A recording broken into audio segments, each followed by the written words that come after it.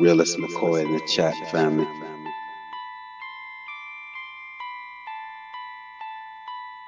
On a next level.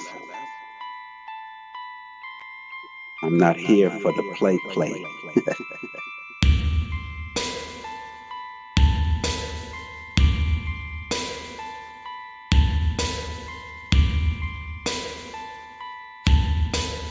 On a next level. You're just on something else over here, you know?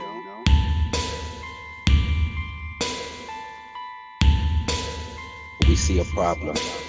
We want to correct it. I'm not here for the play.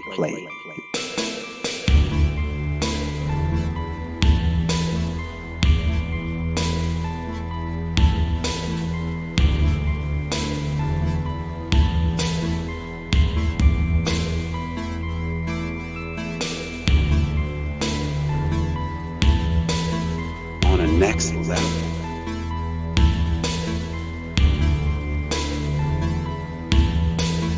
Let's pray the raid on it.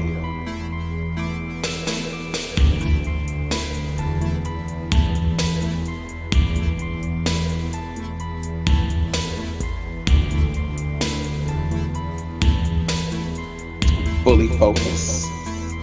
I'm fully focused. On a next level.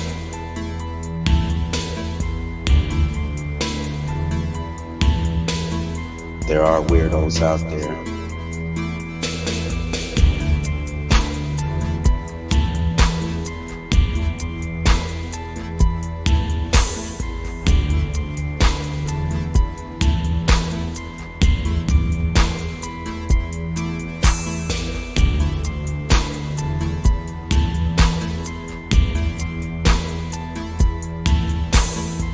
Infested with those cockroaches. Let's pray the raid on it.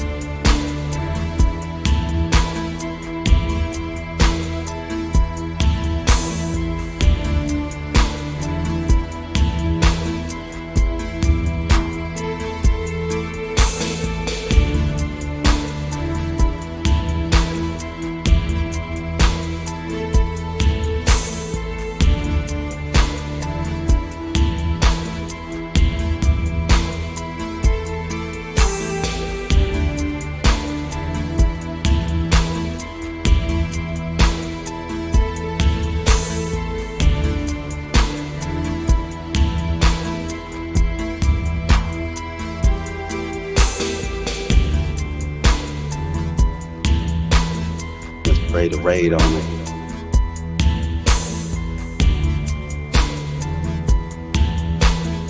Realist McCoy in the chat, family.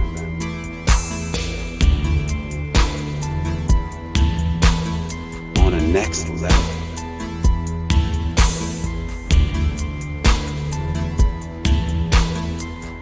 I'm not here for the play. Okay, boom.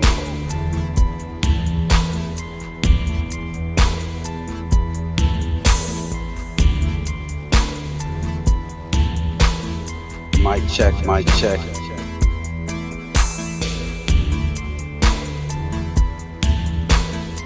a next level.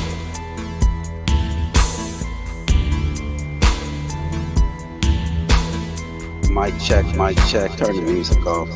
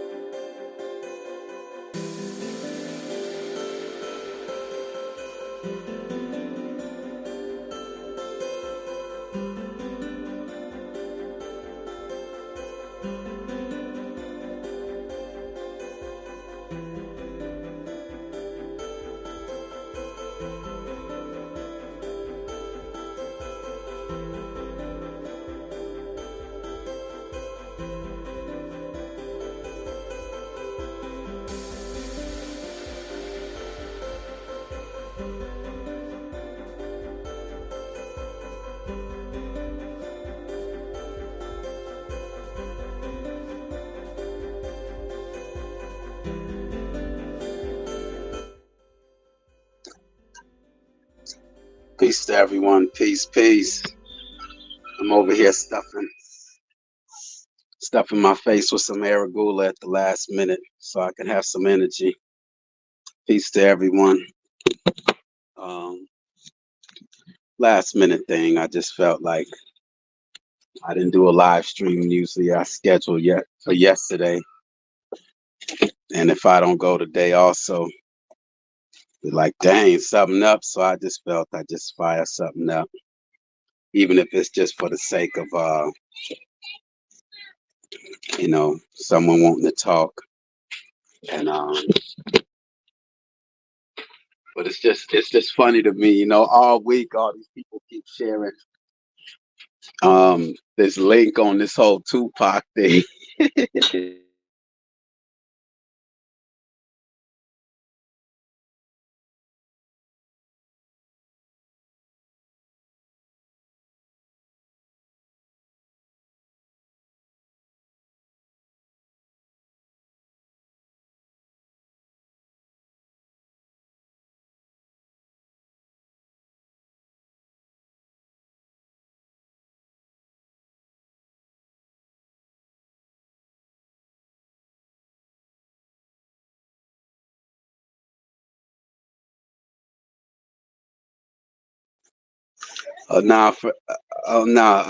Forever love 774.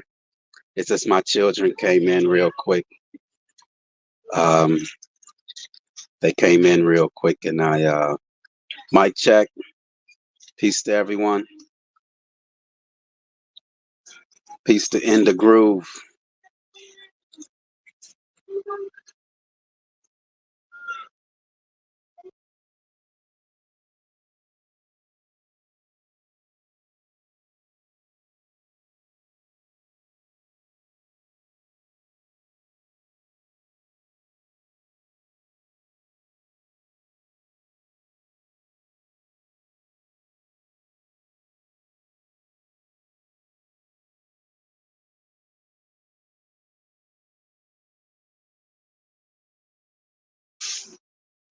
Mic check. Mic check.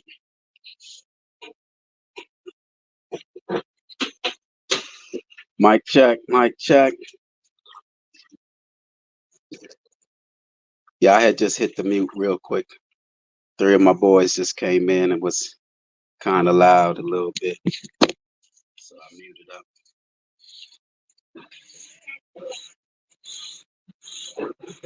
So yeah, all week just keep hearing about this whole Tupac thing, man. This whole fictional character in the groove. This fictional character, Tupac Shakur. They arrested someone for something that never happened. We live in a freaking psychotic world, man.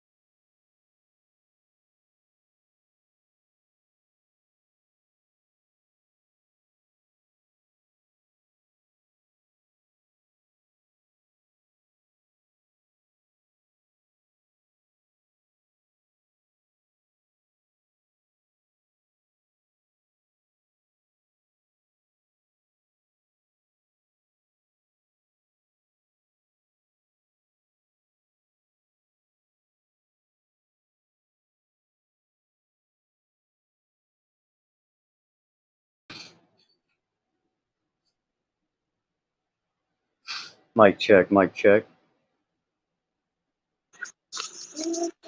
Peace to you, man. Salute to you, Oh, man. Yeah, man. All week, man. They saying they done arrested somebody for a crime that never happened. well. Yeah, I think the timing is odd, if nothing else, because I used to watch a lot of interviews, like the Vlad TV stuff and all that. And, I'd seen this guy talking on there and saying some very funny stuff. And even so, why did it take this long to even move on something like that? Is my question. Why now? The timing seems very weird. Because this guy was talking openly. It's been like, I think that was like 6 years ago or something. He basically admitted it. He was telling a story and implicated himself in the story, kind of like a Freudian slip, you know. So I don't know why now come out with What, that. what what was the story he told? I'm not familiar with any of If that. I don't even know who this guy well, is.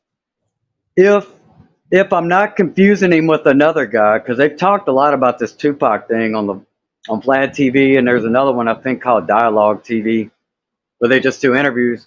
But if I'm not mistaken, this guy is related to the guy who everybody said killed Tupac before. I think that's that Orlando Anderson guy. I think he's like an uncle or a cousin or something. He was supposedly just in the car, was the original story. But the way he told the story was that he was sitting in another seat and from different from what the story everyone else thought. And the way he was talking was he was the one that had to pull the trigger. So I heard that's been years now, and I just figured, well, maybe they're just telling stories to try to, create a buzz. Because I don't really trust the Vlad TV guy either. He's definitely a funny character, and so I just kind of blew it off. But that's what I'm saying. Why now? That seems weird, especially after a search warrant. Like, what good's a search warrant gonna do you in a 27-year-old crime? You know? I think Forever Love 774 got it. But I will just make a correction and say it's not. It's probably distraction. It is Yeah. distraction. Right. It is a distraction. It's. I just find it funny, man. It's. I see things clearly. That's the advantage that I have is the fact that I don't fall for their media and their news and their storylines because I consider the source. You know how when you hear a rumor, they say to consider the source. Someone who's always lying, you're not going to give much credibility to them. But if a person is, a person who's credible, you'll consider it. And you tell me one credible news source that we have here on Earth. Yep. Tupac, Mr. Ballerina. Went from ballerina to shooting up the place. Went from the Julian Arts there in New York that only a selected few individuals can even get into there. Went to now Black Panther, shootouts with the police and the thug. Come on, man. Are we gonna? Come on. Like I said, it's just a laughter to me. But at the same time, it's like there's a lot of people still falling for these things. I see Charles Wells is in the building. I see Phoenix Fire Paul is in the building. Yeah, this was a last second thing. I ain't really see many people. Vitamin G, great for mental health, gardening. Peace to you. Glad to have you. Um, Forever Love 20, Forever Love 774. Royal and Loyal. Always good to see you. Max Vision. Seven Serpents. Gen 2 gone in the building. Hope I didn't miss anyone. Um, yeah, I just Charles really didn't. It was just more like I wasn't even gonna go live this week because I'm really focused on the projects that I have coming up. But something within me say, you know what? Open up the platform. Open up the platform. Your people's want to, I was supposed to normally go live on Saturday and Sundays at 10 a.m. And so um, so let me just check in with the people. I ain't really see anyone live. I checked if Charles was live. I checked if Bex was live. I checked if all these people was live. I said, you know what? Let me fire it up real quick. But Royal and Loyal said, wow, it never happened. What do you mean, wow, it never happened? What does that mean? I want to know what the wow, it never happened. What wow never happened? Well, I'll add a little Indegruv in something. the building. Salute to Yeah, Indegruv, everyone. Salute to Indegruv. Sub up to them. Check them out. Great music over there. Real music. Salute to you. appreciate it, man. I wanted to add with the Tupac thing, right? They tried it out, his hologram. Remember that a long time ago? They had him out on stage doing a song or something as a hologram. Yeah. Okay. Well, I thought it was odd that he was the first character that they used to do that when I saw it. Mm. I was like, why are they using Tupac, right? Other than the fact that he's popular, I get that. Well, that video that I uploaded yesterday about the Mark Zuckerberg interview where they're doing it with basically it's like hologram technology where they're recreating human face expressions as a digital recreation. Well, it brought up something for me during the Super Bowl halftime show that they had. I think this was within the last 4 or 5 years, but it was the one that they had Dr. Dre, Snoop was there, Mary J. Blige, 50 Cent, and it was weird because they had like the stage was like a small city of what was supposed to represent like Compton. And it was all like an old school throwback hip hop. They were singing all the old classics. But I shit you not, when I saw that halftime show, some my intuition it struck me that I was looking at a hologram. And I was telling people, I was like, look, dude, that's not real. They had Mary J. Blige falling on her back and all kind of shit. And they had 50 Cent was hanging upside down like a bat. And the crowd that was dancing in this little made up city, they were all in sync, like perfect sync, doing these little dances. And I'm sticking to my story that that was 100% a hologram too, because they didn't even look. They looked like what I saw yesterday from that Mark Zuckerberg and Lex Friedman interview with this. I forgot. I don't even know what they call it. It's like a digital avatar real time creation. The same thing they've been doing in video games since 2016. So this technology, they're definitely slow rolling it out as it's new, but it's not. And so, like you said, you got to go back to the origin and source, and ain't no telling how long they've been pulling the wool over, with just holograms. And I don't know, is Tupac even a real person, dude? Anybody ever seen him in real life? I haven't. He could have been a hologram the whole time. Tupac is a fictional character. His name isn't even Tupac. It's not Right. even Tupac Shakur. That's the product name. It was a registered name as an artist. Doing business as Tupac Shakur. His name was something Crooks, Lassane Crooks. But that's how you know that it was fake. Ain't no way that the court system is going to acknowledge him by his stage name. Right. All right. They're not going to acknowledge him by his stage name in the court system. All right? It's all a play.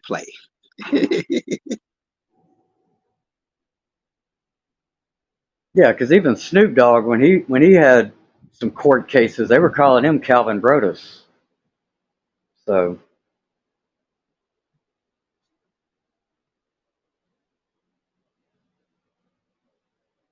yeah, dude, it's just all a strange show, dude. I don't even know what to make of it Yeah, by anymore. the time I'm through, you all will know. Just like Michael Jackson, Tupac Shakur was played by a Caucasian man. Snoop Doggy Dogg is a Caucasian man. He's of the royal family. All right? By the time I'm through with you all, y'all just stay with me because I'm straight on my enemy's head right now. That's it. I have nothing else to talk about. I'm going to expose these weirdos. And that's all I have to talk about is exposing these clowns. By the time I'm through with you all, y'all will know that Snoop Doggy Dogg is played by a white man. The Prince Jehoiakim. All right? I'll throw y'all name out there. All of this is an illusion. Martin Luther King was played by a Caucasian man. Beyonce is played by a Caucasian. All the royal family, I'm on their head. I have nothing else to offer. Nothing else to offer the world right now.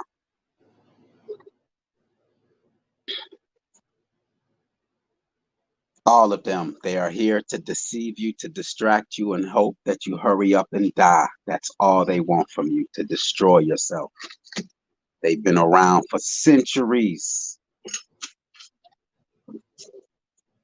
I serve no other purpose but to expose these weirdos.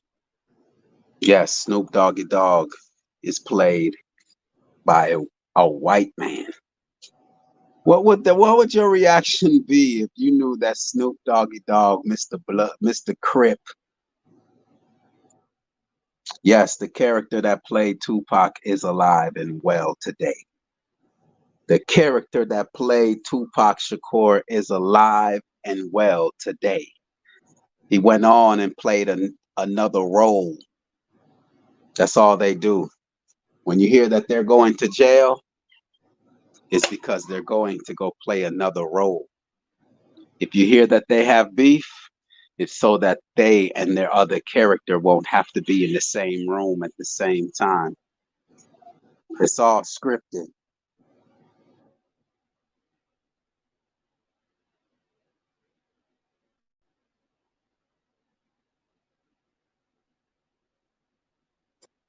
In the groove, I left you speechless, man. Yeah, I'm just listening, man. Huh? I'm just thinking how big the industry is for hip hop drama, right? There's a lot of shows, and it's all about the side shit. You know, they're just talking about really beefs. You know, beefs, and I mean, it's just a lot, dude. I used to watch a lot of them.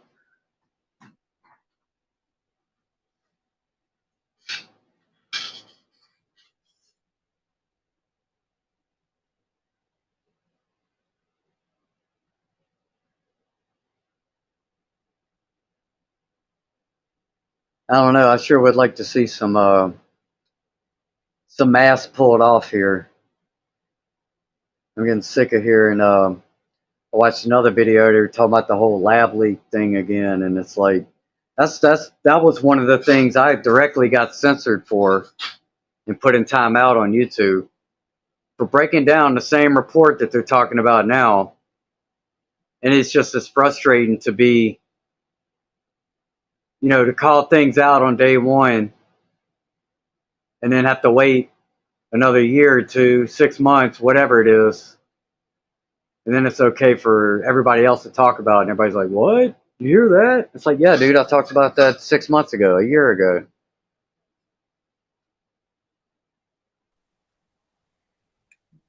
Peace, everyone. What's up, man? Salute to you, Charles Buzz. What's up with you, man? It's Waz. No, joking.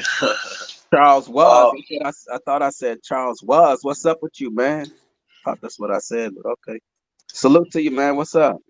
when you say Waz, it sounds like was, but it's all right. That Snoop Dogg, that Calvin, what's his last name? Brody or Brody, whatever. That's a stage name too, man. And it is played by a white dude. I forgot that actor's name. I exposed MCs. Did a good video on that.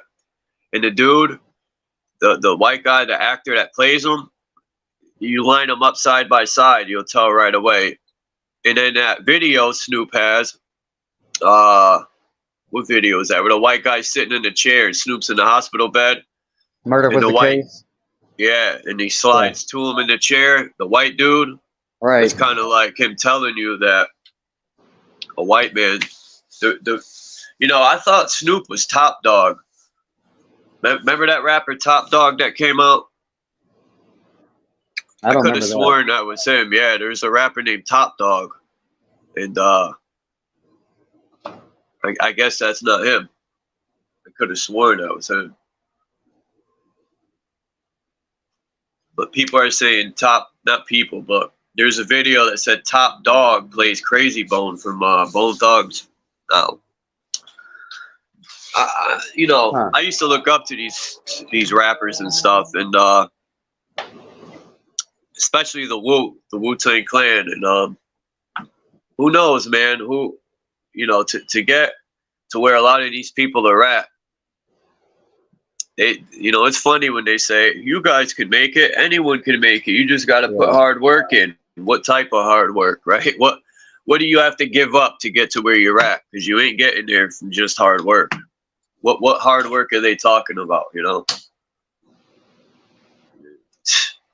Well, now that you say that, I watched a video where that guy Kevin Gates was talking about the hard work, quote unquote, that he does, and he was talking about a bunch of spiritual entities and all kind of shit. I forget who did that video. It might have been Black Balloons, but yeah, he was talking about it. I work hard for this, but he wasn't talking about music. He was talking about the sacrifices, and he used that word. Oh yeah. When you go to church, what do they call it? You gotta you give up sacrifices when you go to church. You're sacrificial, all that in the Catholic Church, yeah. So it's all witchcraft, all of it.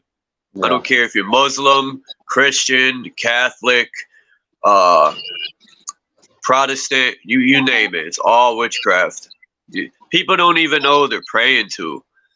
They just know. They'll be like, I know Jesus, I pray to him every night. How about they'll just recite a bunch of stuff out of the book. No one knows these deities personally, so why would you give your energy to them? I used to always think that, like, I don't know this dude. Like, what the fuck? It could be anybody. I'll tell you, the red flag for me was that whole asking Jesus into your heart. Like that, I was like, whoa. I was like, why I gotta ask him into my heart? Like that's I already got what's in me. Like, I don't have to ask anything in, Yeah, right. It's like I was watching this movie last night, and I didn't finish it. It's called. Hold on, let me get the name. And the same thing happened. He told the demon, ask him into you. Welcome him in. It's called. I gotta finish it. I fell asleep. It's called Nefarious. The name of the movie, Nefarious. Yeah. And it's a prisoner that's possessed with a demon. And the guy didn't believe him. And he said, just tell the demon to enter you. Give it permission. And I was like, oh, shit. Like a vampire. You gotta let him in. Yeah. Like, people don't even realize, all them people doing that dark witchcraft don't realize how powerful they are. So they think they need something more. It's all a setup. That even when I read the Bible, Satan, he's a weak piece of shit too. You know, he can't be anything powerful. That's what I got out of reading it, unless you allow it. So that means you are more powerful than that character. But McCoy, you're right. Ladies and gentlemen, You got you're looking at Snoopy. Snoop. You're looking at Snoop Doggy Dog. I knew you were gonna say that. I fucking knew it. I looked at that picture. I said, "Don't tell me McCoy's about to say that Snoop Diggity." That's Snoop Doggy No. Dog, y'all. Yes. Don't make. Let me get the picture I got of the Snoop. I gotta figure out. I could send it to you through email. That's Snoop Doggy Dog, y'all. Prince Jehoiakim of Sweden. I'm gonna send you the picture I got. It'll blow your mind when you line this white guy up with Snoop. But I'm just. There I'm could working be on many. it. I'm working on it. Just was giving y'all a little something. You know, that's. This is There all could be that many people.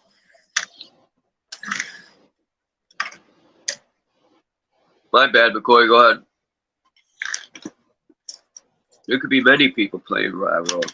You're probably right, McCoy. I'm not going to doubt it. Oh yeah, my sources are. We on it, man. We on their heads right now. Trust me, we're on their heads. I'm on their heads right now. All these people in high positions, actors play their roles. Like George Bush's wife there. I forgot her name. Something Bush. Barbara Bush, yeah. Looks like Aleister Crowley. Was it her or was it Queen Elizabeth? No, that's her. They play these roles, and we're being duped. They're these high positions, and we think they're royal, more royal than you. We're all royalty, and we get duped. They're just magicians, man. That's all. They're putting illusions in front of people. Bronze Flat Power God. How can a man get arrested for something that never happened, man? You know that, man. Bronze know that Tupac released his album. Tupac released his album on 2/13, February 13th, and died 213 days later. And drive-by shooting is what? 213, right? All right then. LA area code 213. Woo. We all know that this is a script. So I mean, can we just please turn the television off? Don't feed into their madness. But that's all I keep coming across my timeline is this Keefe guy got arrested for a crime that did not occur. Tupac was a fictional character. He's an actor. He went from being Mr. Ballerina in the Juilliard Arts over there in New York to a Black Panther to a shoot 'em up with the police to Thug Life. He's an actor. He's an actor. Look, so salute to everybody. Kanye West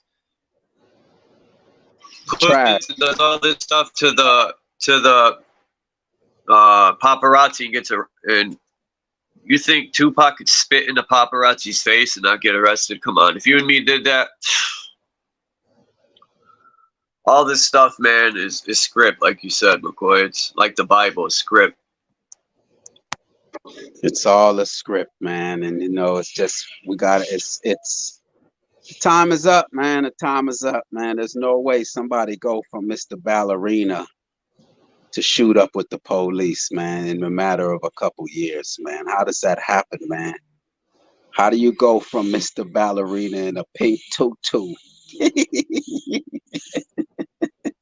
That's crazy, right? So now you're Mr. Thug Life.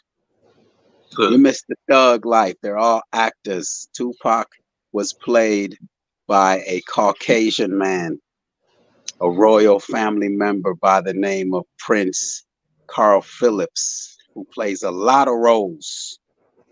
Snoop Doggy Dogg is played by a Caucasian Prince Jehoiakim of Sweden. Janet Jackson was played by Princess Victoria, the Crown Princess of Sweden. Caucasian royal family. Martin Luther King was played by Albert II, a white man of Monaco. Damn white people. I'll show y'all MLK right here.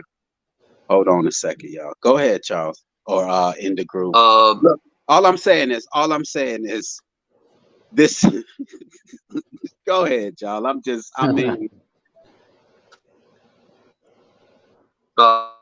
Janet Jackson and Little Kim. They look so similar, man. The newer Little Kim and Janet Jackson. I thought Janet was playing Little Kim.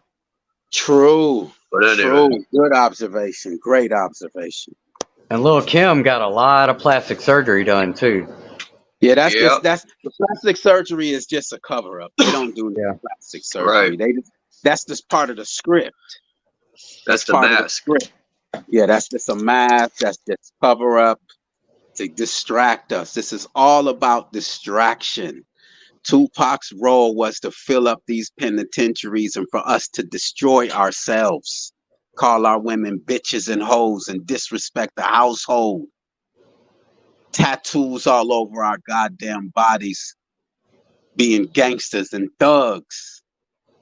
That's what his job was to destroy our character.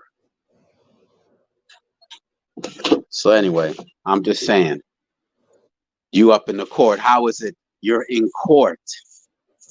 How you're in court and the judge is calling you by your stage name as opposed to your real name, Lassane Crooks. I got a picture for y'all. Hold on. But go ahead, my bad.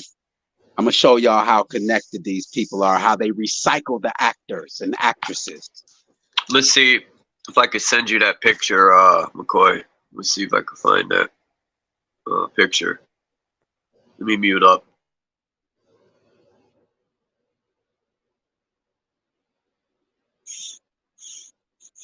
That's right, Well, Smoking G Sharp. And not just the black community. Destroyed all communities. Had our little young soldiers out there getting high, going into concerts all day, getting high off whatever and destroying their lives. It wasn't just the black community, it was all communities. They just used different characters for different communities. and I could fill you in a little bit on that to tail off of that. Here in my area, obviously my partying days was all in the 90s where we had the kind of dance music I like. We had our own clubs, right? Well, the end of the 90s, they started shutting all that down. They were blaming the drugs, and noise ordinances and all. So they shut all those clubs down. So the only thing left was like the black hip hop clubs. So all the white kids started going to the black clubs and everything was centered around that. So they just consolidated everything into that one culture. And then, I'm in a country town area, They sold us a Marilyn Manson. What's his name? Marilyn Manson, that weirdo. Manson, yeah. They sold us that as someone to look up to and to guide us. Come on, yo. Then you wonder why things are the way we got bamboozled. We got bamboozled. Destroyed our existence with these characters, these false idols. These idols. But their time is up. Their time is up, and they know their time is up. That's why they're trying to track us. They're trying to find that one.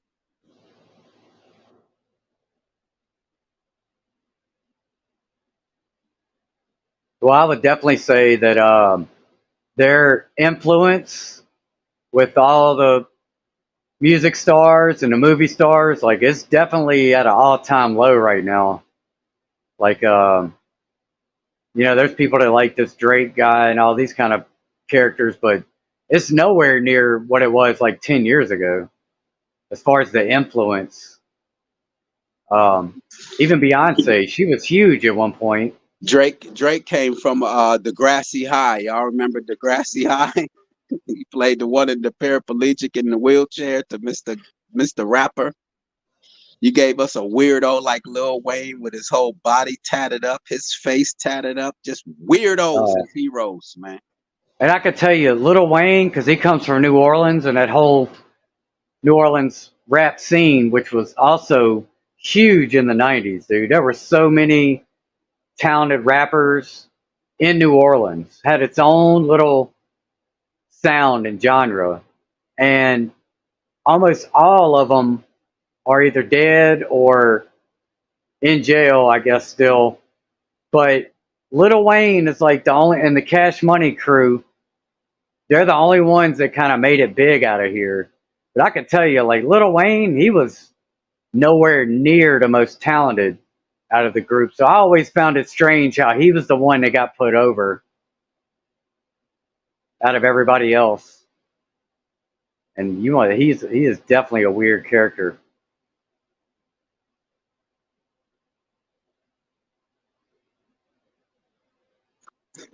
They're all actors, Yeah. placed to deceive us. They call them agents. However, you want to call them an agent, okay. COINTELPRO, control opposition. You know, in COINTELPRO, what is COINTELPRO? Counterintelligence. They're placed in our Program, yep. they're placed in our community to influence us to go in the wrong direction. That is their job.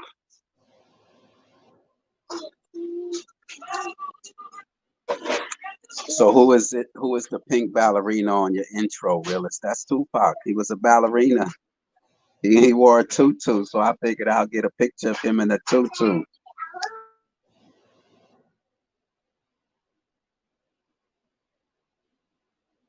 Yeah, and he was a backup dancer for when he first came. Before he was a rapper, he was a backup dancer for Digital Underground, the Humpty Dance and all that. And the the main guy, which is funny now that I think about it, the main guy, Shock G, he used to wear like those old school little glasses with the fake nose on it and mustache. It almost looks like a jaywalker nose.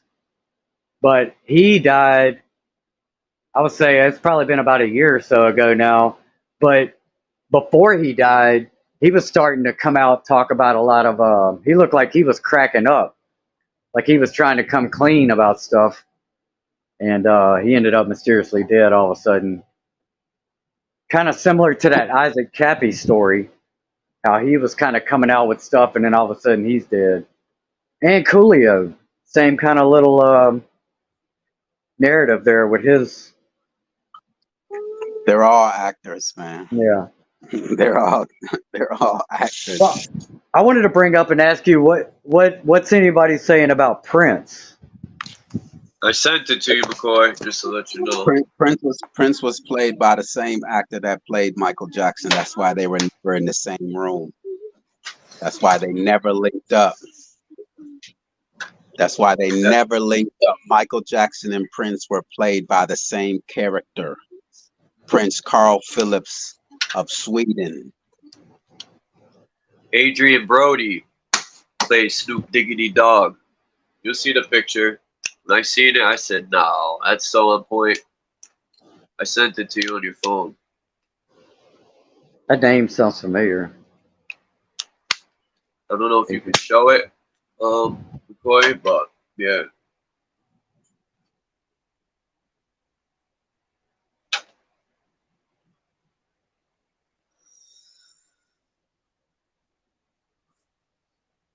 Peace to everybody in the chat.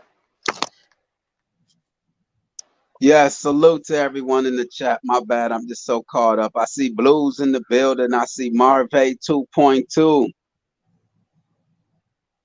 Vitamin G. Dean Kendall in the building. Vitamin G, great for mental health, gardening. Smoking in G Sharp in the building. Peace to you, Smoking in G Sharp. I appreciate you always.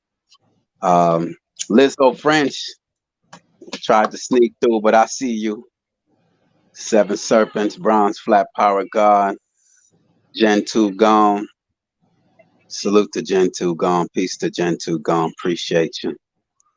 Yeah, so Like I said, I'm working on my projects, man. I wasn't even gonna go live today, but I said, you know what? Let me fire it up because I ain't see no one else was live. And, just to let y'all get an update on what I'm working on. I'm working on strictly exposing these clowns. That's it. I see nothing more important than that. That's my job. You all can dispute whether the earth is flat or round all day long. My job is to expose weirdos. Yep. Holly weird. You tell me what's more important right now outside of our health and our welfare. I was just about you answered it for me. I was about to say your health, but you said it. So Yeah, outside of your health and your welfare, what's more important than exposing these weirdos that taking them down. Donald Trump and Joe Biden is played by the same character, Grimaldi. They're the same.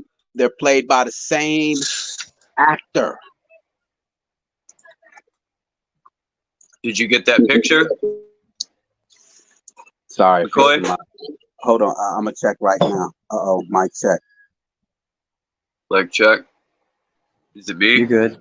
Oh, Royal and Loyal is Royal. Mic check, mic check. We on the next level. You right.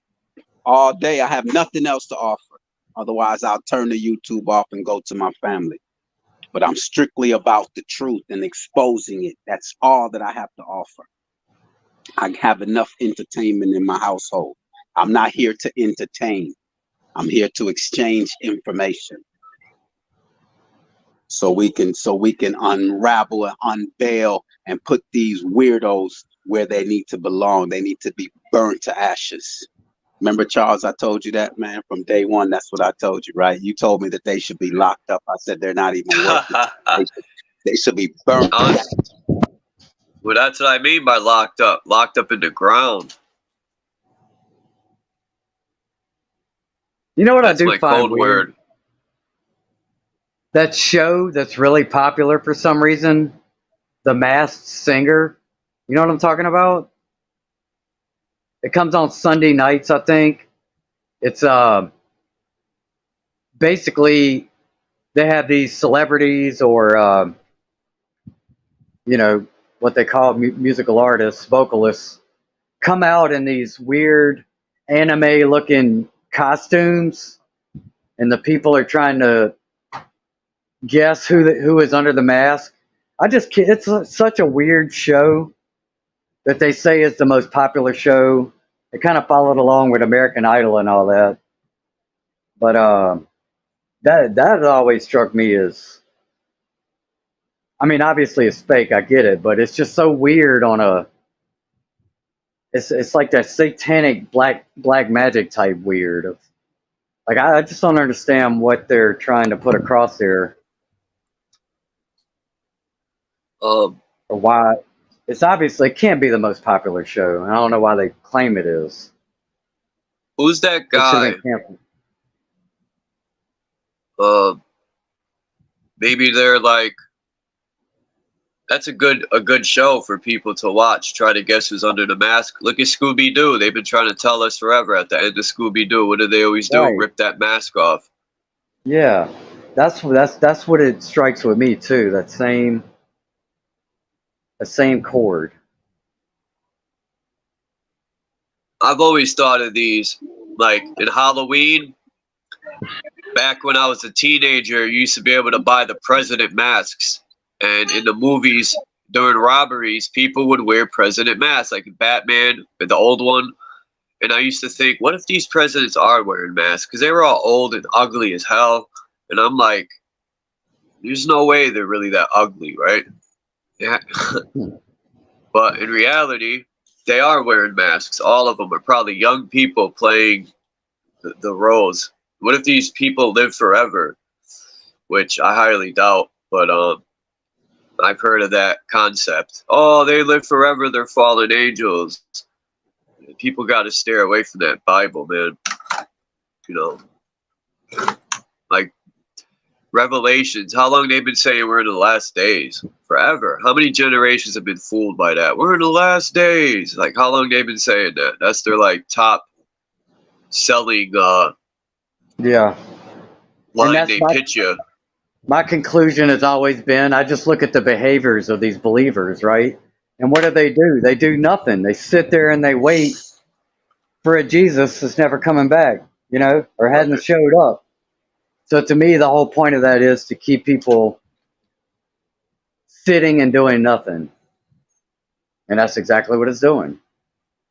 You gotta have faith. Yeah. Yeah, that's the key pitch. You gotta have faith one day. Yeah, that one day, right? How long they been saying that? Yeah. You can't save yourself. You gotta have some guy come do it for you. Yeah. That's like a deadbeat dad, right? Yeah. Charles, where'd you send the picture, Charles? Because I checked my email, I checked my text messages, Text. Let me check again. Maybe it didn't go through. Yeah, I I didn't get texted. Oh shit. You turned your phone off. I just paid my phone bill, so let me see. It's probably me. It's gonna say didn't send or something stupid. I'll fix it. Let's see. Boom. Yeah, it says it went. Yeah, I texted.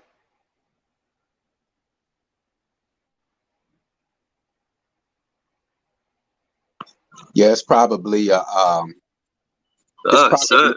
it's probably just a large file, so it's just taking some time to because just a picture. I'll email it. Do I have your email? Yeah, I don't know.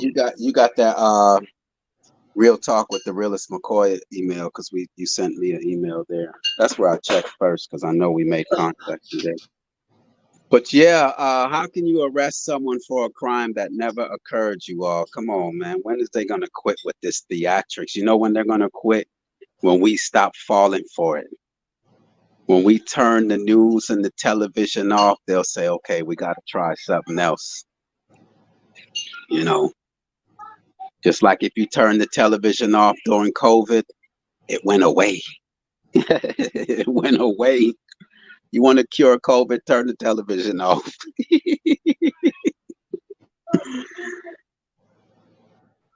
That's the best one I've ever heard. That's hilarious. Just turn the TV off and cure it. Yeah, but that implies we got to get everybody to do it, right? Yeah. That's the problem. So tough. Yeah. Because I turned mine off in 2012, you know. And that's why, I'm not focused on everyone. I'm focused on myself. Because I think they know all it takes is one person. That's why they're so obsessed. They're so obsessed with everyone. All it takes is one, and I'll be that one. Tell them to bring it. You know how they know that, McCoy?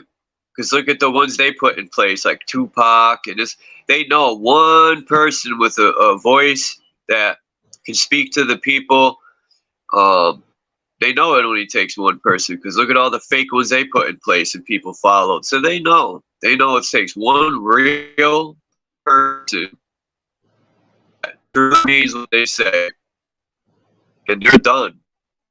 I mean, people fell for Pac, Martin Luther King, Trump.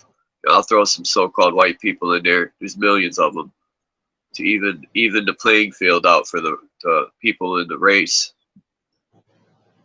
The race of color. Well, I can vouch for that and say definitely a lot of the 80s rock stars, they're either children of military or they have straight Jewish heritage, which is strange to be, these satanic rock bands or like the members of Kiss, and I mean, it's a lot of them. You have to look up the list, but it's shocking. Look at Shaq. Shaq, his father was in the military. Look at Yeah. homeboy from No Jumper. What's his name? That white dude. His father was in the government, which with Clinton and all them. Yeah, you're right. There is a lot of ties to the government or military. Oh yeah. Huh. The drummer for Motley Crue, Tommy Lee, his dad was military.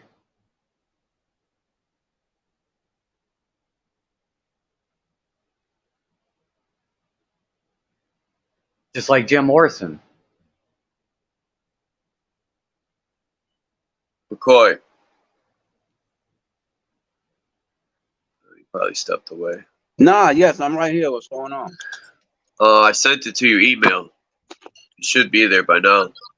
Hopefully, what was the guy's name that rode the horse and delivered mail? Paul Revere. Yeah, hopefully Paul Revere delivered it already.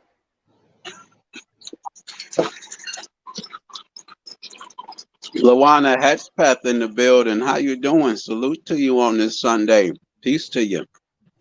Good to always have you here. Today's Sunday, that's right. You know, Lawana, I just, you know, all week I just keep hearing and people on their timeline saying Tupac's, they finally arrested someone. I'm just like, how you gonna arrest someone for something that never happened? Tupac was a fictional character, just like a Michael Jackson. All of a sudden, Michael Jackson dies of overdose of drugs. These, you know, they just keep selling us these storylines to keep us distracted, but at the same time they're selling us an idea. That's the whole thing. The whole plot is they're selling us an idea as they're using these characters. These are actors. Tupac went to the Juilliard Arts for some of the most talented actors, artists. He wore a tutu. He was a ballerina. 3 years later, he was part of the Black Panther up there in Oakland. A year or two later, he was having a shootout out here in Atlanta where he shot at the police. Then he got charged with rape charge. Then he's a thug. He's a gangster. He did all of this before the age of 25. What kind of life was this guy? This guy was a straight outlaw. I mean, and at the same time, he wrote 350 songs. Always in the studio, but yet doing all these. I mean, what did this guy sleep? Come on. Can't keep falling for this weirdos, man. Ain't nothing gangster about Tupac. He was an actor. He's had more music released after he died than when he did when he was alive.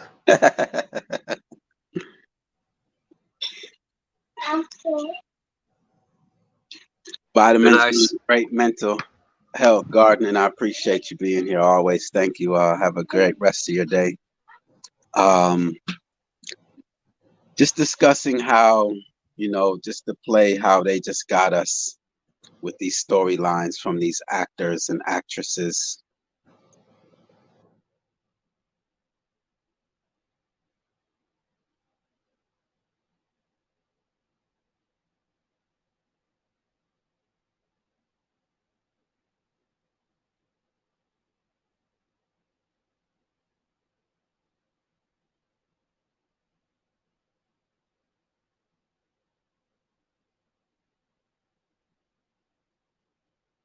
I'm looking forward to seeing this project where hopefully we'll be able to, I don't know, finally do some of these actors. Because this shit's getting old, bro. I'm tired of waiting on Jesus.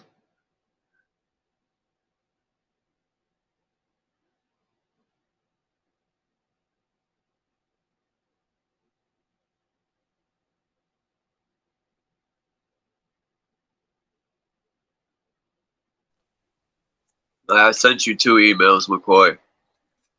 One of the opening to the new Thor movie. You got to see that. And then I sent you that picture of Snoop Dogg and who I think plays his role. There you go. Calvin, his name is something Brody. Yeah, who the hell is banging like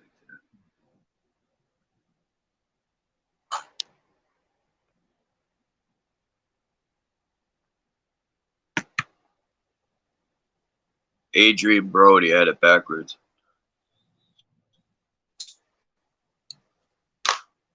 Yeah, this guy getting arrested for a crime that never occurred. That's just, it just got a little, it didn't get frustrating because I understand, and you all already, whoever have spoken with me, blame the victims. We've all been programmed. We've all been told a lie and deceived. So that's why I don't focus on us. I know why we think the way we do. I know why we fall for it, because we were programmed from the day that we were born. So that's why I just stay focused on my enemy. That's it. These ones Facts. who are actually doing it. I'm not going to blame the victims. Where on earth do we blame victims? So I'm not going to do it. I blame these weirdos. That's all. They're clowns. They're obsessed with distracting us. Now I do have to confirm this Adrian Brody guy, but it could be the same. It could be the same. He could be another character of this guy right here, of Prince Jehoiakim of Sweden. Huh. Okay. Here's his family. Check out Snoop's son. Why you think Snoop has been married for 27 years? Come on, think about it, y'all. Think about it. Think about it. This gangster,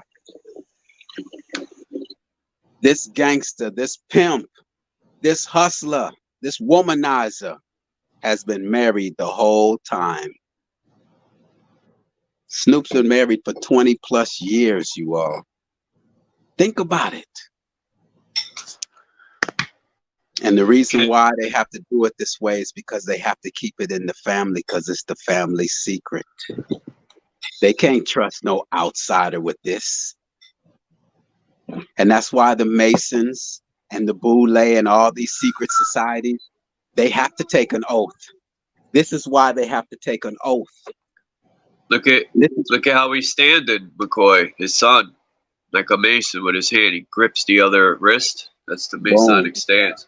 There you go. Kind of looks like Justin Trudeau, the son.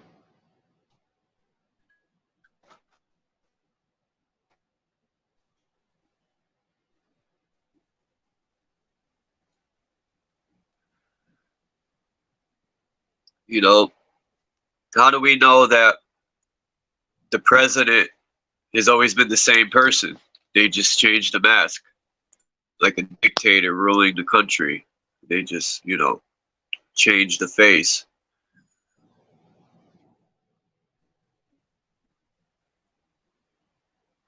The incident that happened on the plane where that lady was bugging out, anyone remember that a month ago or two?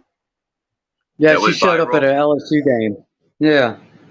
I got a video. I don't know if I still have it, but it shows she had a mask on. You could see the ending of the mask near her neck. Someone had pointed that out. They slowed it down. And I said, man, yeah, I'm going to see if I still have it in my files. I sent you a video, McCoy. I don't know if you could play it, but I had cut that video up from the movie, the Thor. The intro to Thor, the new one, shows that what I got out of it. It's a video that I posted on my channel, but I don't know if McCoy could play. It's a short, I think it's like 2 minutes. And it just, to me, it reminds me about the religion and how they treat people. The way he's speaking to God, this God that they worship. And he has the sun rays around his head, like the Statue of Liberty or any of these so-called light bearers. All of them, Jesus, Mary, all of them are Venus, the sun.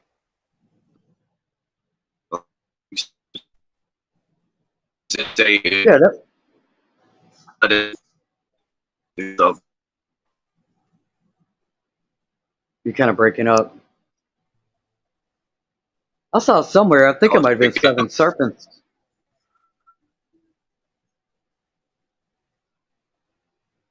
I think you cut out, man. You cutting out. I saw on Seven Serpents stream the other day, I think it was, they were talking about the picture that they used to show the image of Jesus. They were showing who he really is. Basically the same thing here, basically of one of these royal characters. And yeah, he looked just like the same dude.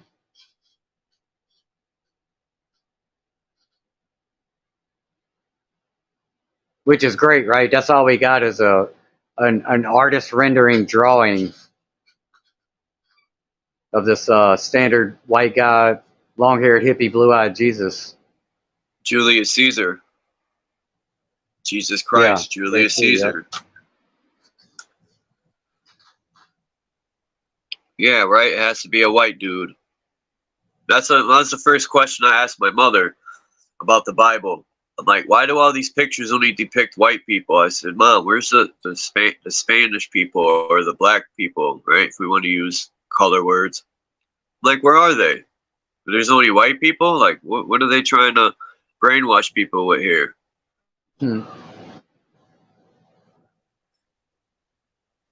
When in doubt, check the spouse, is what they say. If you doubt that Snoop, then all you got to do is check out the people around them also. That ain't Snoop, that's Dupe. People got duped. Doopy dog. So yeah, anyway, it's an open topic, man. I just was that's what inspired the live is the fact this guy got arrested for a crime that never occurred. I just find that really funny. So, yeah. Look at that September event. Then people got arrested for something that didn't occur. Fake characters getting arrested. Exactly. All right, you got it. Let's look at Elvis / Donald Trump. Oh shit. Let's look at Elvis / Donald Trump. Wow. Oh shit. Santa Claus. Whenever the people need a hero, we shall supply him. Albert Pike, 33rd degree, Freemason. Nice. Whenever the people need a hero, we shall supply him. All right? That's what we're living under. Straight deception. Nice. Straight deception. So, they want to say some guy got arrested for a murder that never occurred. Let's just clown them. Come on, let's clown them, y'all. Let's just clown them. Let's just clown them. McCoy. What's up? That's the best evidence right there. Today's class is adjourned. No. I mean, that's all we really need. They said it. Whenever the people need a hero, we shall supply him. And then I think the CIA said they're going to give us our Black Messiah. Oh. Yeah, they know what time it is, man. But anyway, what else been happening, y'all? What else been happening on these YouTube streets, man? Because this is all that's been flooding my timeline is people talking about Tupac's murderer got arrested. And this fake Let's talk about Trump. Let's talk about Trump, McCoy, since you brought this Santa Claus guy right here up. Whenever the people need a hero, we shall supply them. Now, considering social media and in the palm of our hands, we got everything, right? They supply us with it all, the information, the phone to get to it. So they're studying us like lab rats. They know what the people don't like, what they're complaining about, and who comes along. Well, we'll give them Donald Trump. Let's give them that guy, the hero, the Jesus Christ of the new age. He'll solve all the problems. That's what Trump is, the Jesus Christ of the New Age. He even said it in his speech. He says, I'm the new Jesus Christ. Trump said, I'm going to find that speech. Well, You know. you have to remember that his mother's name is Mary, and his father's name is Christ. No. And his middle name is John. Yes, his father's name is Christ. Fred Christ. His father's name is Fred Christ. And his mother's name is Mary. What are you talking? You all, where y'all been? I'm just playing. I know y'all. Hey, I'm just on something else right now. That's all. Shout out to Indegruv. He captured that one. I'm just on something else right now. Yeah, dude. Yes, his father. And that's what's frustrating about it. This information's been out there, dude. And you point this out to people, and they just ignore it. You know, and they go vote for this dude. They don't even say, "Wow, that's weird." I don't even get a "Wow, that's weird." You know what I mean? It's that fluoride. It's got him with the cold stare. That fluoride stare, yeah. It's something, dude. It's definitely something. Something's holding back them from computing 100%. I don't get it neither. I get a look, and then I get defense mode kicks in. You're stupid. Yeah. What do you know? Do you got a degree? Like, damn. Yeah, and I can say yeah to that, and they still won't listen to me. That's the frustrating part too. You know? It's just, it's I don't know, dude. That's why I say just audit everything. Just like this Albert Pike guy. You go read all their books that they wrote, all that, you know, they got a red book and a blue book. They all wrote these books, and it's all in there. All the World War III talk, and they predict everything magically. Just like the Bible is predicting everything magically. It's all self-fulfilling prophecy. And, yeah. All right. You well, wanna, they wrote the book. They say you want to predict the lady in the what TV show? I put the little clip of it out. The lady asked. It was in that what's that TV show with it was a man and woman shit with the aliens there. It's an old show in the 90s. Alf? Not Alf, huh? No. No. Damn. They say it. Yeah, the woman and the guy, they worked for like the CIA. Shit. Huh. Anyone in the chat know what I'm talking about? I'll find the name of it.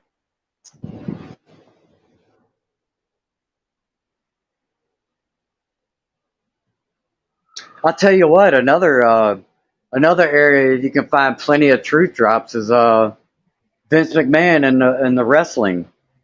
You go look at some of the character names that they've used and some of the character costumes. They've dropped a lot of just like the Simpsons, you know, it's all the same game plan, I guess. Hey, y'all see what's on the screen right there?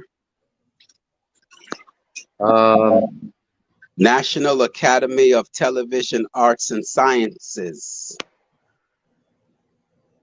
Yeah. Come on. National Academy of Television Arts and Sciences. I just got it.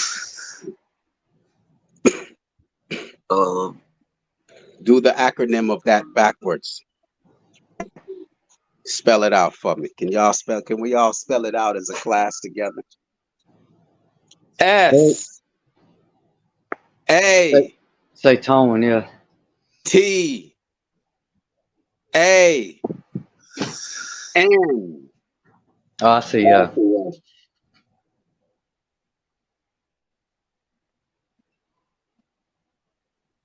Yeah, just like you can go look at all these companies that are connected to NASA, like even NASA themselves, but every company that subcontracts out to them, you go look at their websites and their About Me or About Us page, every single one of them mentions arts. The Like they're basically telling you.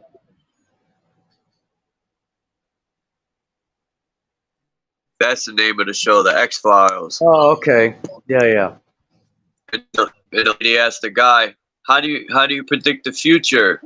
And the guy goes, we create it. So that's how they, that's how all these people predict the future, because they're creating it. Well, I had a conversation with my friend about this because he was texting me all about. He was rewatching some of the later X-Files shows. The guy on there, his name was Fox Mulder. Yeah. We know Fox equals 666. Mulder is like molding something with clay. Wow. And the chick on there, her name was Scully. And to me, that's like Skull and Bones, Scully. Or Scully is worn on the head. You wear a Scully on your head, no? Right? Yeah. Huh. A Scully is like a halo. Because they got all kind of pandemic and virus stuff in the X-Files that they came out with in, like, I think it's 2017, 2018, right before all this stuff came out. And it's all about a national pandemic and all this kind of shit.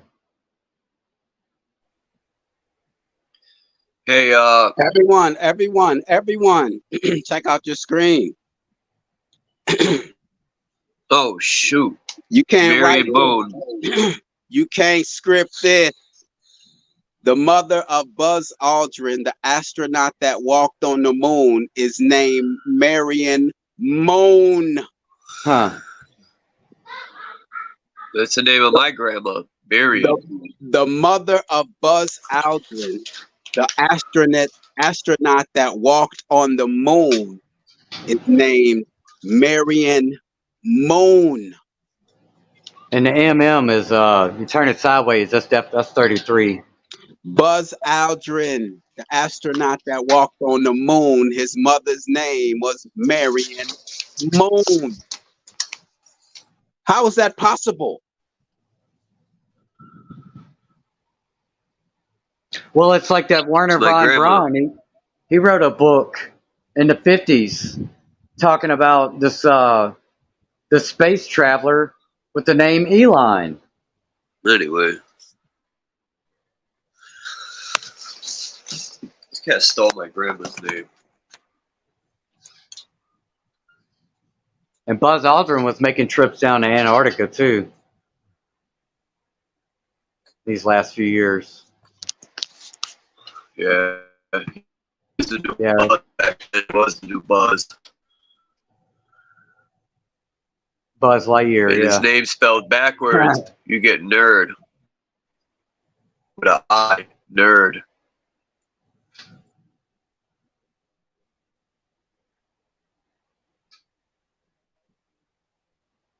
Yeah, there was one of those other astronauts had something similar with his name. It was Buzz Aldrin, Neil Armstrong. Oh, I know it. Neil A. Neil Armstrong, right? Neil A. Spelled backwards is alien. ALIN. Neil A. National Academy of Television Arts and Sciences. Y'all know that if title is larger than 5 words, you don't capitalize the subwords. So NATAS is Satan backwards. Wow. Good one. Buzz Aldrin, who walked on the moon. His mother's name was Marion MOON. Donald Trump, who's this professed Christ. His father's name was Fred Christ, and his mother's name was Mary. And his middle name is John. Biblical, huh? Yeah. So, yeah, I'm just, it's just, I'm just, on this Sunday, I'm just Little Bunny Foo-Foo. I've been thinking about Little Bunny Foo-Foo. Haven't seen Edna Bell in a minute. How you doing, Edna? Good to see you always. Peace to you. Hope all is well with you. Hope all is well with Edna Bell. Little Bunny Foo-Foo. Loyal is in the building. Peace to you, Loyal. Glad to have you here. Just chilling on this Sunday. I'm working on my projects because right now I don't find anything more important than revealing these weirdos. Seven serpents, man. Look at that. Seven serpents. Seven serpents. Look at that. Buzz Aldrin, the astronaut that walked on the moon. His mother's name was Marion MOON. Can you write a better script than that? Seven serpents. Come on, man. This is all a script, man. And they clowning us at the same time because we're moving so fast. As soon as they hit us with this, then we're hit with something else. And then we're hit with something else that we don't even have time to notice anything. They got us working overtime right now. Can't keep up with everything. Then we got celebrities, entertainment, sports, news, the weather. I mean, they got us just overwhelmed. So that's why we don't notice these things, because who has time to really research all of this? We take it as they're being held accountable, but obviously they're not being held accountable. Right. And you're right, McCoy. They keep people so busy. Like, if you sat downtown in the city, you did a questionnaire and asked people, how's your day going? Most will say, I get up, bring my children to school, go to work, come home. They have no time to research anything. They just turn that TV on for the little bit of time they have. And most people think, if it's on TV, why would they lie to us? You know, that's what most people tell me when I got them backed into a corner. But that's the last thing they say is, why would they lie to us, Chuck? You're crazy. And, well, here's the question I have then.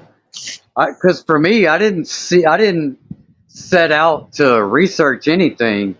I just had strong, I guess, intuitive pulls or urges that something wasn't right. And then all of a sudden information was presented to me that I would come across, and dots started connecting on their own, right? For me, that's how it happened for me. And why? Because I had a life doing other things, and I tried hard to get away from this shit many times, and it keeps coming back to me. So why do we see it and they don't? I mean, that's the kind of question I've been wrestling with, I guess, this week. I've been thinking about meaning of life type shit. Like, what is this shit really all about? You know? I asked Sparky Lee. I asked someone that question. That's been, look, I've just, Sparky Lee. Shout out to Sparky Lee. Sparky Lee has my head spinning right now. With just the information that he's been giving me and feeding me, and I'm just headed in the right direction. I'm just thankful. I don't contemplate those questions like, why me? I'm just thankful that it is me. You know, I'm just thankful that my children are not going to repeat the same garbage that I did, making these weirdos my hero, looking to them for guidance, asking their opinion and their perspective. They're trash. They're garbage. Goyim. And we should not be in awe of these weirdos. They're obsessed with us. They're more in awe of us. They're more in awe of us than we should be in awe of them. Yeah, so men that wear skirts. I'm just thankful that I am aware of what's going on. Maybe it's because we just have a high standard. You know, we have a certain standard. We don't like being lied to. However, I'm just thankful that my eyes are being opened and have been opened. And I hope to be that one. I don't fear no coward or no liar, no deceiver. Tell them to bring it. Because anything that I'm convicting them of, they know they're guilty of. They're cowards, they're weirdos, they're perverted, they're deceivers, they're wicked. Tell Donald Trump if anything that I'm saying, or this character, this royal who thinks he's royal, these royal family members who think they're just above us, but yet they're obsessed with us. There's something that we possess. Maybe they're selfish with it. They found the fountain of youth and they only want to keep it exclusive to them. Because these people have been living for centuries. These people don't seem to die. They've been around for hundreds of years, these beings. Den Keeper, salute to you, Den Keeper. Met Den Hey, Keeper. He wrote a comment this week on yo, that last video, unmasking the enemy. That's why I don't want to go to nothing else. I'm just gonna unmask the enemy every week. That's my whole series. Is if I'm not dealing with health and your own welfare and independence from the system, I'm dealing with unmasking them, removing the veil from our eyes so we can see them clearly for who they are. They're weirdos. They're obsessed with us. Dan Keeper, look at that one, Dan Keeper on the screen. The mother of Buzz Aldrin, the astronaut that walked on the moon. Her name is Marion MOON.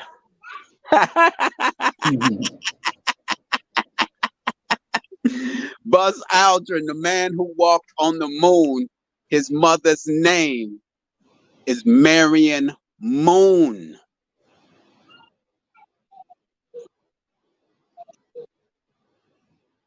Come on, man. Scripted reality, man. And that's what I'm here for, man. Y'all could talk about the earth being flat, the earth being a globe. Y'all could talk about what's once up, down, and down, up. And was there a time when inside was out and out was inside? Y'all can go theorize all day long. well, McCoy, My job rewind a little bit exposed about what you said. You said about they have the youth, fountain of youth. I was decoding their symbols they be having in Latin. It was me and Lucid, and one of the decode had a fountain of water, and it said about the center of the earth. Underneath you'll find a stone that has the answer to life. That's what it said in Latin, and I wouldn't doubt it, man. It all leads. A lot of stuff leads to the North Pole. That they keep us away from. Not only do they keep us from leaving here, they keep us from some sort of something they're hiding. I don't know what it is, but I think they do have some sort of tech or way to keep them alive longer, to stop the aging process. You know, why wouldn't they? All them scientists they have, and you mean to tell me they couldn't find up a way to stop your aging? Oh, they know how to stop the aging. Peace to Salima Ellis. Peace to you always, Salima Ellis. I see the Michiganders in the building. Candy, yeah, you got to get back, Candy. Good to have you always, Candy. When you gonna do that one-on-one with Candy, man? You done let 2 weeks go by. I told her if 2 weeks go by, man, I'm gonna have to snatch her up, man.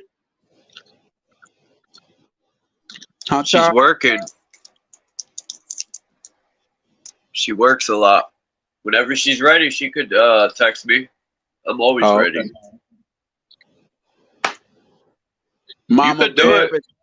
Mama Bear, Mama Bear. McCoy, you could do it. No, I got you, Charles. I got you.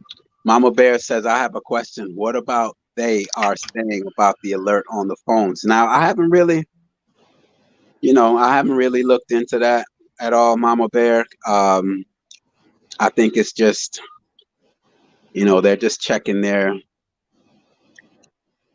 that they know how crucial the phone is to everyone. Everyone wakes up, the first thing they snatch is their goddamn phone. They know you. That's why when you call someone, people expect you to answer because they know your phone is right there.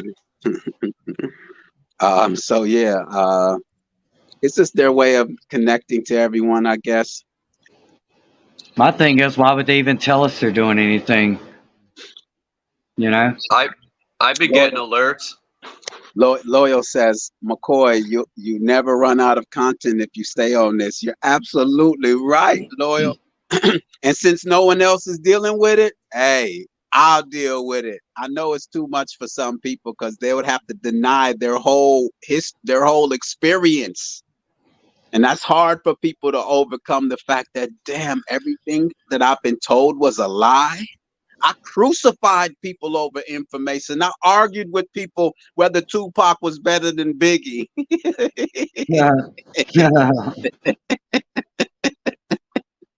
I'm not laughing at no one. I'm laughing with you all. We've been bamboozled, and I'm here to remove the veil from our eyes. I have nothing else to offer you all. I would offer you all the same thing that I'm offering my children, and that's the truth. Because the truth will set us free. To be denied the truth is to be denied life. Everything you've been doing has been a lie. The food you've been eating, the clothes that you're wearing, the environment that you're in, it's been all plastic. It ain't been real. So salute to everyone. So yes, Loyal, you're absolutely right. You'll never run out of content if you stay on this. It's a big religious death cult. And the main worship practice is deceiving the weak minds into taking their own lives. Yes, that's what I speak on. Their whole intention is for us to destroy ourselves. And these cowards are so punk that they'll put the gun in our hands and give us a reason to pull the trigger and take our own lives. They didn't force us to put a mask over our faces. They didn't force us. They created an environment where we felt compelled to put the mask over our face out of fear of losing our jobs. Them cowards set us up. Well, I'm gonna say on that, there was one instance where I was forced to do something, and when I say forced, I mean I was grabbed by the arm and pulled in front of one of those little temperature check things that has the little video monitor on it. I went down to the DMV. I just bought a vehicle. This was 2021, and they had me outside the door because they were only letting one person in at a time. And when they opened that door, this lady grabbed my arm, and the thing was right inside the door, and she put me right in front of it. And I tell you what, I've been pissed about that ever since. She felt compelled that she had the right to grab me and jerk me in front of that damn thing. So, no, they forced me to do that, and I'm not happy about that shit. Salima Ellis, National Academy of Television Arts and Sciences. You do that backward as Satan. Everything they do. Mama Bear said, I'm going to be honest, I did not wear no mask. I'm thankful that you were in an environment where it wasn't required, but I did put on a mask to go and get my family some food. You know, they had a mask policy, and I wasn't going to argue with Walmart. You know, there's some cowards. They know they set me up. So I'm not, I wasn't born with the right to go into Walmart. I wasn't born with the right to go into Publix. So you know what? I played by their rules. I went in there, got food for my family. So I put a mask on my face because I didn't have a better option. But my children, I made sure my children didn't put a mask on their face. They used to like going to the grocery store with their mother, but they had to deny it. I had to deny them that. I'll be the sacrifice and say, you know what? Dad wasn't prepared for this. I didn't grow my own food and have the independence yet, just about in time. So you know what? I'll play by their rules. I'll go into their grocery stores and get food for my family. So yes, I put on the mask. They some punks, man. They some cowards. They know that they set us up. They know they set us up, so you know.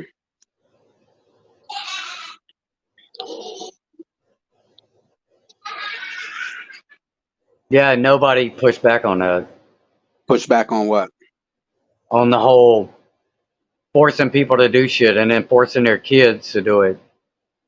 Well, I mean, nobody. I mean, obviously not y'all, but just the general public. All these fathers Look, man, we You got caught know? off guard, man. We got caught off guard, man. Come on, man. Yeah, but man, it's been 3 years now, and we got plenty of evidence to call them out, and people are still just ignoring it.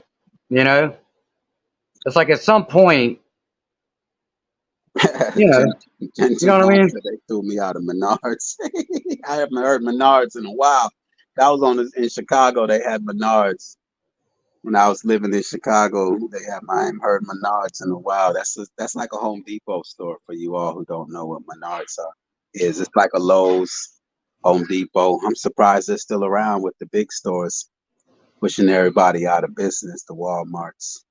Everybody knows Walmart is owned by the federal government. I just continue to spread the word. It is owned by the federal government. That's why there's a flag above the building. All right. And they have a, a county official inside the store. And they have jail cells in the Walmarts also. And if you look at the Walmarts, just next time you go to a Walmart, look at the corners. They're going to put shooters on each corner of those What? on top of the thing. What? Yo, this is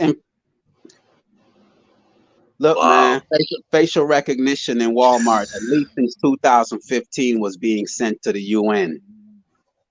Facial recognition in the Walmart stores has been sent to the UN since at least 2015. All right, they got jail cells in the Walmarts, just like they have jail cells in the post office. They have a jail cell under the post office. That's why you'll see federal criminals. They'll be held under a post office. And the jail cell under those are government buildings. And they're going to put shooters on the corner. Another thing about Walmarts, 95% of Walmarts, I ain't going to put a number on it, but one of the requirements is for a Walmart, it must be by a major freeway / highway, a body of water, or train tracks. Okay, I studied all of these things. That's what made me pack up and leave California. I said, these people about to shut it down. They coming for my children. That's what I said in 2018. I said, they're coming for my children. So I got up out of California. I seen it. So yeah, that's where we're at, Charles, man. This is a scripted reality. Someone wrote it earlier, scripted reality. I got something about a scripted reality. I seen this clip of the Mario Brothers cartoon, and it showed New York City flooding. And then at the end of it, they showed how New York City's underwater right now. It's flooded. Yeah, I heard something about that, and apparently what they think they did is because the rains were not that bad for it to be flooded, but they went and intentionally stopped up the storm drains. I heard somebody that's out of New York talking about that. Or they a couple broke the days, water mains. yeah, but a couple days before all these rain events, the mayor or whatever, governor of New York, was talking about how they were going and having people clean out the storm drains in preparation, but they didn't get that much rain for it to actually flood. So they were saying that obviously what they did is they went down there and they stopped up the storm drains.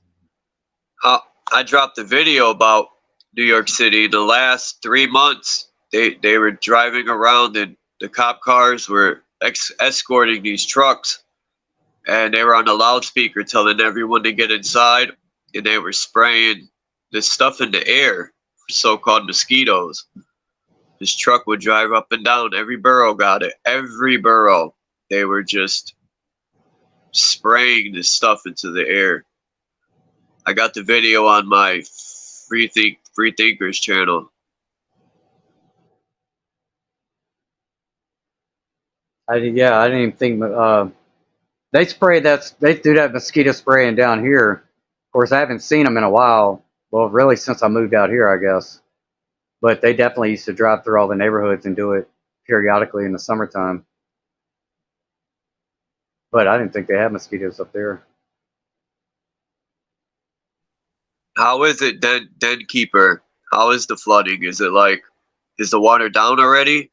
Or is it like they were showing? I seen a a clipping of it. People were almost knee deep in water, and the staircases going down to the subway were like waterfalls.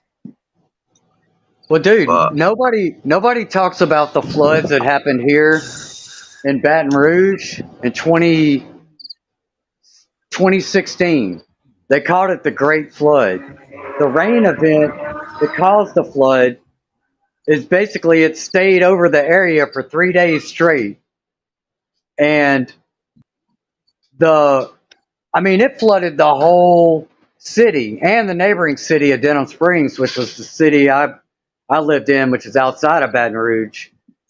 And nobody talks about that anymore. But that definitely was some weather wars type scenario. And the grand conclusion that they got to at the end of that, the reason why they said everything flooded so bad, again, they said it was a clogged storm drain, like the regular drainage systems had been clogged due to poor planning on behalf of some new development, like land development and bridges and things that they had built.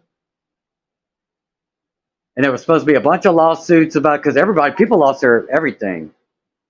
My old house that I'd sold in 2015 flooded in 2016, and that was never supposed to happen.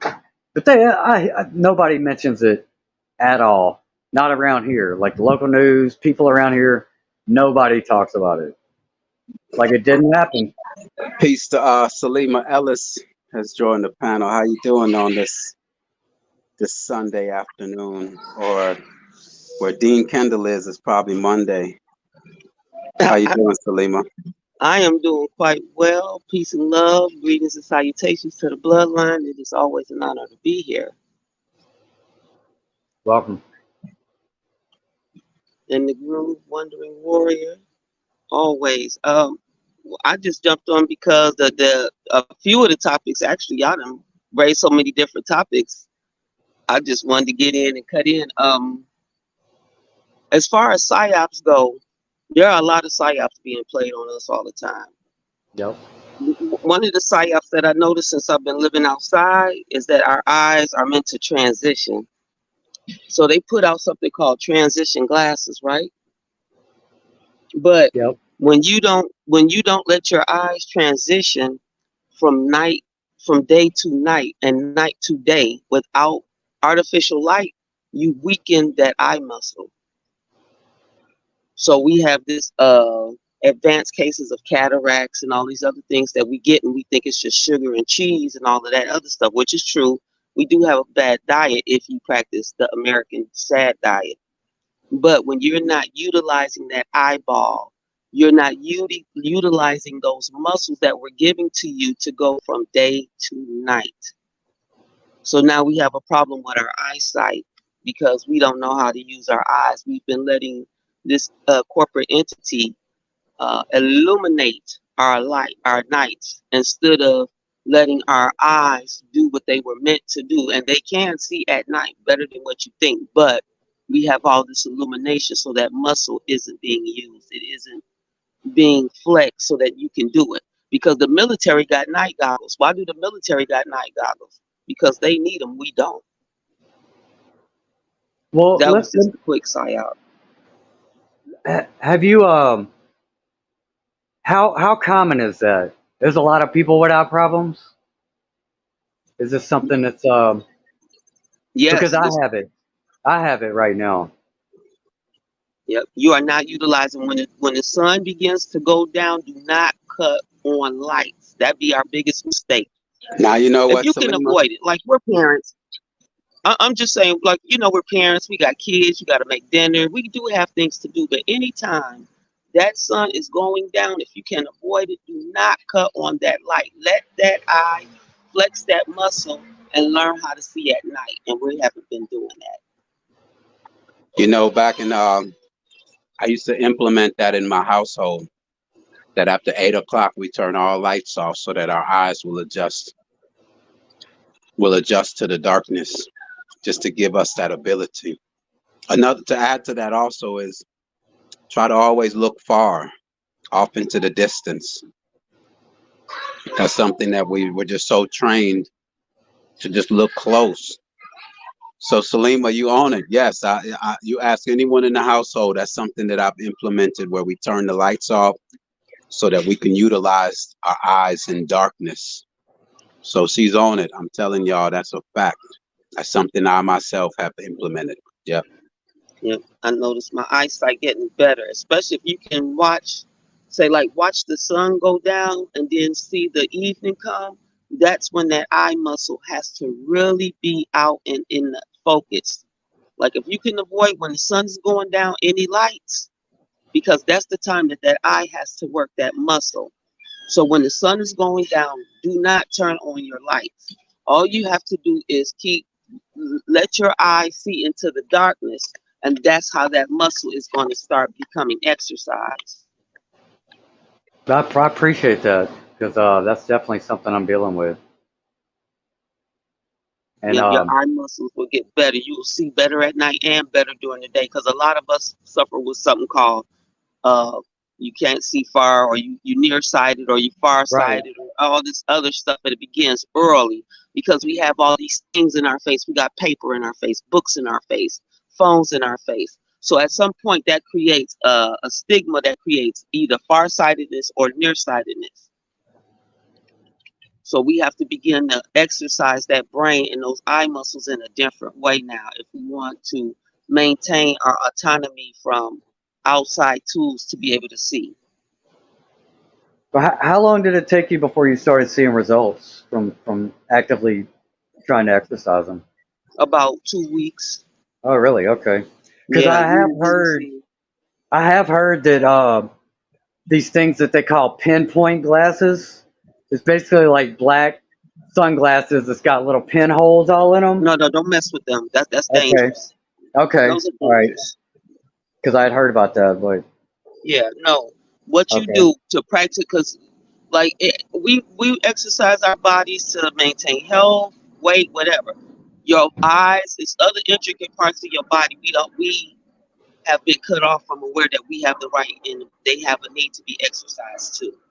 So your body, when that sun is going down, let your eye get used to that darkness to see into the dark as long as you can, and you'll see yourself. Your mentality about darkness will change, especially with your children, because the TV helps to instill fear. But if you start turning out the lights and you like walking through them with the house when it's dark, show them that they are the monsters in the dark. There is no other monster in the dark. They the monster, and you know what I mean. Like take the fear out of their own homes. It helps remove the fear from the child that darkness is bad. Also,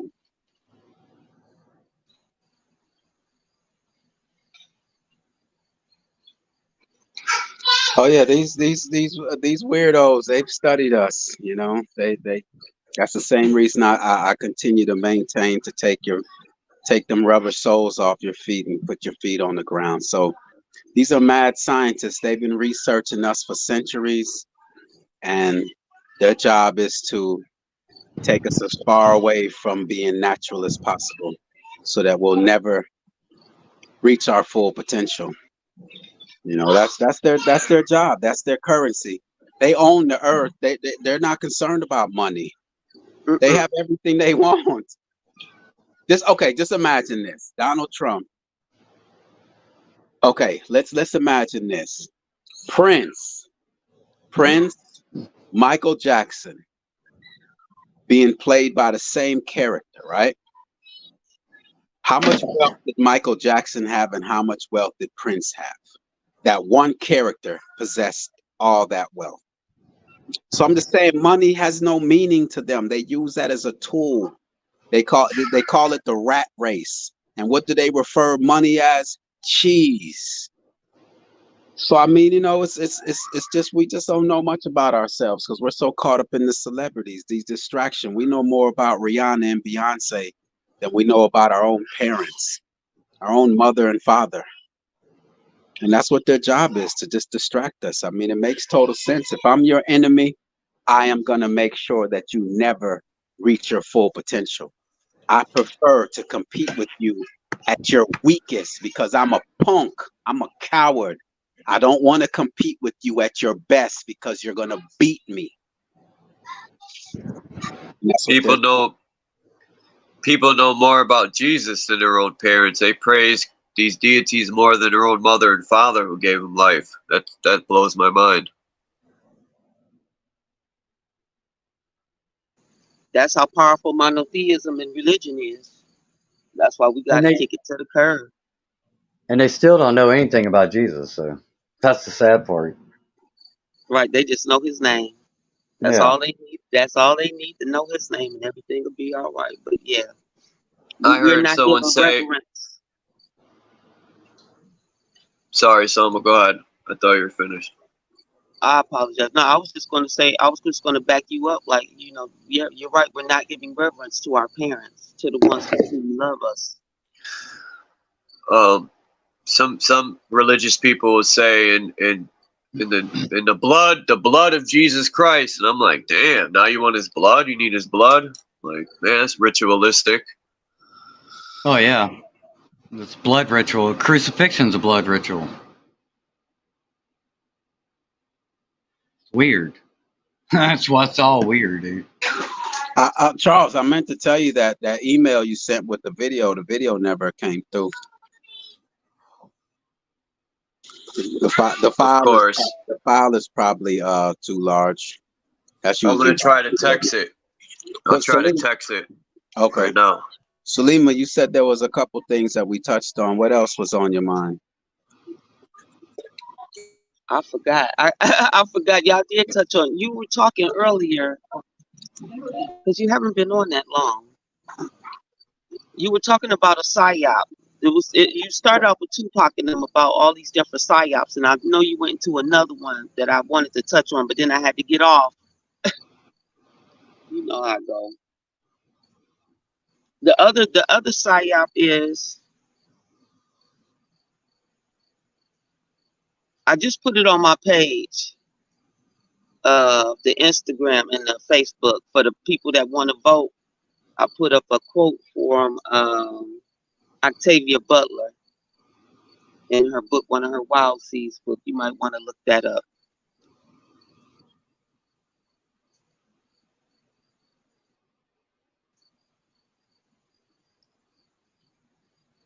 And that was another that's one of the flyers that I saw that made me want to tap in. We don't need a hero. We need to stop supplying. You see, the government like to assassinate the heroes. We need to take the men out of Christ. I know this is going to sound opposite from where we're trying to go, but we need to take the men out of Christ consciousness, because that's a part of the Savior complex. And we don't want to lose any more men the way we lost Martin and Malcolm, you know, on hindsight. That's the way they've been getting our society. We don't never figure out what these people are doing until hindsight. Everybody dead and everybody going their own way. So at this point, you have to agree to be your own hero in this society. You have to agree to be your own hero in this society. If you're not going to be your own hero, you're going to be lost. Now, anytime the government supplies you a hero, you lost. Anytime the government show you a face and says, this is the person, or this person is against us, you have to be careful. Why is the government going to give anybody that's against them FaceTime action? Right. Because that person is playing a part, and the part is that the government's going to end that person, so that everybody that's following that voice, everybody that's following that frequency, everybody that's following that volume of love and freedom, guess what they're going to do? They're going to shoot that person. They're going to assassinate that person. Because that's what they do to leaders that people think are going to lead them away from the system. They'll set you up a fake leader to kill off, to let you know you ain't going nowhere. So that's why we have to get out of leaders, because leaders are part of the fucking show. And I don't want to be part of no show. And no matter who falls or dies in this community, we have to keep going. That's why whatever we put out has to be important enough for the people, not just sound good, but they have to be able to utilize the information and knowledge that we're putting out here. So I have a problem with heroes, and I have a problem with people propping up heroes. I'm not a hero. I'm not a hero. My path is hard, and I wouldn't recommend it to nobody. You understand? So I'm not a hero, and everybody up here that's not a hero, they just pioneers in what they willing to say, do, think, and see. Salima, So yeah, yes, sir. if I told you that you're looking at Martin Luther King, what would you say? I almost threw up in my mouth a little bit. Hold on. What? If I told you on the screen is Prince Albert II of Monaco, who played the role of Martin Luther King, what would you say? I could really get down with that because his mother was an actress. Wasn't his mother an actress also? Wasn't Grace Kelly his mama an actress? Ain't they all prep? Don't Yes, they all follow their parents? that's his mother. You know that his mother's Grace Kelly? Man, listen. I ain't in this What? game for nothing. I ain't in this game for nothing. I know these actors and shit when I Wow. see them. Not many people know that his mother is Grace Kelly, who was an actress who was married to royalty. That's right. And they Wow, all yes. actors. They're all actors. You're looking at Martin Luther King right there. I know. I'm working on the presentation, but I'm giving y'all a little piece of it, y'all. Just Wow. a little piece of what I'm working on right now. You're looking at the actor that played Martin Luther King Jr. All Mm, right. mm. Hey, See. the enemy's public is in the building. Salute to you, the enemy's public. Peace to you. The enemy's public said, back when I was growing up, a hero was a sandwich. Salute to you, the enemy's public. But, the enemy's public, I am one who knows that they're all boule and they're all COINTELPRO. They've all taken an oath. They're all actors and their job is to deceive us. And my whole job right now, look, after doing the presentation that I did last week on unmasking the enemy, I ain't going nowhere else. I ain't going nowhere else. And Sparky Lee is right on time. I ain't going nowhere else, Sparky Lee. I got no other task in this life than to unveil these weirdos, these clowns, these ones who think they're better than us and have to deceive us in order to do it. I have no other objective. There's nothing more important to me than to unmask the enemy. That's it. So yes, with the help of Sparky Lee and Aperna and whoever else, Yeah, that was fire. that's my whole task. Yeah, that the numbers are running up on it. Sparky Lee, that last one we did, the numbers are running up on it.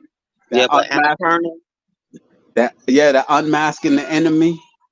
that was fire. I Look, watched all that. right, look at this one. Look at this one right here. Look at this one right here. Hold on.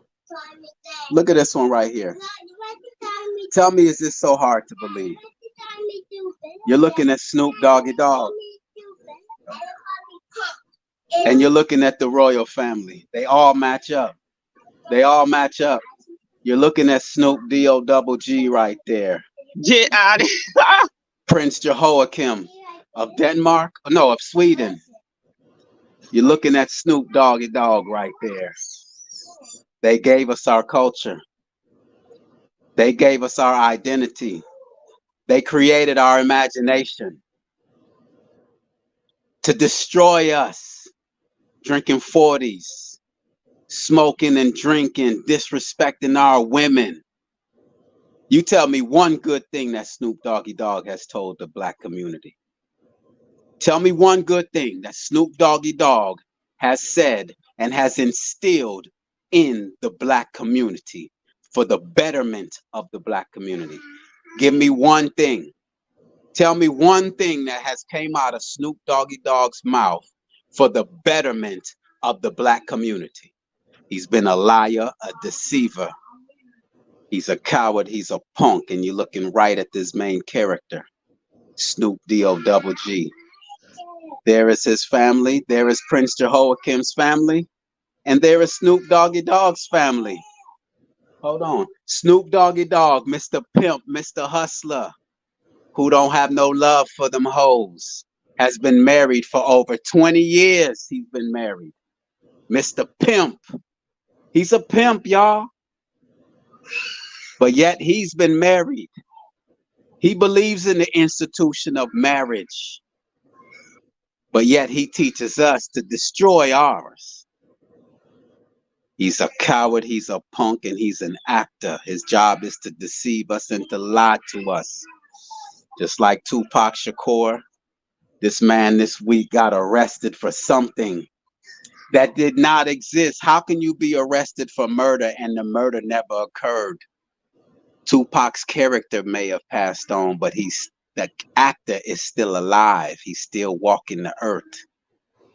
Tupac's job was to destroy us, to take great young men and to make them into punks. Look around you. Did he do a good job? He got us all over here tatted up, wanting to be thugs, gangsters, calling our women bitches, hoes. He did yo, man. They punks, man. I'd like to speak on that if it's okay. I'm sorry, I go in, Salima. It's okay. Well, I'm actually this has been on my mind for a while, and I'm glad you're bringing up the rap industry, because one of the biggest, one of the most horrible things that ever happened inside the black community was when they divested black owners, and then they brought in a lot of foreigners, Arabs and Asians and stuff. So as a child, what you call what liquor stores or family stores changed into liquor stores. So the Arabs and Asians were willing to open up these liquor stores. Now, as I was about 5, 6 when this happened, right? So the one thing that I noticed that these Arabs and Asians did to our community was that the first thing they did was put up Penthouse, Playboy, right in view of the children in the liquor stores. And you can imagine that was the 70s. I was born in 1972. So can you imagine what that does to the mind of children to see naked people being sold and distributed like that in the liquor store? You just there to get what your mom and daddy told you. Could have been a pack of cigarettes, play their number, whatever. But now you're being subjected to outside imagery that has nothing to do with you. And that's when I realized that the boys had started changing. I'm not mad at y'all. This is not me putting the men down. This is me paying attention to a psyop that was put into our community. So pay attention, men and women. Imagine a child going into a liquor store. They're only supposed to be buying certain things, but yet their eyes have the visual intimacy of Playboy, Penthouse, Playgirl, whatever these magazines were. So now, instead of the children naturally playing with each other, now they go from naturally playing with each other to trying to see each other sexually. So now my friend is not my friend no more, because he want to know if I look like that lady in the magazine. So when they did that, when they took out the black stores out of black communities and let the Asians and the Arabs flood our communities with cigarettes, because this is the stuff that became flooded when they divested and stopped letting black owners. Like, we could not get the loans anymore for our stores. They literally cut down blacks and gave all the loans to Asians and Arabs in Detroit. Literally. I don't care what you say, this is where I'm at. And this is what they did in our communities. They literally put pornography in front of the children. I mean, we had to go to war with these people to get this shit out our stores. But can you imagine what that did to the child of young indigenous boys and girls to see that? And now their mind state goes from innocence to adulterated within seconds, just because they walked into a store owned by foreigners. So this has been going on for a long, long time. And they started that hypersexuality with that in the stores when they start posting Playboy, Penthouse, and all this other stuff. And then they moved it through the music with Marvin Gaye, Sexual Healing. And then what did they do? They just amped it up with the rap with Tupac and all these other fools. So it's been going on quite a while, and these are the different things that other communities might not know, because it's disheartening me when I hear um, Caucasians or Asians or Indians, and they come into our communities and they be like, "We don't know what's wrong with them." Of course you don't, because you never had to face this. And when you don't have to face something, it's easy to judge people. But when I start telling people, yes, nadas and Satans, you see what I'm saying? That this is what they were literally doing to our communities. When I say I grew up 5 blocks down from a BASF, which is a child of the child of Monsanto's, and that they claimed that they were a paint company, and I had to walk by them every day. Do you know at one point Detroit had the biggest cancer cluster in the world when BASF was right here? So they've been doing this to our communities for a long time. So the struggle is real and it continues. If I'm 51 and I've been doing this since, hey, it ain't gonna stop. But we have to know the psyops in place.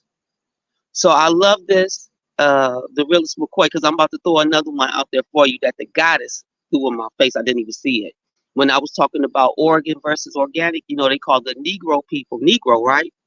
What's Negro backwards? Oregon. They get you every chance they get. They get you every chance they get. So we got to be careful.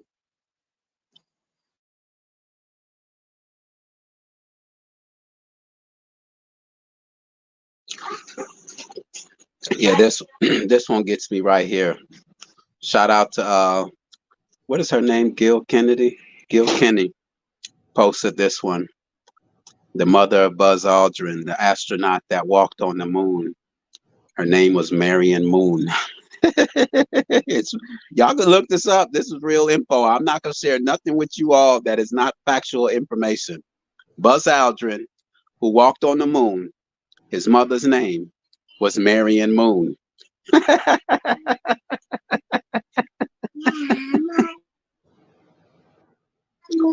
So yeah, we definitely been under psyops. And to add to what you're saying, Salima, let me get this off the screen. To add to what you were saying, now there's a lady, I forgot. You know, it's been a while since I spoke on her. What is her name? What is her name? Well, anyway, she's the one that spoke on the deliberate dumbing down of the world. Basically, she said America, but it's actually the world. And she spoke on, like, let's say, sex education, right?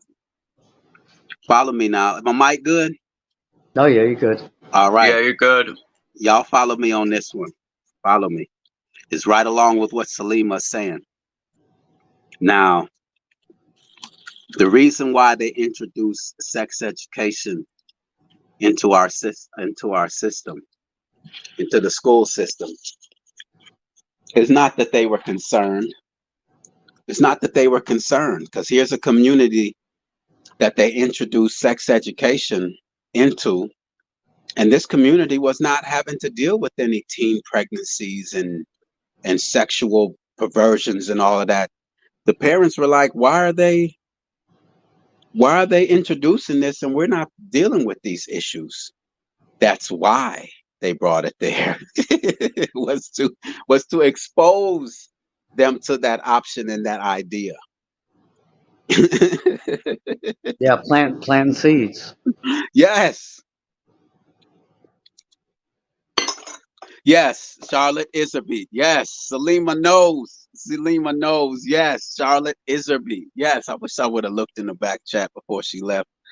But yes, Charlotte Iserby. Look, I'm telling you all, I've been studying these people, or whoever they are. I've been studying them, watching how they move.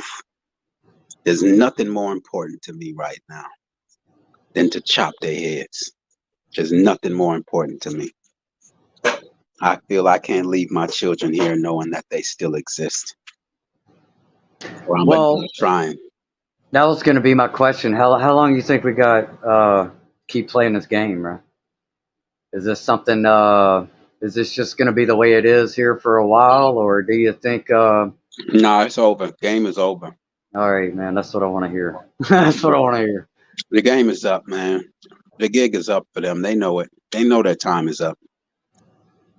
They know their time is up. Because no matter how much they suppressed and tried to make sure no one was born, the three of us was born. Everyone in the chat was born. Right. We're not going nowhere. They're exhausted. When you said game over, that song came into my head by remember Lil Flip, Game Over.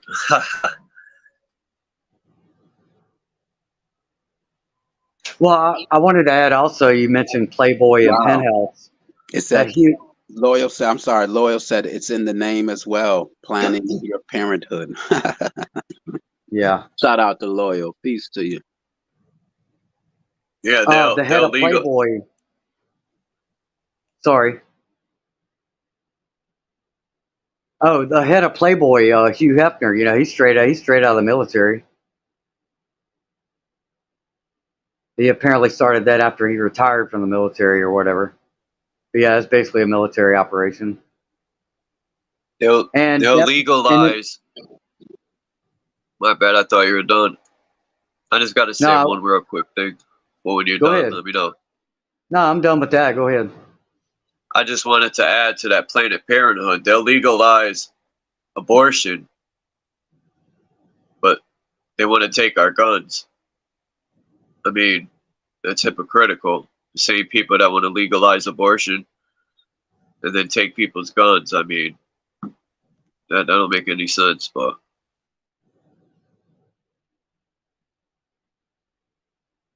Nothing that they're doing makes any sense.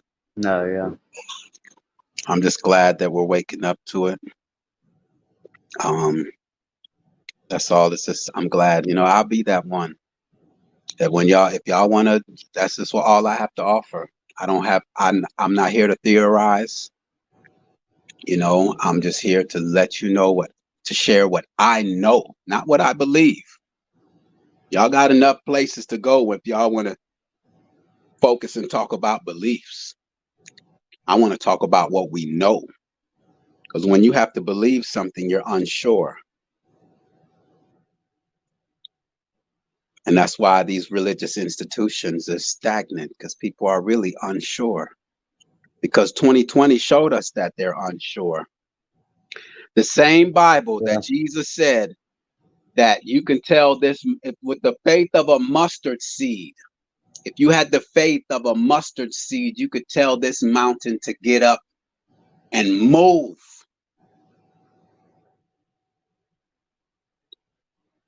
But these same churches shut down.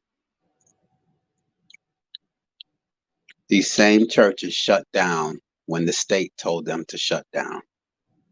Yep. And for Easter, bingo. too. The most important day, Easter. Man. That's when I knew. Gen 2 gone. That's all it is. I'll be that one. Gen 2 gone said, I'll be that one is probably the most powerful thing I've heard anyone say recently. I'll be that one. That's what I've been. I'll be that one.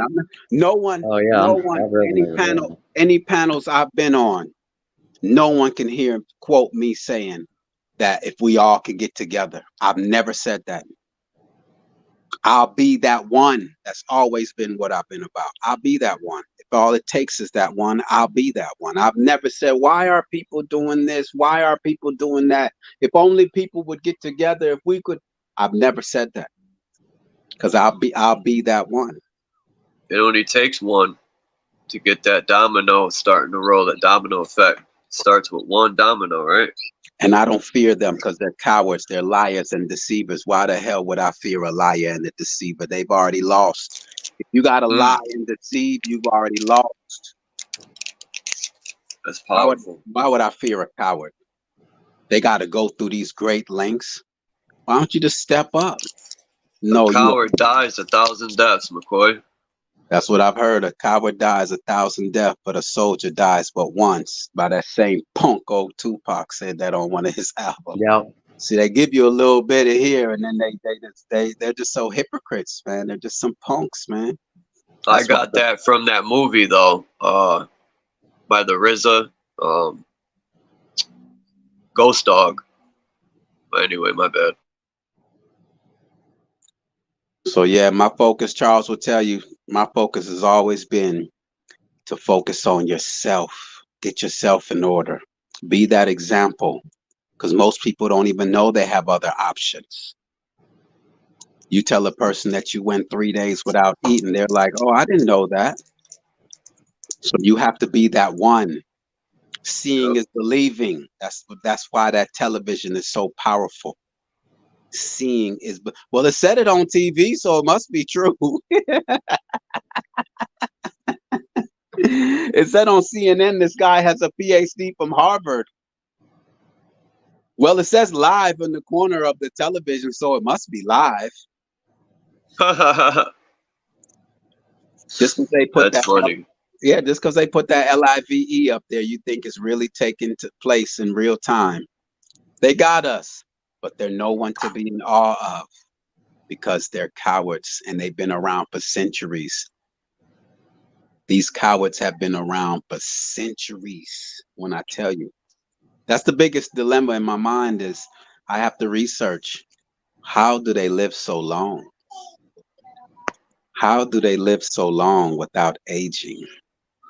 That's the mystery of all mysteries in my research right now. How do they live so long without aging? Well, Seven Serpents was talking on his live. He was talking about basically old stories tied to werewolf, and the opposite side of that is vampires. And we know vampires drink blood, and vampires are famous for being known to be ageless, right? So again, it comes back to that whole blood thing, blood Ritual. harvesting. Yeah. McCoy, I got that from the book Hagakure. That's Dog. I was reading the book Hagakure, the Japanese book, and it says a coward dies 1,000 deaths. That's where I got it from. And it's in the Sun Tzu book too. Gentoo Gone says they're not fully human. And she follows up and says, are we talking the A word? I think she's referring to alien. I don't know, Gentoo Gone. I really don't know. I really don't know. I know I spoke on this a lot on different platforms that's why they're bringing in the alien agenda, because they are going to reveal that there are some aliens living among us. And this is their way of doing it. They've been here the whole time. And so they're going to reveal it by saying, oh, we're being attacked by aliens. So that's why I'm hoping a lot of people, that's why the focus, to me, there's nothing more important than this. I apologize for saying that, but I don't. Our life is on the line. Our welfare is on the line. What's more important than that? What's more important than that? Whether the earth is flat, you can go outside and see that the earth is flat. You can go outside and look. It's flat. All right, we're not rotating at 67,000 miles around the sun, spinning at 1,000 miles at 23.8 degree angle. We're just not. All right, just use common sense.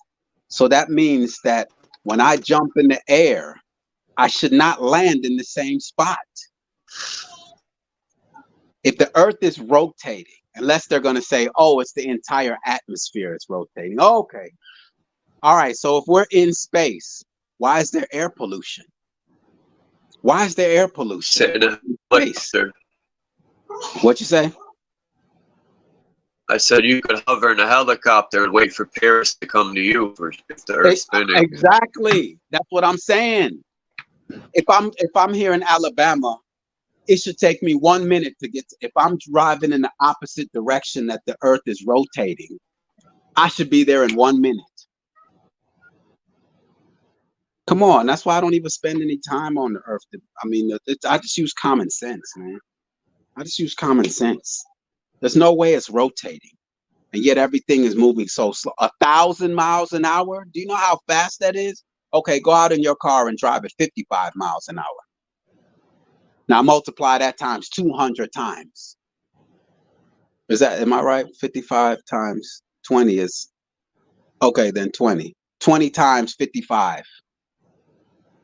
55 miles an hour. Stick your head out your window at 55 miles an hour. Now imagine going 1,000 miles an hour.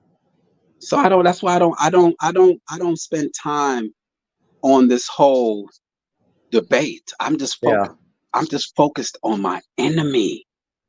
I'm just focused on my enemy.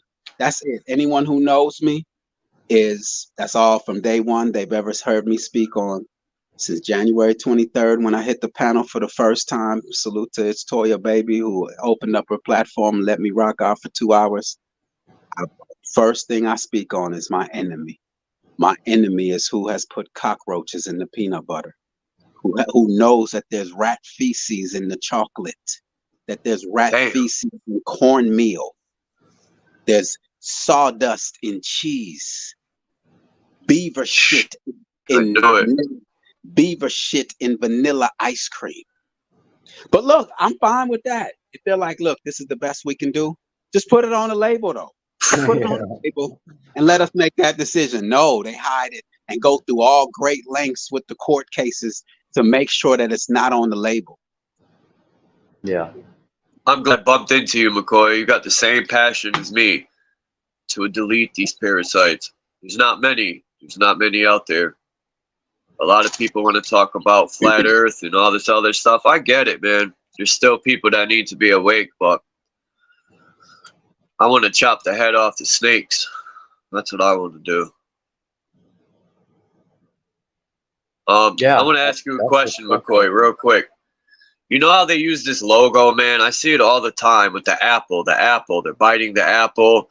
You got Microsoft. You got the Beatles use the apple on their albums. What's up with this apple symbolism? Anyone know? Like, it's everywhere. The technology, biting an apple. Like, what's the apple? The DNA? What are they biting into? Why are they using apple so much? I think it's a biblical reference. That too, but it's something more. Like, when they were told to not bite the apple, I mean, what did she bite? I don't think it was an apple, or was she giving them head, or what was going on? What do people think that has to do with the apple? What does it symbolize?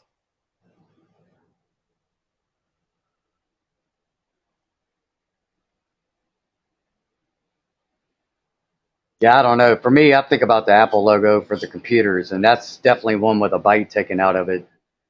And to me, that's symbolizing the Adam and Eve story. Maybe they found a way to bite into our DNA and create an offspring in genetics. And that's why these people live forever. They found a way. They either created a body that lives longer, or they found a way to stop that death part. They slowed down the aging. Loyal says they age as we do. They just don't participate in our medical systems and beliefs. Anyone can live for hundreds of years without interference. We age from all the unnecessary things we do to prevent it. Ooh, that's that Rockefeller creed, man. I think of that all the time. All this stuff they're doing to us. Yeah, that Rockefeller creed will make you sick, and then the cure they say they give us will make you sick, and blah blah blah. It goes on forever. Loyal is on fire. Loyal said we should learn from their successes. Only thing with that is, Loyal, they won't teach us. They won't show us their successes. All they show us is pollution. They're not telling. All right, Loyal, tell me one thing that they've shown that we've learned from their successes. He said, Loyal says they don't physically force us to do anything. They persuade us and others. If we ignore the persuasion, it doesn't affect us. But what are the alternatives? What have they shown us? What is that we should learn from their successes? What successes? They won't tell us. If we tell people that we're fasting, the doctors will say we shouldn't do that. They tell us that we're supposed to eat 3 meals a day, even though they know we're overeating. Look at they poison the water. The water has chlorine and fluoride in it. Chlorine is a bioweapon. Chlorine in swimming pools.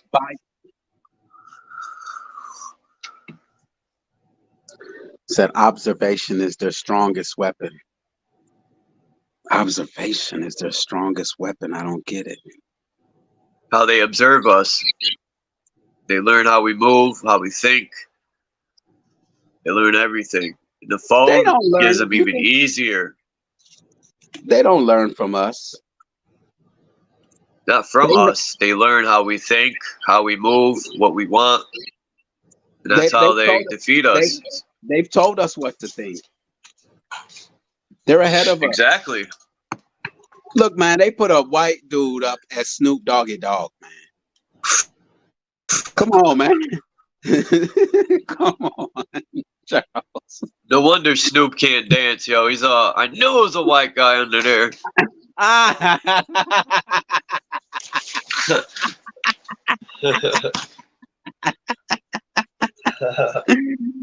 And who said it earlier? The enemy's public said, yeah, I always touch on the fact that young Jeezy always says trap or die. That's what his message is to the young black youth. Where is it at? Right. Yes, but then Jeezy's son graduates from university, huh? Thought it was trap or die, Jeezy. How come that didn't apply to your son, Jeezy? You gave Luana a good laugh there, Charles. When you said, I knew there was a white dude under there. Can't dance. Luana, I don't know if you were here to catch this one. This one sets things straight. Everyone thinks it's a conspiracy. Buzz Aldrin, I have to just keep saying it. Buzz Aldrin, the astronaut that walked on the moon, his mother's name was Marion MOON. Isn't that amazing, Luana? That's amazing. And you're not getting this kind of information. His name. How many places you getting that kind of information? That's a good one. I'm looking at mother too now. What'd you say, Charles? You broke up for a second. What'd you say? I'm looking at like other names and besides just that. I never thought to look at fathers. Say that again. You know, I said I never thought like there's.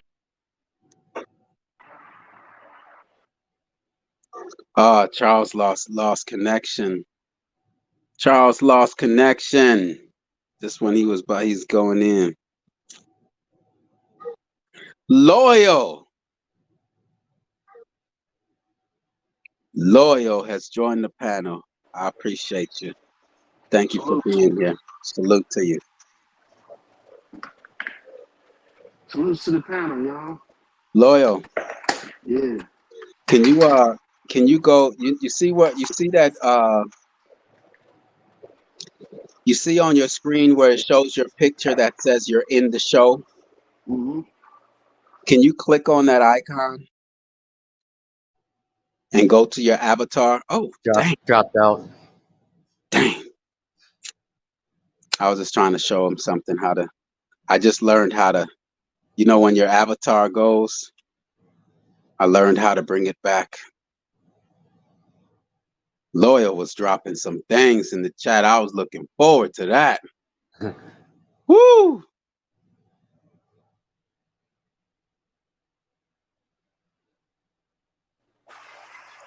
There he is. Loyal was dropping some things. I don't know what the hell's going on with this thing. Charles, when you going live? I didn't see nothing scheduled, man. When you going live? I don't know. I don't know you to go late live this late because I'll check out when you check in. Nah, I appreciate you joining us, Charles, man. Um, Appreciate you, man. But when you going live, let me check my thing. What's up, Loyal? Thank What's you for up? being here. Let's go. You in there? Nah, I want to know some of these things you talking about. nah, thank you for letting me up, bro. Thank you for letting me up. Yeah, I don't know why this new way that they doing StreamYard now is kind of weird. You Yeah, gotta, your volume's really low. my volume's low. Yeah, a little I'll bit. turn them up. I'll turn them up. Okay. Don't worry about it. I'll turn them up. Go So what ahead, I was Lloyd. saying, yeah, again, salutes to the panel and salutes to the chat. What I was trying to say was about we should learn from their successes is because they're able to get a lot of people to follow them and shit. And their strongest weapon is observation. That's one thing that we don't do. We don't do well. We don't observe well. So if you can observe your enemy, you can find weaknesses in their defenses. And that's how they're negotiating all their schemes. They see the weaknesses in the communities. That's why being part of a community is not a strength, it's actually a weakness.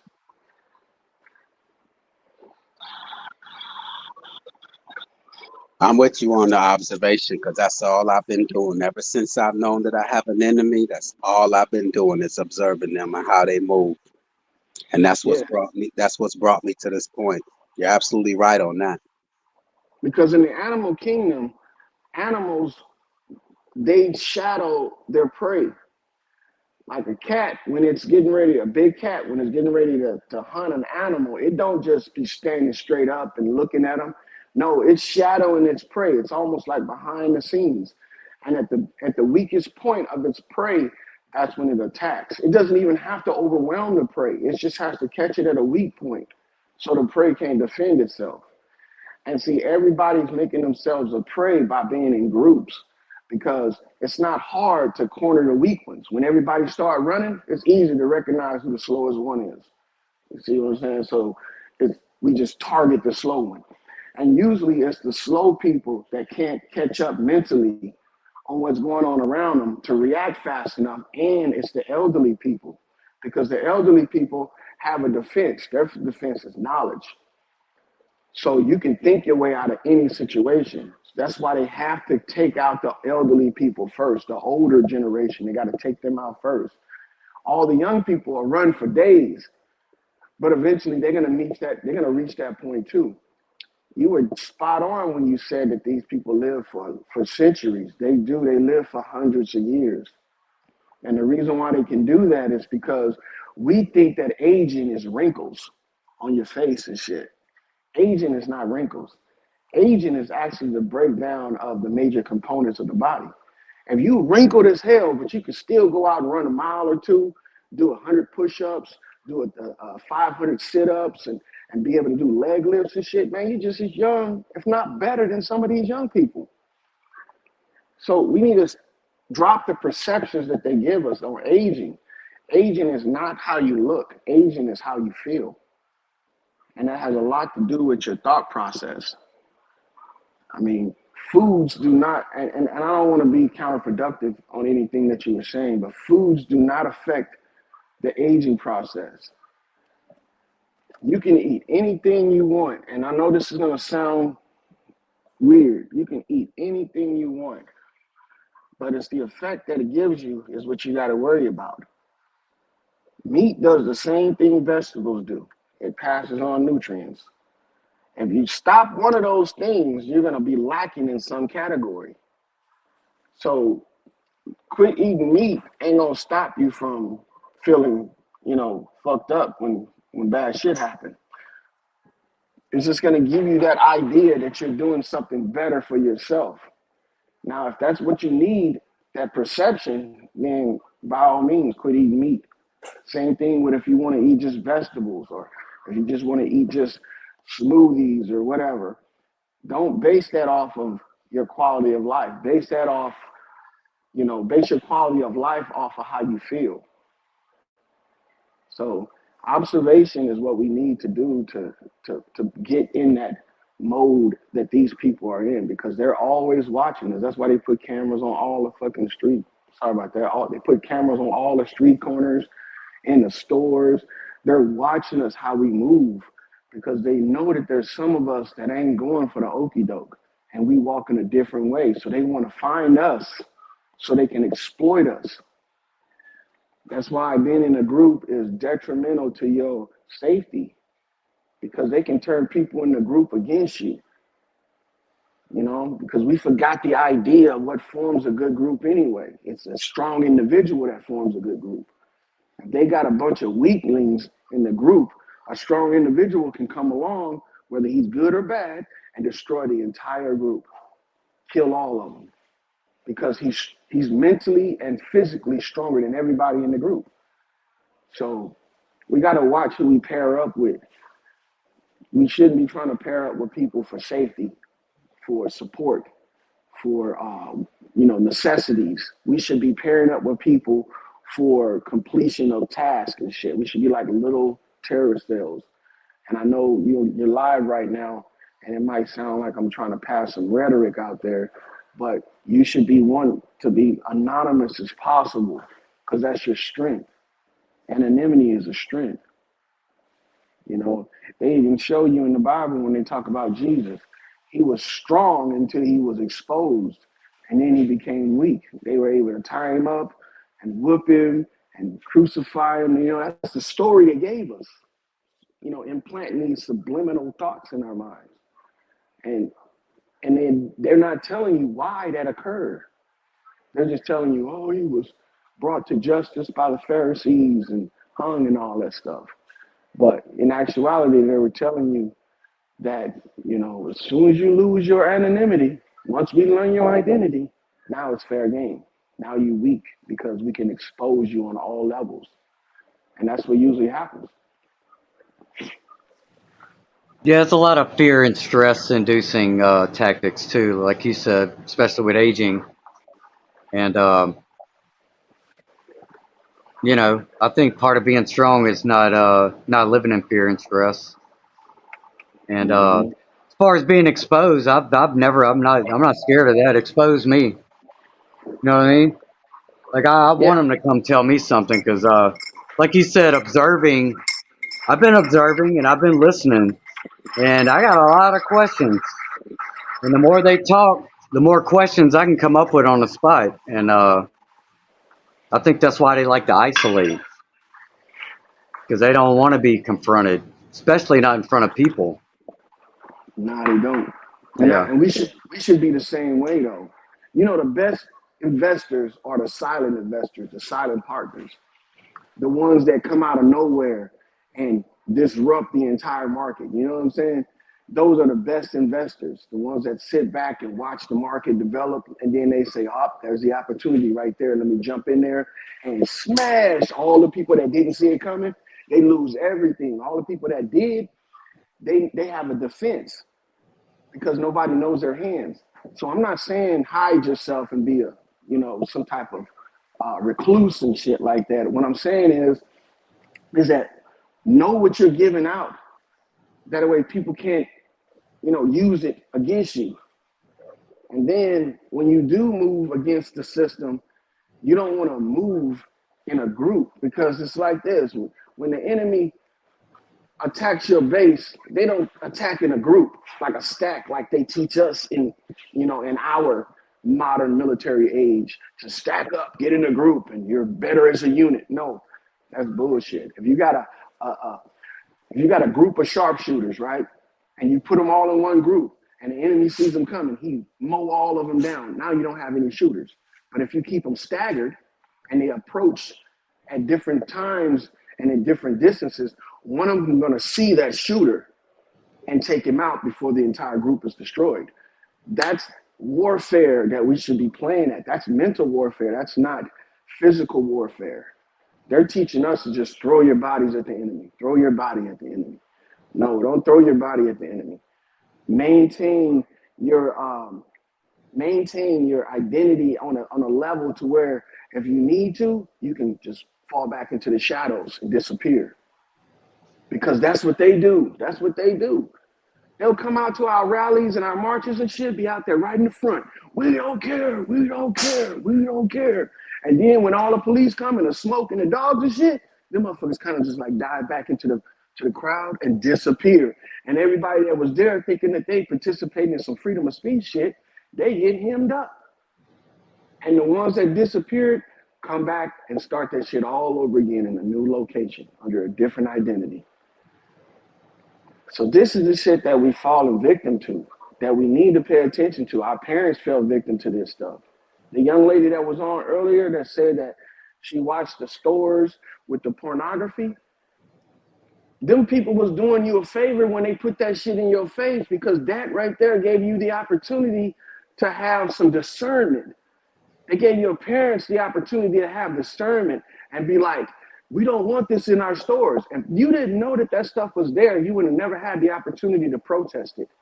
And see, this is what we need to recognize. They can't help but tell us what they gonna do. It's a flaw in their defenses and in their offense. And we not taking advantage of it. It's like we sit back and see the shit and we be like, yeah, damn, that's crazy. But we're gonna go back to what we were doing. My bad, go ahead, bro. Not just agreeing. And another thing I'll add to that when it comes to making moves, and you definitely don't want to be predictable. And that can be the problem with these groups that just want to sit around and associate with one topic, like conspiracy theories, right? If you marry an idea and it becomes your identity, then that is what they'll use to take you down. And I see that the way that they call people conspiracy theorists crazy, right? It's gaslighting, and it's a way of corralling people in and using that against them. So you never want to be predictable.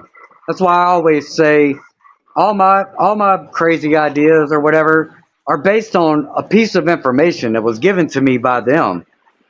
So my whole trump card, if you will, is to just ask him, well, you gave me the information. Why did you give me the information? So, yeah, you have to maintain above a group, because that is how groupthink works. They get you in a group and then they move the group ideals to a certain direction. And if you don't go along with that, they'll kick you out the group. Peer pressure. It's all social psychology and peer pressure, yeah. That's the main thing, bro. And look, they use the group to weed out the real threats. See, because if the group is following something and nobody else in the group is, and some people in the group aren't following, they are the fringe right there. We need to watch them fringe guys. If everybody's drinking the Kool-Aid and we got a few people standing in the background like, I ain't drinking it, but I support y'all for drinking it. You know what I'm saying? You the fringe, because you're the one that they actually wanted to drink it, not these weaklings around you. Right. Because drinking the Kool-Aid is this right here. It's giving up your inhibitions. It's saying, I don't know what's best for me. You do. So I'm going to follow what you want me to do. And that's what they need us to do. You see how they did the shit with the mask? I was a victim of it too. They started with the mask. When they saw that everybody was falling for the mask treatment, then they was like, okay, they'll do that. Well, now let's stick this thing in their nose. You know what I'm saying? Which is painful, bro. I've seen people go through that shit and they come out with bloody noses. And look, everybody that was standing in line to get done, they didn't jump out of line. I felt weird jumping out of line. Like, I'm not doing that. Yeah, but everybody else was like, well, you know, it's what they told us to do. You know, I'm like, what the? Come on, man. You don't see this dude's severe bloody nose? I don't want to go in there and get whatever they giving us. And that right there showed me that a lot of people are so psychologically inadequate, incapable of dealing with just persuasion and manipulation, that they are willing to put themselves in harm's way every time. And yep, after they got him to do the nose thing, they got him to do the pokey thing. And then they seen people die from the pokey thing. You think that stopped it? Nope. Let's go get another pokey thing. You see, it's like everybody that stood out, that was afraid of going to the next level, they were targeted. So I realized, I mean, use what they give you. They lied to us. Why aren't we lying to them? A doctor asked me when I went in for a checkup, you been vaccinated? Hell yeah, man, fully vaxxed, bro. You know, vax the blacks. You know what I'm saying? Hell yeah, I'm fully. And he was like, no problems? I was like, yeah, some problem. But you know what? I never participated in this shit. We gotta have a level of anonymity to where they're guessing what our next move is gonna be. And we don't, we're becoming predictable and we're easy targets. I mean, we don't have no escalation of force when force is brought to us. We're like, we de-escalate our force. And we think that escalation of force is if they come with us with handcuffs, we come with sticks. If they come with sticks, we come with knives. No, that's not how it works. The escalation of force should be this right here. If they come with a mandate, then we come with an opposition. If they come with force, then we come with some type of tactic to not let the force overwhelm us. Meaning that if we're forced to do something in order to live safely, like my man was saying about he had to go to the grocery store and get food for his kids. Well, I mean, in situations like that, we don't have an option. We have to submit at some point. But if we also have a backup plan, like if we already know that they have these weak people out there that are participating in it, then we need to use what we have at our disposal. They don't use them, so we might as well use them too. So you make them weak people go to the store and buy groceries and shit for you. If they willing to get the mark, come on, man. Come on, man. Oh I man, know that sounds fucked loyal up, man. but come on. That sounds cold, loyal I man. know it sounds messed up, man. I know it sounds messed up, bro. But look, we gotta be real though. Who wants to do my shopping? So look, they use them against us. Look, what they do in the schools. They made everybody submit to this shit. And look, no police came out to enforce the rules. Who enforced the rules? The people that were there in the group.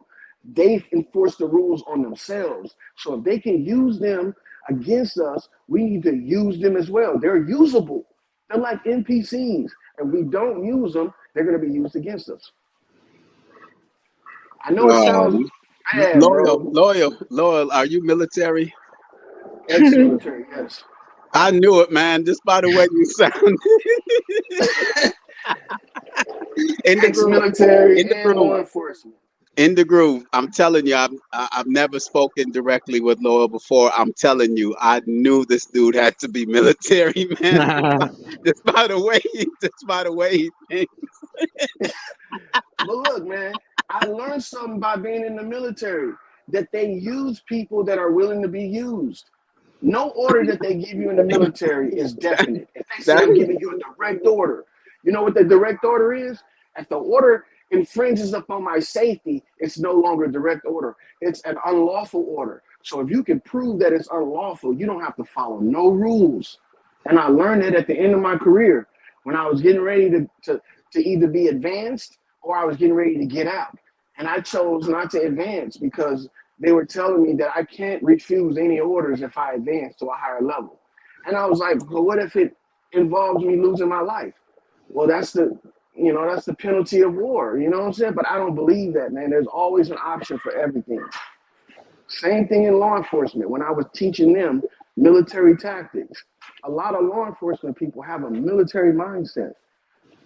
But in actuality, in law enforcement, there's no military activity involved at all. None. We should be teaching our law enforcement and the people that serve us to de-escalate on all levels, but we're not. We're teaching them to escalate and escalate and escalate, and that's how we get people killed. That's how people end up losing their property. That's how people get locked up and shit, because nobody wants to de-escalate.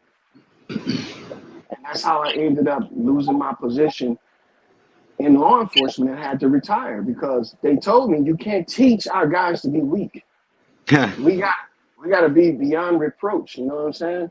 That means that we have to be such an overwhelming force that just the mere psychological deterrent is what keeps people from breaking the rules and coming against us. And bro, that's tyranny. I can't do shit like that. That's tyranny. My 'Cause thing I don't is, my bad for interrupting. My thing is, we have one of the most important tools that we can ever use, and that's putting seeds in the ground and providing for ourselves food. And they'll never respect us if we can't feed ourselves, man. That's just the reality of it. As long as they know that we have to depend on them for food, the playing field will never be leveled. No matter how much talking, how much strategizing we do, as long as we need to go to them for food and water, the odds are stacked. But the plant food is not that difficult either, though. So it's like, what's the problem? Because damn near every food you get has a seed in it. All you got to do is put it in the ground. So I mean, it's just that's just my tactic is independence. Because they're never gonna respect us. They can't coexist with us. Their objective is to destroy us. But Loyal, I hear you. I hear you, Loyal. And I want to salute. I want to shout out to Luana. Luana Hedgepath said. Luana said, I used to work in the hospital at that time, and I never wore a mask. And then came the jab, and I was out. yeah. She said, I was out. You damn right. 9 months to come up with a vaccine. 9 months. They haven't even done human trials on them at the time. Vaccines usually take 15 to 20 years for trials. 9 months, and you're ready to line up. Yeah. So yeah, I salute the Luana for that. Salute to that sister. But you know what though? They did us a favor, man. They did us a favor. And I know a lot of people are gonna be like, no, they didn't. They fucked us over. But they did us a favor because of now that we know that they're capable of pulling a fast one like that on us with this new so-called vaccine, bro. Now we can look at all the other ones as suspects. Because I'm telling you, the only reason why we wrinkle up and shrivel up is because of the shit that we do to try to prevent us from wrinkling up and shriveling up. Yeah. And then I also wanted to say something too, man, about the growing your food shit. They make us think that it's all one-sided, that we need them.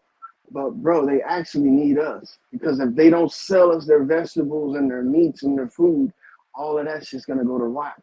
It's gonna rot. And it costs them money to put it on the shelves. But our most valuable weapon is this: choice. That's our most valuable weapon. Choice. You have a choice on what meats, what vegetables, what stores, what distributions you want to perform in. Walmart, the reason why they have such high traffic is because they pushed everybody else out of business. They made all the mom and pop shops, the meat markets, and all these other places go out of business because their meats are more appealing. We have the option to go back and re-employ some of these people that have lost their way with the meats and the vegetables and shit, and start reintroducing them back into society, back into our communities. Because every city and every state have a local that's doing this stuff. I don't care. Even in New York, they got people still raising cattle. They got people still growing our vegetables.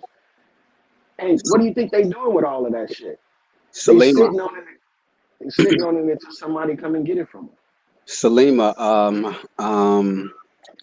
I would really like to hear a conversation. Indegruv, what are you thinking in regards to what Loyal is saying right now, Indegruv? She probably think I'm a fucker. Look, You asking me? yes, I'm asking you. Well, I'm my asking first thought was before you asked him about if he was ex-military. My first thought was, wow, I'm kind of impressed that this guy here, who I was assuming was just a regular normie, I was like, hell, maybe the idea is getting out there. But since he said he's military, I was like, oh, okay. Well, he's giving some insider info then, talking about the enemy strategy. I I just am really I'm think a normie though, brother. I'm a normie. Okay, all I, right. Well, I'm encouraged. I think that Salima had she had to leave. Salima had to leave. Uh, Salima had to leave for one moment, but so she didn't really get to hear the first part of what Loyal had to say because I really would like to. I would like to have heard Salima. Loyal brought up the fact that when you were speaking on those people's the foreigners exposing those Kids. pornographic. Salute to Black Wild Indian. Appreciate you being here, yo. Black Wild Indian. Looking forward to hearing from you. Yes. I would like to have seen Salima's reaction to what Loyo said. Yeah, most people don't look at, what I say as being positive. They look at it like, he's trying to set us up. But that's fine. But I Well, can't help it. I don't see it as setting up. If I was to respond respectfully, I treat you as if you're a guest in my home. I'm not here to argue nor debate with anyone. We're just here to exchange information. And that's the motto, that there's something, or creed of this whole platform is we are just here to exchange information. There's enough platforms that argue and debate. I don't want to be one of those. So, but I want to, I really, when you said that, it didn't resonate with me. I would put it like that. When you said that it's good that they exposed Salima, he said that it was good that they exposed the children to those images. I was like, no, do you have children, Lord? Yeah, I got children. But I didn't. If that's the impression you got, that I'm saying it's good to show kids pornographic No, material. no, no, no. I didn't say No. that. No, that you said there were benefits from it. That there were Yeah, benefits. because Yes. it Well, Hmm. gives it you the should have been, yeah, opportunity to stand up against it right. versus But we them doing didn't. it behind the scenes. Yeah, we should call out all this stuff day one and not let it fester for 3 years and not But call it out. I, That's I my argument. I agree with Loyal on the fact. I tell people that this whole scamdemic, plandemic, whatever, it cut the grass. Definitely, Yeah, it cut the grass that we were able to see what was without a really doubt. going on. So I'm think that's the one positive that I got out of it, was they exposed themselves, Yep. and those around us got exposed. The people that were sitting that are sitting in their cars by themselves with a With mask masks. on. God damn. They're in the car by themselves with the windows up with a mask on. So that at least let me know that, oh, you know what, my neighbor might not be as intelligent as I thought he was. And they're dangerous. And they're dangerous. And they're dangerous because they will Yes. report us and tell us, you need to put that mask on, man. That's so Yes. insensitive. That's just inconsiderate of you. They'll go tell the grocery store people, look, aisle 3, that young man, he doesn't have his mask on. Bro, like clockwork, we police ourselves. They don't even have to show up with the police. We police ourselves and persecute ourselves. Yes. The So Mr. Smiths of the community. Salima, good to see Yeah. you again. Yes. You and Loyal, I really, well, just listen in on Loyal real quick. But I was able to pick up that Loyal was ex-military. I'm a very good listener, and Okay. just But I heard somebody say after my thing that they approved of those pornography being shown to children. Nah, see, that's not well, what I said. let Loyal say it in his own way, because I don't want to misquote him. I don't want to misquote Okay. him. Yeah, let's go ahead, Loyal. Okay, so what I was trying to put across was that they gave us the opportunity to nip that shit in the bud when they did it, rather than doing it behind the scenes and still exposing your kids to it like they're doing right now. They're allowing the kids to make their own decision on what gender they want to have. That's because they found out by doing it openly, they'll get more pushback than doing it behind the scenes. When those people put those magazines in the stores and your kids came back and told you that, hey, they got naked women on pictures in the store and shit, that was the parents' opportunity right there to say, don't ever go back there again. And I'm going to tell all my neighbors not to go back there again. And then shut that shit down. But no, we sit back idly and we watch this happen and we say, bad guy, bad guy, bad guy. They did us a favor by doing that because it showed their true colors. It showed us our true colors. No. I have to, as a woman who had to put up with that behavior, I do not agree with that. I will never agree that showing a young boy pornography, even though, like you said, I agree with the argument that you're putting out. But as a woman, as a young girl who lost her friends early, who had to fight because somebody wanted to adulterate me, hell no to what you're saying. Hell no. It should have never been done.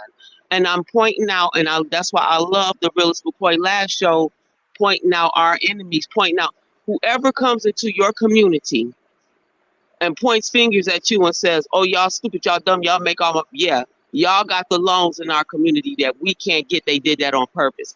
And you willfully came over to our communities and were willing to poison our children with shit you would never allow. Supposedly Arabs and Koreans or Asians would never allow this in their home, but you gladly put it out in front of ours. The only thing that showed me was that worldwide, so-called African Americans, blacks, when it comes to economic freedom, other races don't mind coming over here and using us, even seducing and mentally torturing our children so that they can have economic freedom. And that's what that means to me. And that our society is, BET runs, BTE is soft Playboy core. All these rap videos are just soft Playboy core, basically. And some of them go hardcore. So I would never agree. And I'm going to always teach my children, beware of certain people, because anybody that could come into your community and do that to your children for economic freedom, for their own family's economic freedom, they need to be watched heavily. They are not to be introduced into your community as an ally or a friend. Let's point out enemies. Okay, so if you don't know that you have an enemy, do they have the advantage, or are they at the disadvantage? That's a mute point question. That's a mute point question. Let me tell you something. Ask me questions. Ask me questions that's going to take us to the future. First of all, we all know we got an enemy, and it's all the system. So I don't need questions like that. Ask me a question that's going to take us to the future. Can you identify? Lawyers, doctors, teachers, universities. Pick something.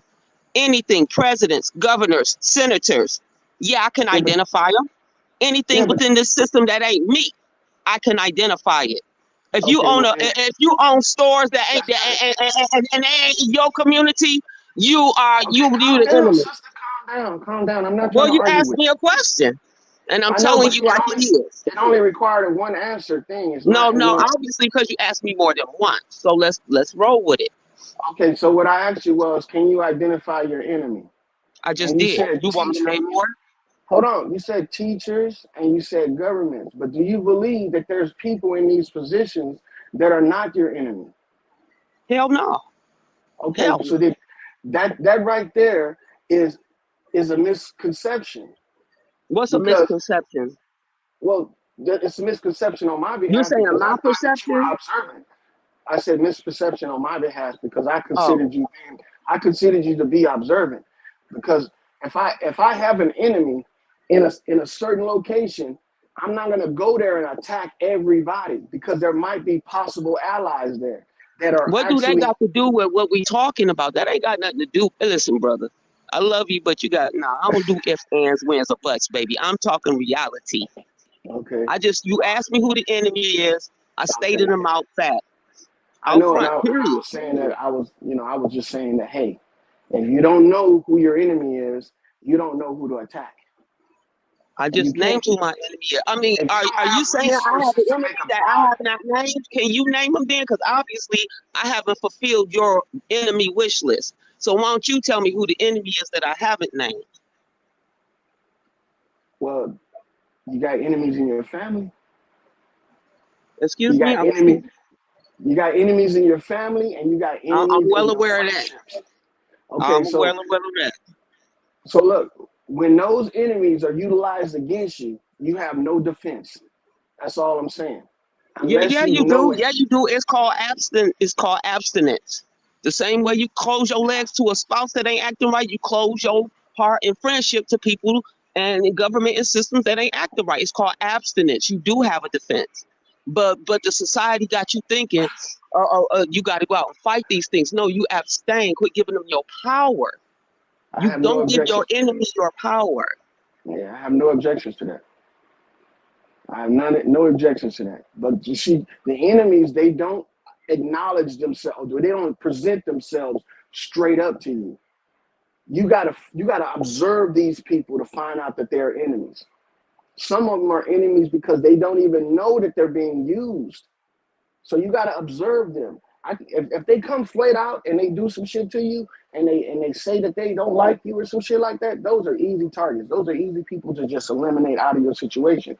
But the ones that are playing the role, laughing and cheering you on to go out there and do the shit that they know is going to get you caught up, those are the enemies we got to observe. Those are the ones we got to be able to identify first. Now, with that liquor store thing, those were the insider enemies that people did not confront. Yeah, it was now that you're 52 years old and you know that, the shit was bad back then, nothing occurred because they're still doing it right now. No, they're See, not. Not in my community, and that's what I said. We had to take them to task for that. Not at 52. I'm saying this is a fight that my parents had to take up when I was a child to get this out the stores. So but that it's that too late didn't for that. that wasn't a 50-year battle. It's too late for that. So now what we got to do is we got to teach our kids how to be, strategic.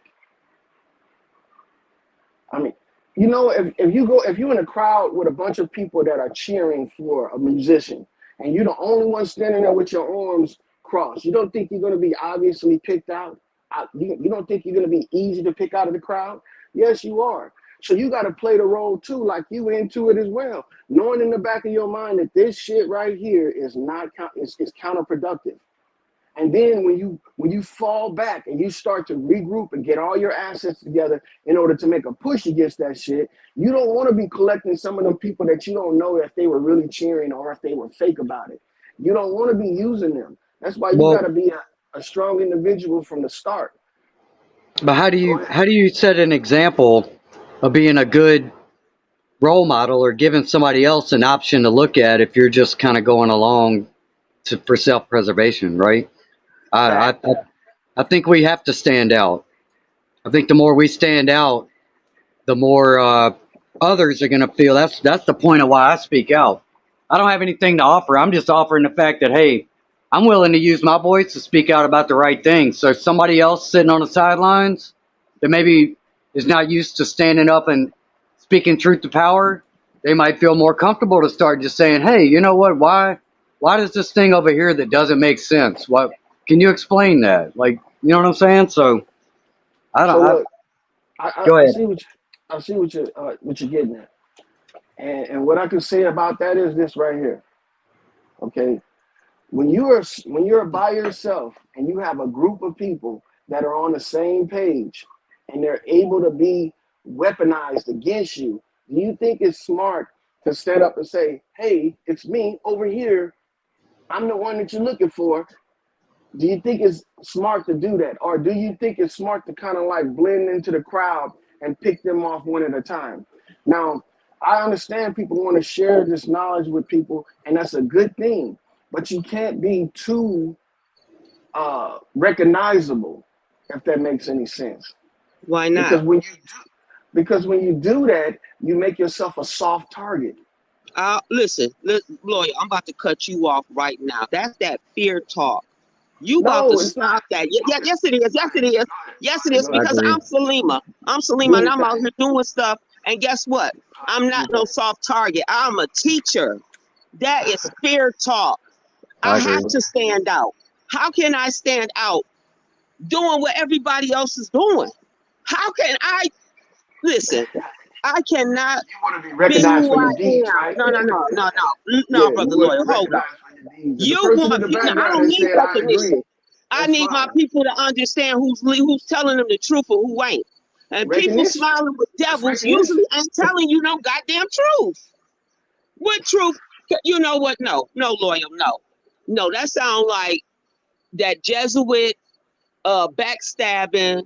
No, Mm-hmm. listen. Anybody that knows All me of that. All of know that, I sis. am the opposite of whoever is for this system. I'm going to stand out based on my words, based on the way I live, based on the way I look, based on the way I talk, everything. I'm going to See? stand out. That's that It's all coward about shit. recognition. That's It's that all about coward shit they recognition. I'm instilled gonna in us stand out when with they you. I killed agree. off Martin Luther King. That's that coward stuff they instilled in us when they killed off Malcolm X. I refuse. I Oh, okay. So refuse that hold on. contract. I am not a Hold coward. on. You need to go to Yasini in the house The and check brother me out that's because you saying you talking agree to the with her. wrong one. I Do don't you do agree with coward. her I don't do because coward. I'm she's in your talking face. loud The devil and in you your don't want face. her to talk I'm to in his you, face. or she's making sense? Are you agreeing with her because she's talking loud and she's making a scene, or does she No, make sense? I'm agreeing with her because I'm living that myself. I've been living that for 13 years now. I And live on a And how farm. far has it got you? How far has it got you, brother? How far in has what it got in what sense? you? In the I sense got of I got my progress. soul, I got my integrity, I got Everybody my has truth, that. and I stand on it. Everybody has a soul. Everybody has their own No, they integrity. don't. No, they don't. Everybody, yes, No, they they don't. do. No, they See, you don't. getting back No, they into the don't. you getting Hell back no. into the Then what the hell is Snoopism of an it. NPC? Then what the hell is an NPC? It's a soulless individual walking around keeping this shit No, going. Let it's me tell you not. something, loyal. No, it's Let me tell you something, loyal. I can tell how three-dimensional you are, so I'm going to back down because I'm not indigenous. no back I down, don't sister. care You know about what? I'll getting back by in down this before you. system. I'll back I, down before I you. Go care ahead. about getting by and keeping my soul. I care about getting by and keeping what's real in this society. I'm not going to smile with no devils. I don't care if you don't like what I'm saying. You can see me. I know you can see my face because I'm not no coward. You No, understand I'm me? not even So when looking. you I get don't, a I chance, don't look at Lord, stuff like that. go to Yasini in the house and check out my work. I'm good. I'm Because good, baby. okay, well then, hey, because all I could tell is you pushing the coward narrative, and now we don't do that over here, baby. We poke Okay. them out. You said who the enemies? I pointed them out. You said who do this? We pointed it out. You Hey, asking a look. bunch of You questions, know but you're what doing have something you right done when the while you motherfucker want asking to us a argue bunch with of you and you don't questions? want to argue with them. You know you're I'm doing not something right arguing. when a person. I'm just Yeah. kicking straight facts. You See, gonna ask a real one, real questions. You gonna get real answers, bro. I'm waiting That's for what it. you I'm got. waiting You got for it. real I'm waiting questions. for You it. got real answers to your questions. So look, the NPC joke that I made about people that are being used are people that don't know they're being used. That's the NPC joke. It ain't got nothing to do with their soul. It ain't got nothing to do Well, with their soul. It's just like a police officer that's enforcing rules that are counterproductive to freedom. That's an NPC. He's well, doing a job. He doesn't know that he's harming his own rights because eventually he's not going to be a police officer his entire life. My bad, McCoy. Go ahead. well, I was just gonna say, where does that end though? Does that mean that hey, I'm gonna blend in with the Masons and I'm gonna go along and you know, whatever they go along with, I'm just gonna keep my mouth shut, and that's why we're in the position we're in now, because too many people have went along and blended in and self-preserved and Right, That's in ignored total. the hard right. And questions. everybody else suffering. That's in Thank you. total contradiction Yeah. of what I'm saying, though, brother. That's in total contradiction of what I'm saying. I'm not saying blend in and join the Masons. I'm saying don't even come up on their radar. That's what I'm saying. Because believe me, they got more assets than you do. And it takes more than lip service to change shit. It takes All right, material. all right. I got a question for you then. I got a question in for you, Laura. Go ahead. Does blending in means that I should have took the jab then? No.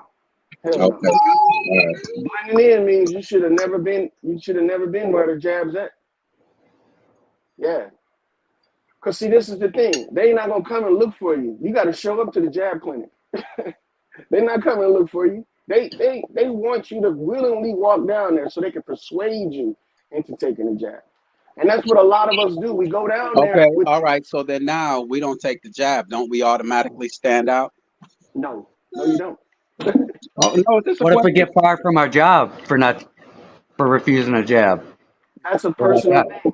That's not So a public thing. loyal. You don't think they take account of who didn't take the jab and who did take it? You don't think that they've taken account of that? They do. Okay, so then they in their software in their system it shows that I didn't take the jab. I'm standing out right then. I didn't go along with their. I'm not in there. But that's if you want to utilize their services. If you don't want to utilize their services, then whether they document you or Wait. not, it's not going to affect you. Okay, so obvious. So I'm not gonna say obviously as if to down what you're thinking, but so you're not aware that this whole jab, the certificate of vaccination identification, is an agenda, right? Are you aware that it's an agenda? Yes, I'm aware Okay, of so this. therefore, okay, so the moment that I didn't go along with their agenda, I automatically stand out. So look, you're thinking about these people are tracking you like you some kind of tagged animal. That's not how it works, brother. Hold on. Are you familiar with Neuralink? Yes, I am. Are you I've heard familiar people that talk about that. are you familiar that there's a chip in your phone? Yes, that you can turn off or not use at all. No. I know there's different. I'm saying they are Yeah. implementing systems in place to track us. So Can I speak on that? you're answering your own question. Yes, they are trying to track us. Trying, they'll never be able to track everybody. Come on, They man. already did it, dude. That's They what the are. track and trace program was about. They already did that in So 2020. if that Google was the case, instituted then it on your phone when if the that's the pandemic case, hit. brother, Google Hold on, instituted it Salima. on all cell Hold on, phones. Salima. Hold on one moment, because I want Okay. Salima to be heard fully. So, Loyal, did you have anything else you want to add? Because I want to make sure you all are being heard. You have a lot of great information, and so Loyal, did you have something you want to respond? yeah, I wanted to tell the brother that if they were tracking you the way you say they are tracking you, then you wouldn't be on this platform talking right now. All right, boom. I've been on Go here ahead. since 2006, Hold on, in the group. Hold on. So bro. Salima wanted to reply to something that was said real quick. I just don't. It doesn't sound good when we're talking over each other, especially when you both have great points and great information. So, okay, go ahead, Salima. Okay, in 2019, right before the COVID, the big announcement, Google instituted a tracking system on everybody's phones across the board, whether you had iPhone, Google, whatever, for the COVID. Everybody that went and took the COVID shot, that tracking went instantly to their phone, to their names. And then by their contact through your phones, if you're in their contacts, you're automatically as part of their contacts. And it comes into that they've had contact with you, yes or no. So yes, they do track you because they instituted it when the pandemic hit last time. I apologize, the pandemic hit last time. Okay, so anybody that went and got that vaccination, they automatically became automatically traceable, and anybody that they came into contact with, that is still on your phone, whether you turned it off or not. It's still an app applicable that they can turn on without your permission on your phone. So they are tracking you. Now the thing is that they don't have the right officially to block our First Amendment, which is why we're on these platforms getting this knowledge out. But trust me, they've been snatching my videos left and right. Anytime I bring out significant information, they snatch them. Right now, I can only count 5 videos on me in Yasidi in the house. She's supposed to have at least 12. I gotta find them. So they do track you, and they do take off what they don't like you hearing. And I know when they don't like it when I'm speaking, because they snatch my videos down. All right, So Loyal. they do track. Loyal. Loyal. Please do not take this as in any negative way at all. These are highly intelligent individuals. The people that are over here, obviously, we have something in common in that we're questioning something, even if it's just one thing. So, but did you want to respond to that, Loyal? Yeah, I wanted to respond to the stuff about Google and that they're tracking you. Okay, so if you're worried that people aren't allowing you to say stuff on your platform, it's not your platform. It's theirs. They're just No, allowing you. They're just allowing you to utilize the space. So it's not your platform. But if you're not worried about that, then you have an endless supply of platforms. Not only from Google and not from YouTube, but you got other places where you can go and speak your your mind. nah, But bro. my Everywhere I go, everywhere. That's First Amendment. That's First Amendment. They're violating. They are violating. I've been sent. I got 4 strikes in the last 3 years for medical misinfo. All right. Right. so look, bro. That's 4 counts of treason as far as I'm concerned. This is a publicly. This Google is a public company. They are not private. They're traded on the stock market. That's a Bro, public company. they not They stopping you from saying what you're saying. So it's not treason or a violation of your First Amendment. They're not stopping you from saying what you're saying. they are when they put me in timeout for 2 weeks. Bro, you're Hold on. utilizing In, their system. hold on one moment. Hold on one moment. In the group.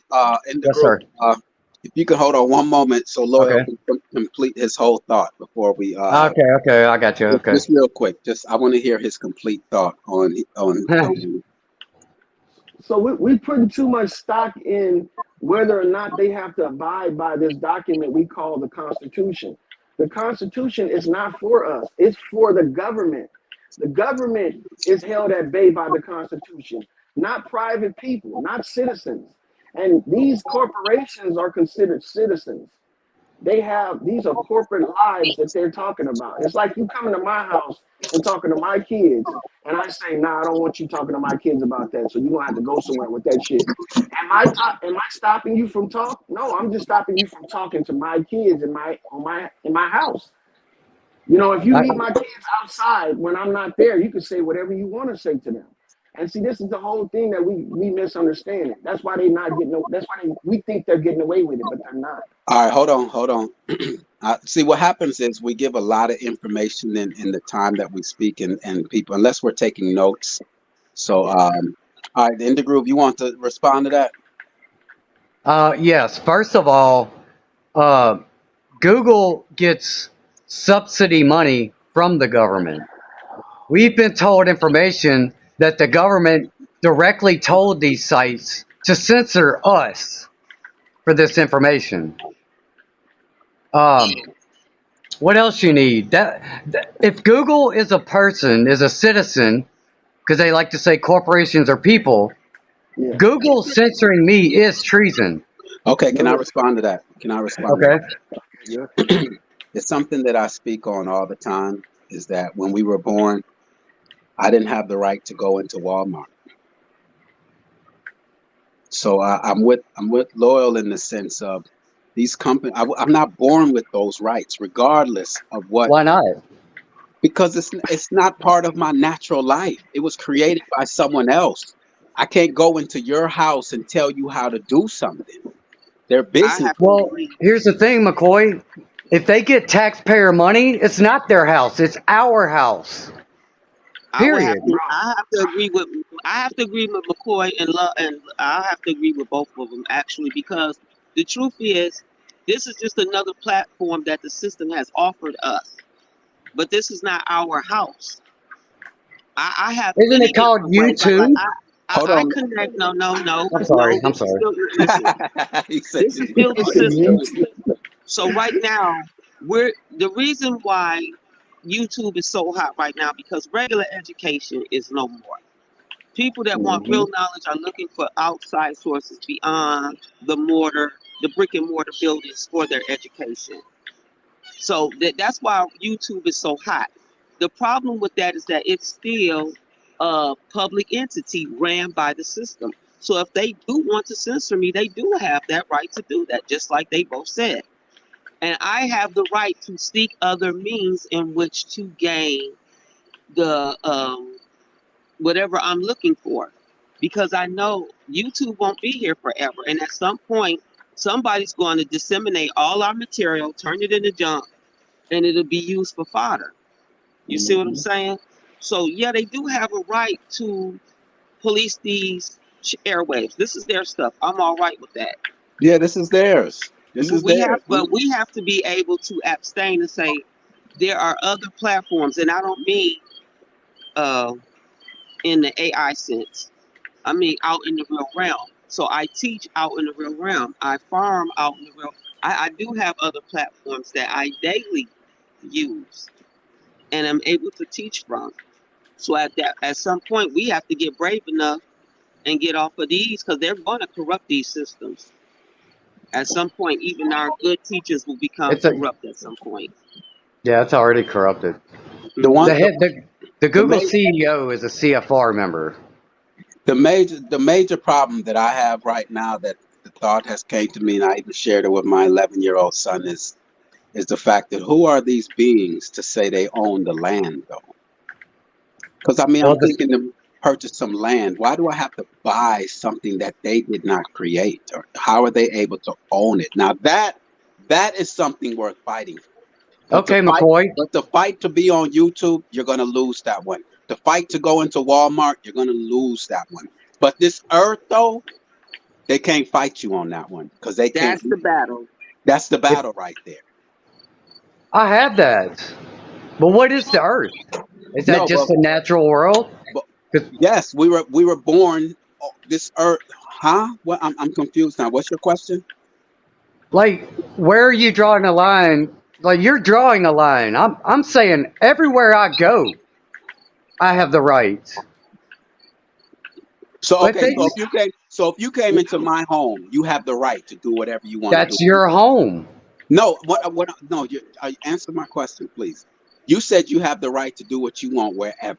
Wherever means wherever, including my home, then if you say wherever. Well, if we're gonna just talk, that's not gonna go anywhere, dude. No, I'm If they saying so, if and they're that's the selling your hold on, data and hold on, making money, hold on, right? hold on one moment. So what I'm saying is, and same with Walmart. You do not have the right to go It's into not a Walmart. home. It's a business. It doesn't matter. It It's does. It's taxpayer money in it. It's That a bro. makes It's it, move. not, It's an but not if you're artificial not. entity. Okay, hold on one moment. Hold on one dude. moment. This is legal mumbo jumbo. Hold on one moment. Hold on one moment. In the groove, you're sending mixed This is signals here. their game, dude. Hold on one moment. Hold on. Go I'm ahead, man. I'm listening, but this is not resonating at all, dude. which is fine. And we are patient enough. And if you're patient enough, maybe we could say the right thing if you have the time. But what I'm saying is, you made me lose my damn point, man. Damn, in the groove. I want to say some peace to Gentoo Gone. Gentoo Gone has joined the platform. Gentoo Gentoo Gone. We did an 11 last week. I'm trying not to go down that road today. How you been? I'm still I'm recovering. good, boy. Hey, thank you, man. This is something that's kind of really piqued my interest is that hearing folks and their thoughts on land ownership and what they should be entitled to and who should, who can and can't have land. And as a landowner, I kind of want to hear what their take on it is. I really am interested in that. Let me. The reason in the groove now, right? The reason when you said you had okay in the groove. This is what I was gonna say. The mixed message that I'm hearing. Don't want to be a part of this system, but you feel you're entitled to certain things within the system. So that's a decision that Yeah. you have to make. If you want to be a part of this system or not be a part of the system. Okay, so you're telling me that I can just say I'm not part of your system and I'm Okay, not boom. bound. All right, boom. The moment you say you no longer want to participate in the system, you can't now use their laws and their statutes. You're not a part of the system. That's the I'm on decision. YouTube, dude. I was I'm here on before YouTube, but I Google ain't came nobody. here, dude. Damn. Hold They on one come moment. along and just change the rules, Hold on one moment. Hold on. Yes. Loyal. Did you want to add anything and that's after okay. That's what you. Well, I don't agree with that. That's not okay, and that? that's All my right. So, point. Loyal, what I did you think want the to add brother's, anything before Salima jumped in real quick? yeah, I wanted to tell the brother what he's having a hard time understanding is that in this system, bro, you're nothing but zeros and ones. If they want to shut off the zeros and ones coming through their system, they can do that because it's their system. Now, if you had a platform of your own, then yeah, freedom of speech. If they cut down your platform, that's freedom of speech. But you talking about utilizing somebody else's software, somebody else's fucking label, and then I on pay top of for that, it. you I pay for pay for YouTube. this, dude. You pay for In the YouTube. group. In the It's group. not free. I'm Hold not on. just getting this free handout. I pay to use this service. I In But the was you group. told click I the could agree build a button. business. In the I was group. told I could build a business here. And then they're going to come along I and would just like to take it speak on away that. Hold on for one moment. In violating the my group. First Amendment rights, dude. Hold I on don't one agree moment. with that. Sorry, In the bro. group. Hold on one moment. In the group. Salima, you want to add something? Yes, I think what in the group is having a problem with is that there are two separate realms. One is the natural realm, and the other realm was created by the system, the U.S. government, whatever you want to call it. Now, the only right that we really have is the right to the natural realm, things that grow here naturally, things that are produced here naturally, nothing that is created by the U.S. system, education, schools, grocery stores, that is their system. And we don't have a right to it. They created that system. This realm is our system. What they don't have a right to is this realm, but we keep giving them access to. Now, in the groove, your problem is that you say you want autonomy from the system, yet you want to use the devices of the system. That is not, you can't, that's sitting on the fence. You see what I'm saying? You have to come to the realization that you are in two separate realms, but right now you're utilizing both realms at the same time, Simple and as you're that. comfortable using both You are realms. But all doing the same thing as me right now. And, How and can you we say we've can that? I accepted it. please finish? We've accepted it.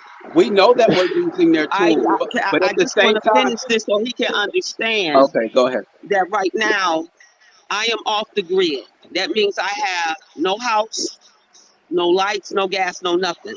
So there are months and months, or even weeks when I'm not on this system because I know I don't have a right to it. I understand that I'm utilizing this system, but if this system went down, am I going to cry about it? Hell no. If I can't teach on YouTube, am I going to cry about it? Hell no, because I would rather it all be gone off of my natural realm anyway. It's only here as a teaching mechanism for me at the time being. That's it. All So right. in the groove, you have to realize you have to, you either want to be an NPC in the 3D system or you want to be a real player and living in reality, because reality is that these things really don't exist. YouTube really doesn't exist. Yes, we're utilizing it. But at some point, did it exist before? I wouldn't even know you without YouTube. You see what I'm saying? So at some point, you have to your cognitive dissonance is messing with you right now, bro. You have to understand there's two separate realms. And one, the 3D realm is built on top of the natural realm. All right, So go what ahead. we're using is our organic system on top of our natural organ system.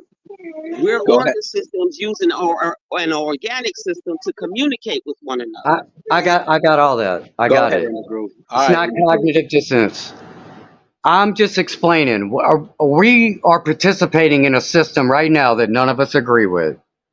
Okay, so all right, if we're gonna do the natural world thing, then let's get rid of the system. Simple as that. No. The way we Hold do on, hold that, on, hold on, hold on, hold on, hold on, hold on, hold on, use their own hold information on, against hold them. on, hold on a second. You can see that's That's what's what I'm hold speaking on on, bro. in the group. I'm not trying to defend the system. No, hold on. In the group, hold on. Did you hear Salima, Loyal, did you Gen 2 gone? Did y'all hear what he said? He said that we have to get rid of the system. No, you don't. What you can do is take yourself away from the system. McCoy, you know my situation. Am I not away from it? No, listen, no, I'm only Why going by not? I'm going by what you just said. And what you So, said was just okay, what so none of y'all have money in your pocket. None of y'all are using money at all. in the groove. Can we just respond to what you said?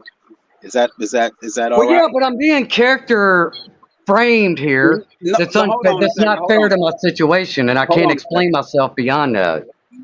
can we not use that terminology because we're just questioning and responding? I mean, we have the. Well, I'm trying to speak in general terms, but it's being put on me like this is my personal problem. The reason why it's It's put not. on you is because are you all right with being the one person who disagrees with the other four? Are you all right with that? Without Yes, being but don't tell me I got cognitive dissonance. I don't. I got a psychology degree. I'm well aware of cognitive dissonance, and that's not why I'm bringing this up. okay, okay. Can you restate? Because I wanted to respond to what you said, and you throwing me off. You said, Well, if we we live in don't." two different Hold on. You realms, said that we don't. okay. You said that. Damn. See, that's why. Well, that's why I can't make my point because it goes so long, and you make three. No, go. The floor is yours. I just Well, want. I don't want to jump in on people, but it becomes like a pile, and I can't respond to all of it. Okay, yeah, that's true. That's true. Let's try to keep the points minimized so that we can respond to. But okay, so now you said that we don't agree with the system, so let's get rid of the system. No, we don't agree with the system, so we're trying to take ourselves away from the system. That's the solution. We can't stop we can't stop the system. We can, but I'm just saying that's it's too big in the sense that Okay, then we can't talk about little nuances we can about it only do then, what we can only do what unless in the groove. I'm saying we can only do what we can control. What we okay. can control is our own actions. But to sit back and now say, let's do away with the system, that's why the system is still there. Because what will it take? Everyone says, oh, it's going to take everyone to do it. That's why. But if you control yourself and say, you got your land, grow your food, boom, you no longer have to depend on the system for food. You know how to. Okay, and then what? What you mean? And then what? What do you Live. mean? Yeah. Live. You're free. Live. I would like to speak on that if I can. Just live, man. It's like this system. We have felt we've gotten comfortable with this system, and we're in love with this system's toys. And so that addiction, it's just we just feel we can't let go of the addiction. But they're the tools that they have is not part of life. This YouTube is not part of our natural life. This device is not part of our natural life. And that's where we're addicted to the system, man. Just call it what it is. No, my whole problem was with people who think that these companies have a right to violate our right, our inalienable God-given rights in any They don't form. violate them, though, People brother. They don't died violate in wars. My grandfather died in a war to defend that right. I'm defending that right. Period. All right, I'm going to Salima. speak on it. Salima, you want to respond? And then Well, Gentle's on if you have something first you of want all, to in say. the group, I apologize that I said you have cognitive dissonance. I do apologize. I didn't mean to make you feel some kind of way. But I appreciate that. I want to.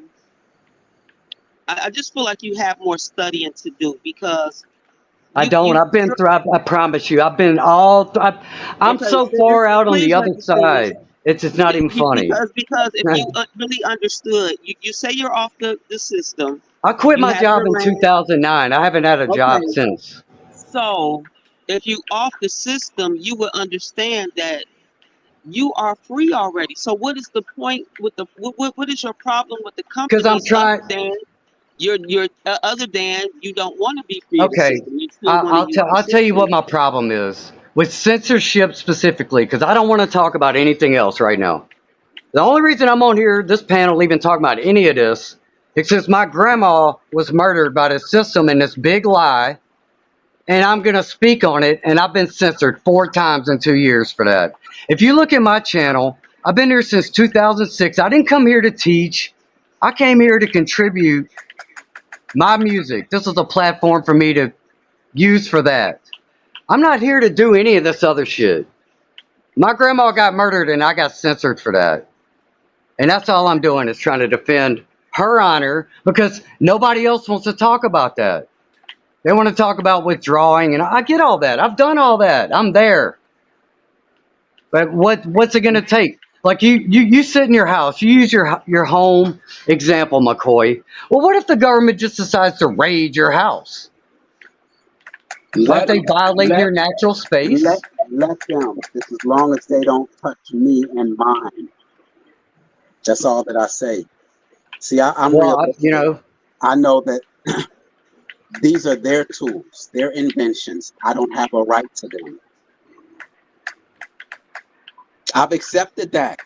It's to me, it's obvious.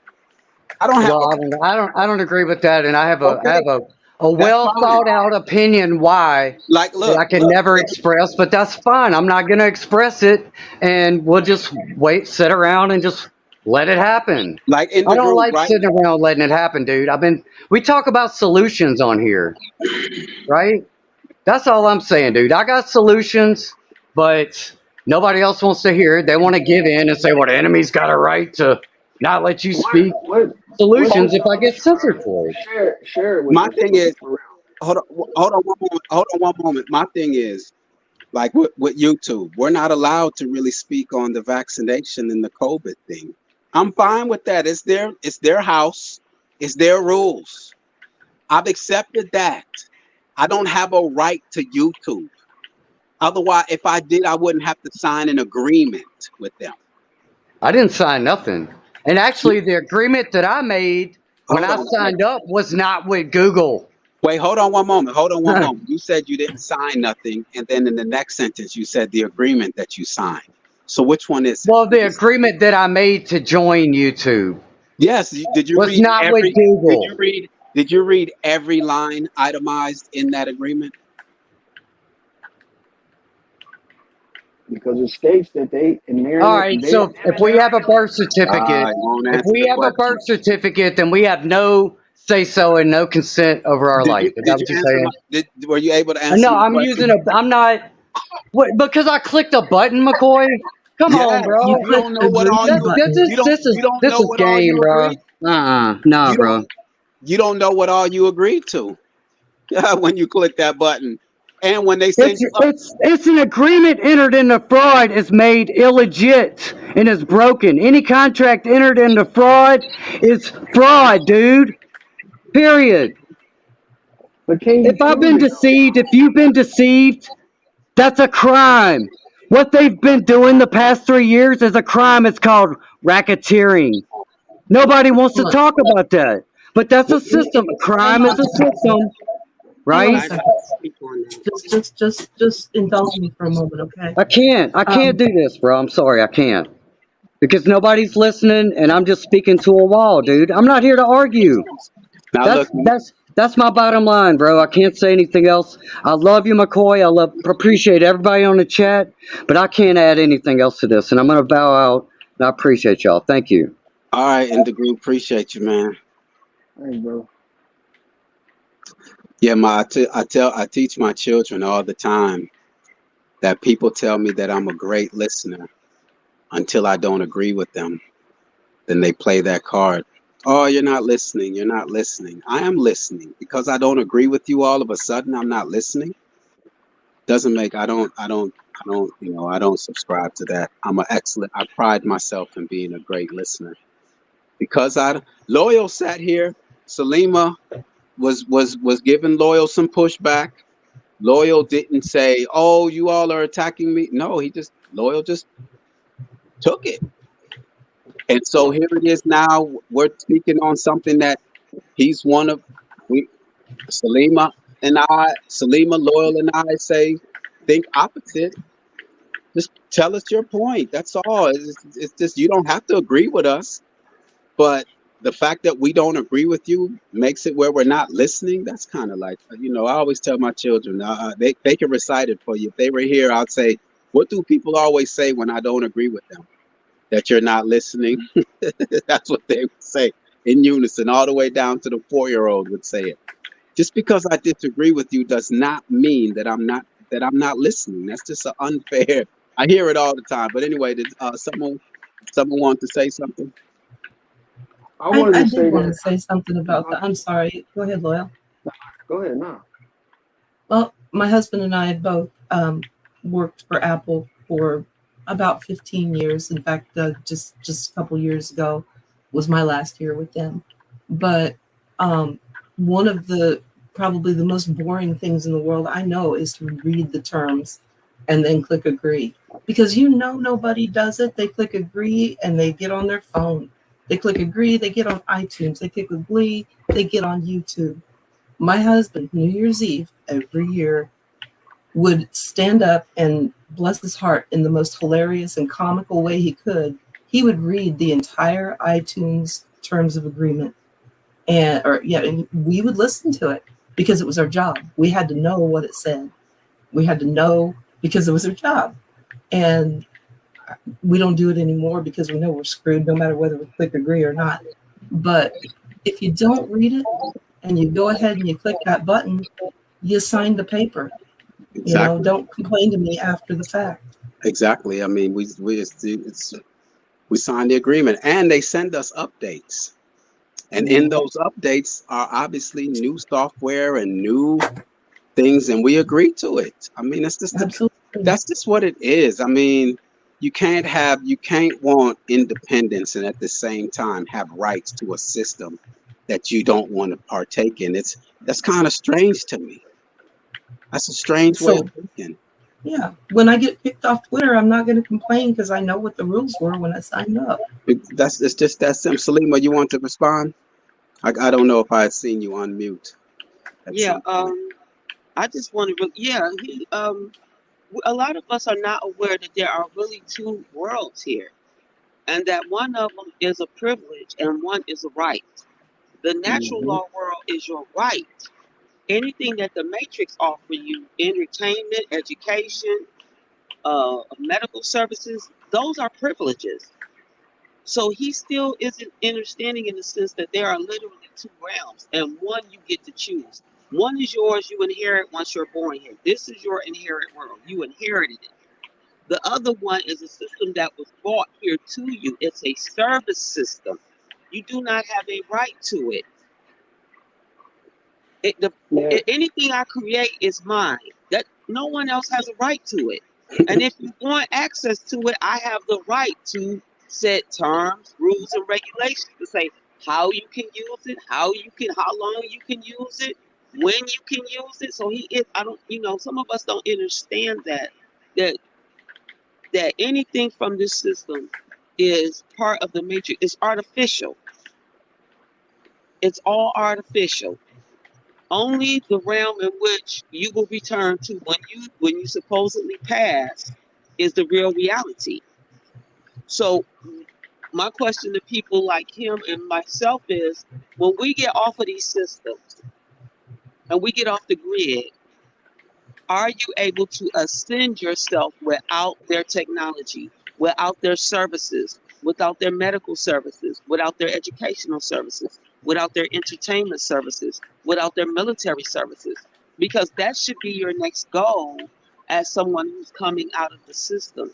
How do we educate our minds and ourselves so that we can continue to ascend and won't be stuck between the two systems? The system of the 3D, in which we have become comfort, luxury, and convenience, and then now we have the real system that isn't always comfortable or luxurious or convenient, but it is always there for you. They cannot take that away. But anything created in this 3D matrix can be taken away from you, and we have to become aware as indigenous beings and any being across this realm, what society or which realm do you really want to live in? Do you want to live in the real realm where you won't get any of these services, or do you want to stay within the 3D matrix of comfort, convenience, and luxury? Because that's where it seems he wants his autonomy, not to be told what to do, but he still wants the comfort, luxury, and convenience of the 3D realm. And real indigenous people knows that really when we leave this realm after a while, that's all gone for us. We're our own healers. We're our own educators. So when you leave the 3D realm, are you able to continue to educate yourself? When you leave the 3D realm, are you able to medically care for yourself? When you leave the 3D realm, are you able to feed yourself? So these are the things that he's done part way, but mentally, these toys and these goods that he's become accustomed to within the 3D realm, he's still addicted to a little. And once he gets abstained from that, he'll have a better picture per se. Yes, I was just gonna say that, but I'm glad you also. I'll piggyback off of that in the sense of, and that's when you actually, everything starts to open up for you psychologically. Is when you realize, oh, okay, I don't have the right to Walmart. So now in your mind, your brain is geared towards finding solutions. Mm-hmm. You say to yourself, Yeah. what, I don't have the right to Walmart. Your brain will start creating situations where, you know what, let's get away from Walmart. Let's find other solutions. But if you spend your energy and time fighting Walmart, then You'll never win. you won't find solutions, man. It's just let go. You do not have the right to go into Walmart. Walmart has the right to refuse you service. And I'm all right with that, because now my brain is going to say, oh, all right, then you know what? I'm going to have to start growing my own food now. So I don't have to go by their rules. But if I sit there and beat down Walmart's doors and tell them that I have the right, then I just look crazy, actually, and they're going to call me off. They gonna call the laws on your ass. They're going to call the law on me, man. Disturbing, trespassing. I think that and dude, that's my question. Is when you do decide that you're going to leave the system, where are you going? I mean, I love y'all, but don't come here. I'm going to peace. No. I'm going to a peaceful place. Yeah. Well, I mean, that's awesome. I mean, I hear people say, well, I'm going to go out in the country. I'm going to live off the grid. And it's like, wait a minute. This nice family of four sets up their little tent out in my North 40. I'm sorry, you're going to get the Mossberg welcome wagon. And I don't understand, like, what is your plan? Do you have a place? Do you have $500 just stuck beside you for an emergency? Do you even have that? That's what I'm concerned about. Jen, the thing is, the thing that, and Salima touched on it earlier, it's that fear. We got to get rid of that fear. We are capable of doing so much, but because the gravity of this system, we're so stuck to the system that we don't think that we have other options or another way of living. And there absolutely is. However, you've got to plan for it. You've got to have that plan in place. Yeah, you know what? There's a lot of parents out there who had children that they didn't plan for, but they still made it work. Not everything is a plan. What is important is taking care of your responsibility. That's all that needs to be instilled in you, is rising above the occasion. Is doing what you know you're capable of doing. Come on, look back at your life and see what situations that you made your way out of that you thought you would not be able to. Absolutely, a lot of them. There's no plan. plan. What I did was plan for all that's needed for this day. I'm sorry, go ahead. I planned for this day and this time because I knew it was coming, and I just kind of wonder what people are, they say they're going to live off the grid, they're going to move up to the mountains, but people own that stuff, and I just don't want anybody getting hurt. The worries, that's why that television and all our lives just worry and fear. I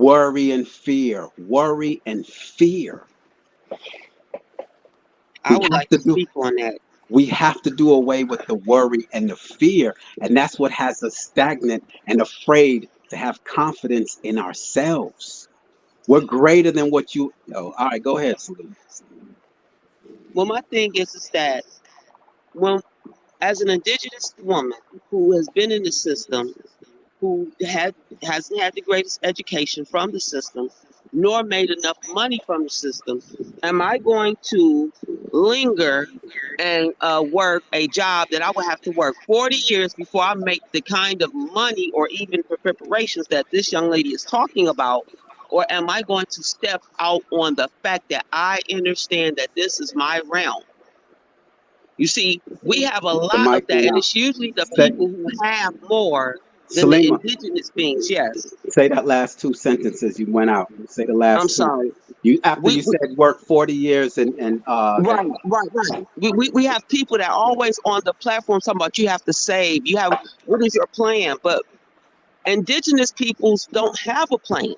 because we don't have the money. We don't have the money to do anything you're talking about. We have to get out of the system. Whether we in the system, we getting our butt kicked. You see what I'm saying? So there is no indigenous beings amassing a money or plans and stuff to get out the system. You better get out now.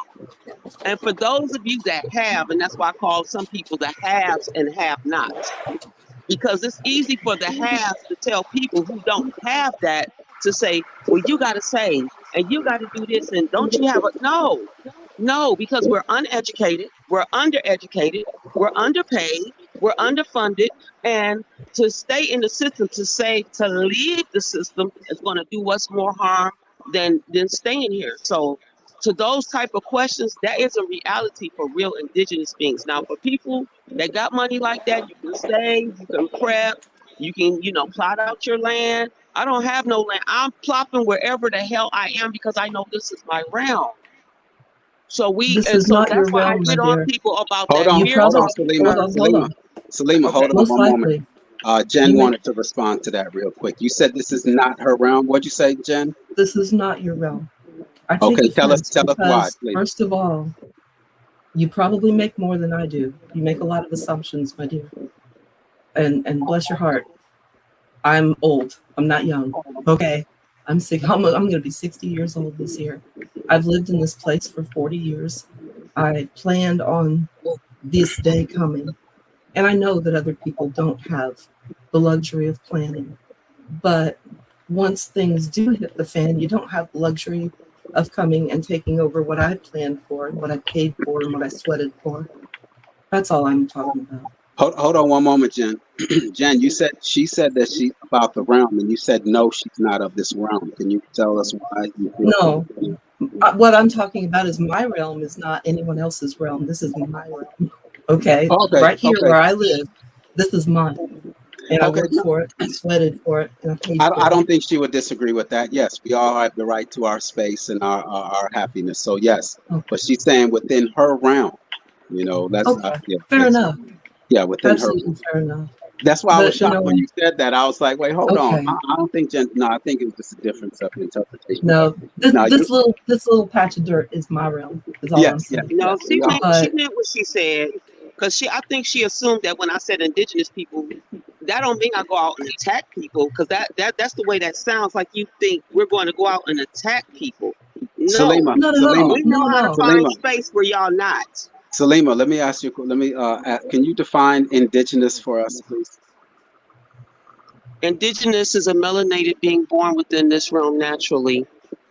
All right. So, okay. Why do you make that distinction? Why not just the human race? Why? Because Because we're all being attacked, regardless of race. yes, we are all being We are attacked, all but you would have to go to my uh, platform I see in the house. I make a clear distinction between indigenous beings and humans, and we are not all the same. Anybody that's watched my videos, I make it quite clear through their sciences, which they publish, that humans and indigenous peoples are Do you two have? different Do you have any? species. Okay. What is a human? I guess I'm indigenous then. I'm a third generation Californian, Salima. Hold on, Human, hold on, Gentleman, real quick. So what do you do if you don't mind sharing with us what human, just because of this conversation right now, and it's, okay, a human is genetically related to primates and canines. okay, all right, okay. So there is a distinction, and according to you, there's a distinction. Do you have Yes, sir. do you have any compassion for humans? Yes, but a Okay. little, Okay, very so little. you have compassions for humans also. Do you see that the injustice that's being carried out on humans also? No, You don't see an injustice being carried no, out on humans. no, because That you would have so to watch so my so channel. Wait, wait. so the humans being subjected to the jab. Um, you have no compassion for that. Actually, no, because the human is the gateway to indigenous people. Through the human is how they got to our people to get the jab. So no, the human is the gateway drug for indigenous people, and I've said that on my platform before. They are a drug we have to abstain from because the human comes with the system. The human cannot let go of the system. So any indigenous thing attached to the human doing these things is in deep trouble because humans are not natural law, they're man-made law. Indigenous beings are natural law. What do you classify Asians? Are they humans or indigenous? I don't know. I haven't come into contact with them, or that's not true. I grew up with them.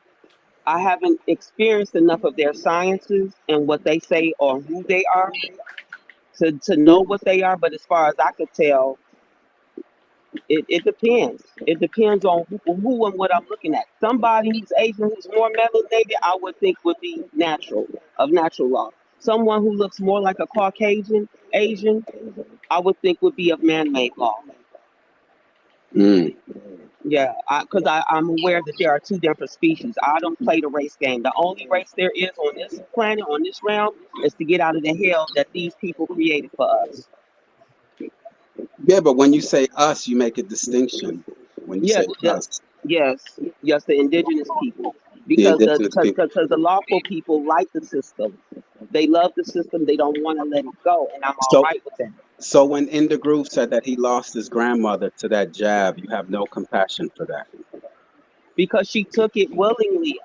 Listen, I am never happy when people lose the people that they love, but I have to accept the choices that everybody makes, and I have to even stand on my own choice.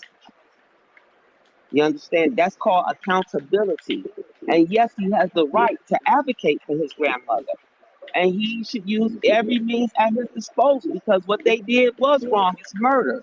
But at the same time, me as an indigenous being that knew better to even get in the line and not even trust the system, there's only so much empathy I can have for them. When we've been shouting to the top of our lungs, don't trust the system. Don't put your kids in school. Don't listen to the news. Stop getting your education. So it's like, how much empathy can I have for people that love the system? They trust Ho- it. And Hold then on. they get reached by it. Loyal, do you want to respond to anything that Salima said? I agree with that part right there, but I don't agree with the part about the humans and the indigenous because what that does is it separates something. It does separate us, and I'm not in the business of being against anybody because of their skin color or how they was born and shit like that. But by all means, she has the right to think what she wants to think. But at the same time, we gotta look at what she's saying because she's saying some really important stuff. We can't feel empathy and sympathy for people that make this decisions of destruction because they destroying themselves and in the process they'll destroy us as well. Um, So you gotta do a separation okay, of so that. now Salima has made a distinction between indigenous and human. So biologically, are they different, Salima?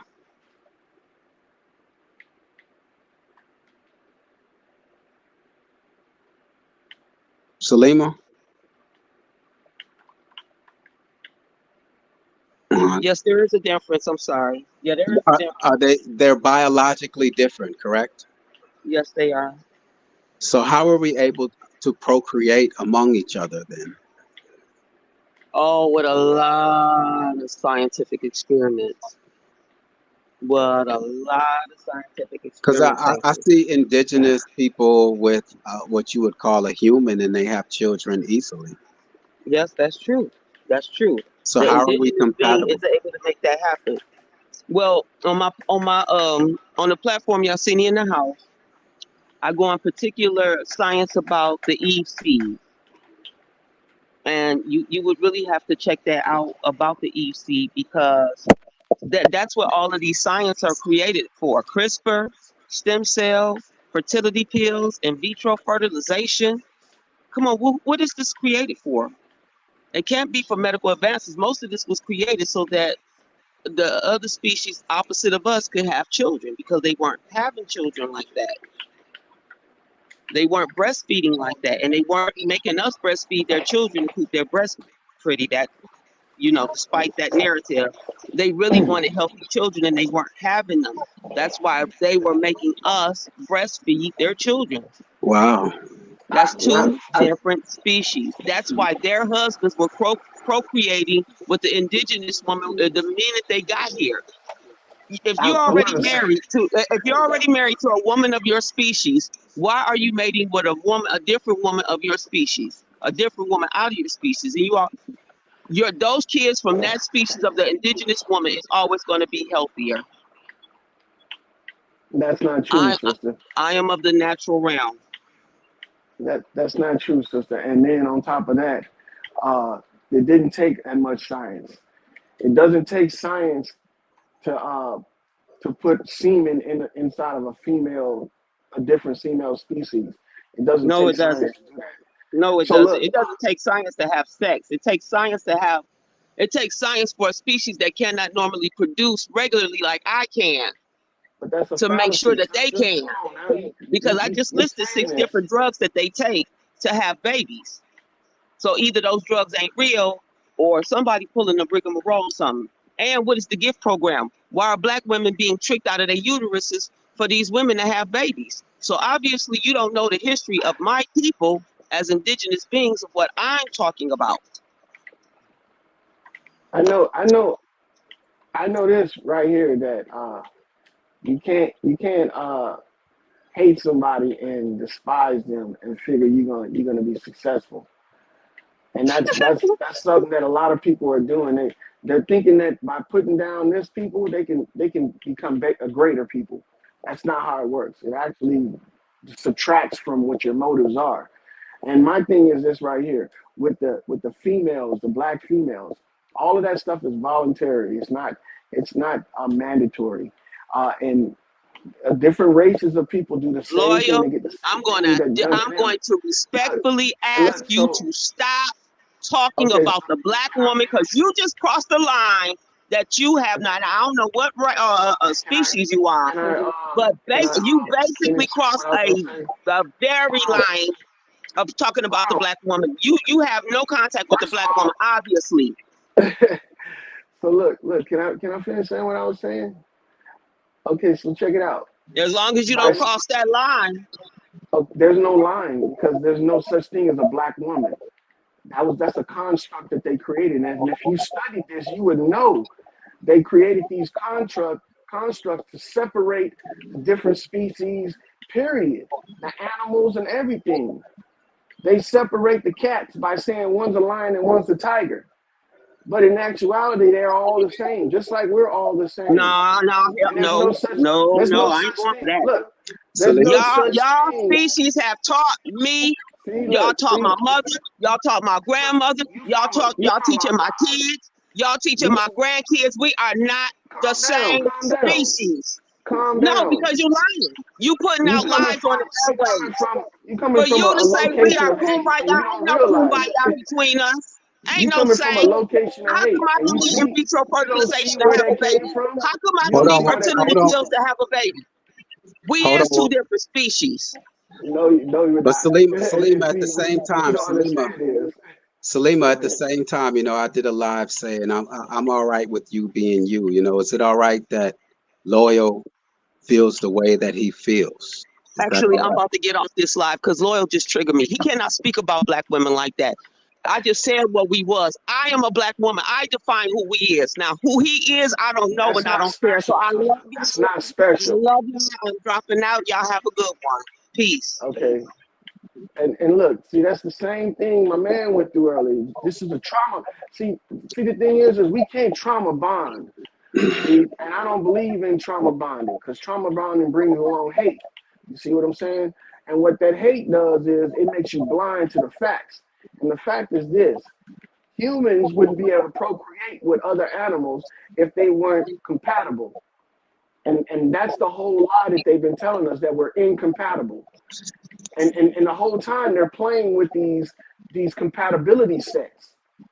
They've been breeding humans with animals, with other species of animals all this time and not telling us. This thing that you're talking about, stem cells, ain't nothing but sperm. That's all it is. And it gives people the misinterpretation that there is a difference between certain cells. You got undifferentiated and you got differentiated cells. And all of those things can be manipulated if you know what you're doing with them. And by saying that we're different species because our skin's a different color is going along the same lines of eugenics. The same people that call us animals. This is the same people, and she's just repeating the same rhetoric. I wanted to say something about the brother earlier that got off too. He went through a trauma with his grandmother, and he's looking for other people to boast that, you know, his attitude, because he's having a hard time dealing with the fact is that people choose things that are unproductive for survival, and we can't change that. They do things that, you know, that's not safe for them, and we got to let them go because we can't save everybody, and you can't change somebody just because they are the same color. That's another thing too. We trying to bring people over to the side of truth, but we still speaking these lies and these false misconceptions about race and shit. The race is nothing more than the difference in people. Just like you got long hair and I got short hair, and just like you got brown eyes and some people got gray eyes, that's the difference in us. That's a good thing. That's not bad. And I don't know why we keep on trying to trauma bond and bring each other together under that disguise of hatred. And they do it to everything. They pit animals against each other like that. They pit the dogs against each other, they pit the cats, and they put us against each other as well. And we can't even see that they playing us like a big ass chess game. And see, the queen is the one that they use most of all. That's the most dangerous part on the chessboard, the queen. Because they know that the queen can manipulate more spots than any other player, any other player piece on the board. And it's a shame that our women are being used like this. And I'm not just talking about black women. I'm talking about all women are being used and manipulated to destroy the entire species. We're not fighting against people that have the same mentality as us. We're fighting against a death cult. And that's all I got to say. Yeah, everyone knows that I don't, you know, I've been alienated from certain platforms because they feel I'm a kumbaya. You know, I get along with the indigenous and the humans. And they, you know, I even have a message that I pinned at the top where, you know, I just don't play the cards that my enemy plays with. And that racial division thing, right now, I'm just seeking just good individuals who want their way out this system. That's all, regardless of your race, regardless. That's just me right now, because I see the agenda being played on all of mankind.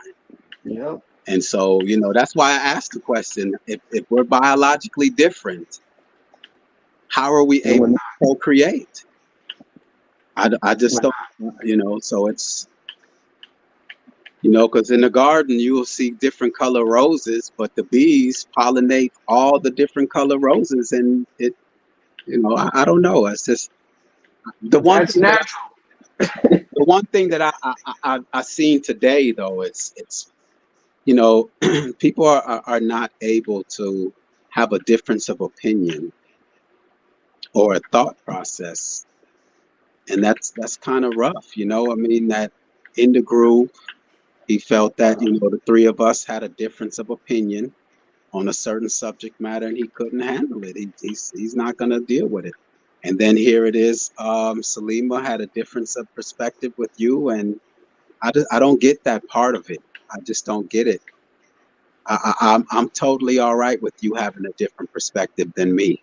That's why I say that we're not here to argue nor debate. We're just here to exchange information.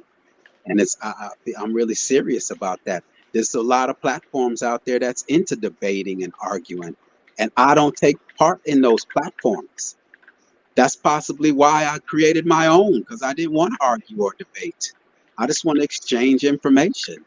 And it's like, until I got to YouTube is when I heard of triggered. It's when I heard of triggered before. I've never heard the term triggered until I hit a platform. Oh, I'm getting triggered. Well, I did hear it in the beep section, the beef sector of YouTube, where this one lady named Queen Regina would say, "You're triggering me over there with Kwame Brown and everything." But I'm just saying, why can't we just hear each other out and just respect each other's perspective? I don't get that part of the equation. I don't get that part of the equation where we're not able to hear each other's perspective and just let it be that. I don't get that part. That's the part of it that I'm really disappointed, because I really appreciate Salima, her perspective, her insight, her intelligence, and indegruv. I appreciate his passion and his insight and his perspective. But at the same time, we should be able to have a conversation and be able to say, okay, that's how you feel. That's fine, because you've lived your life. I can't tell you had your experiences to come to that conclusion. And it's just I don't know. That's just me. You too gone. How you doing?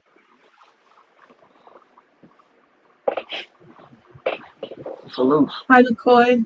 Hey, my internet is extremely sketchy at the moment. I was going to turn my camera on, though.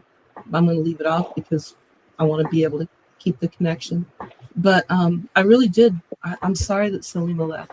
I really would have liked to have had a conversation with her, because I want everybody to be able to get along. I want everybody to do well when the shit hits the fan. I think we all know it's going to sooner or later.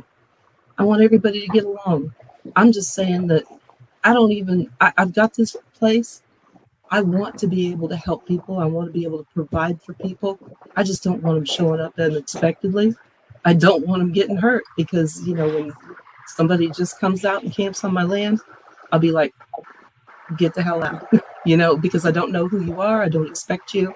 And I don't know what your intentions are. So I have no problem with sharing. I'm not a rich person. I never had money. I've planned for this. I was very careful. I didn't pay a lot for the place. I got really lucky. And I want to share, what I have.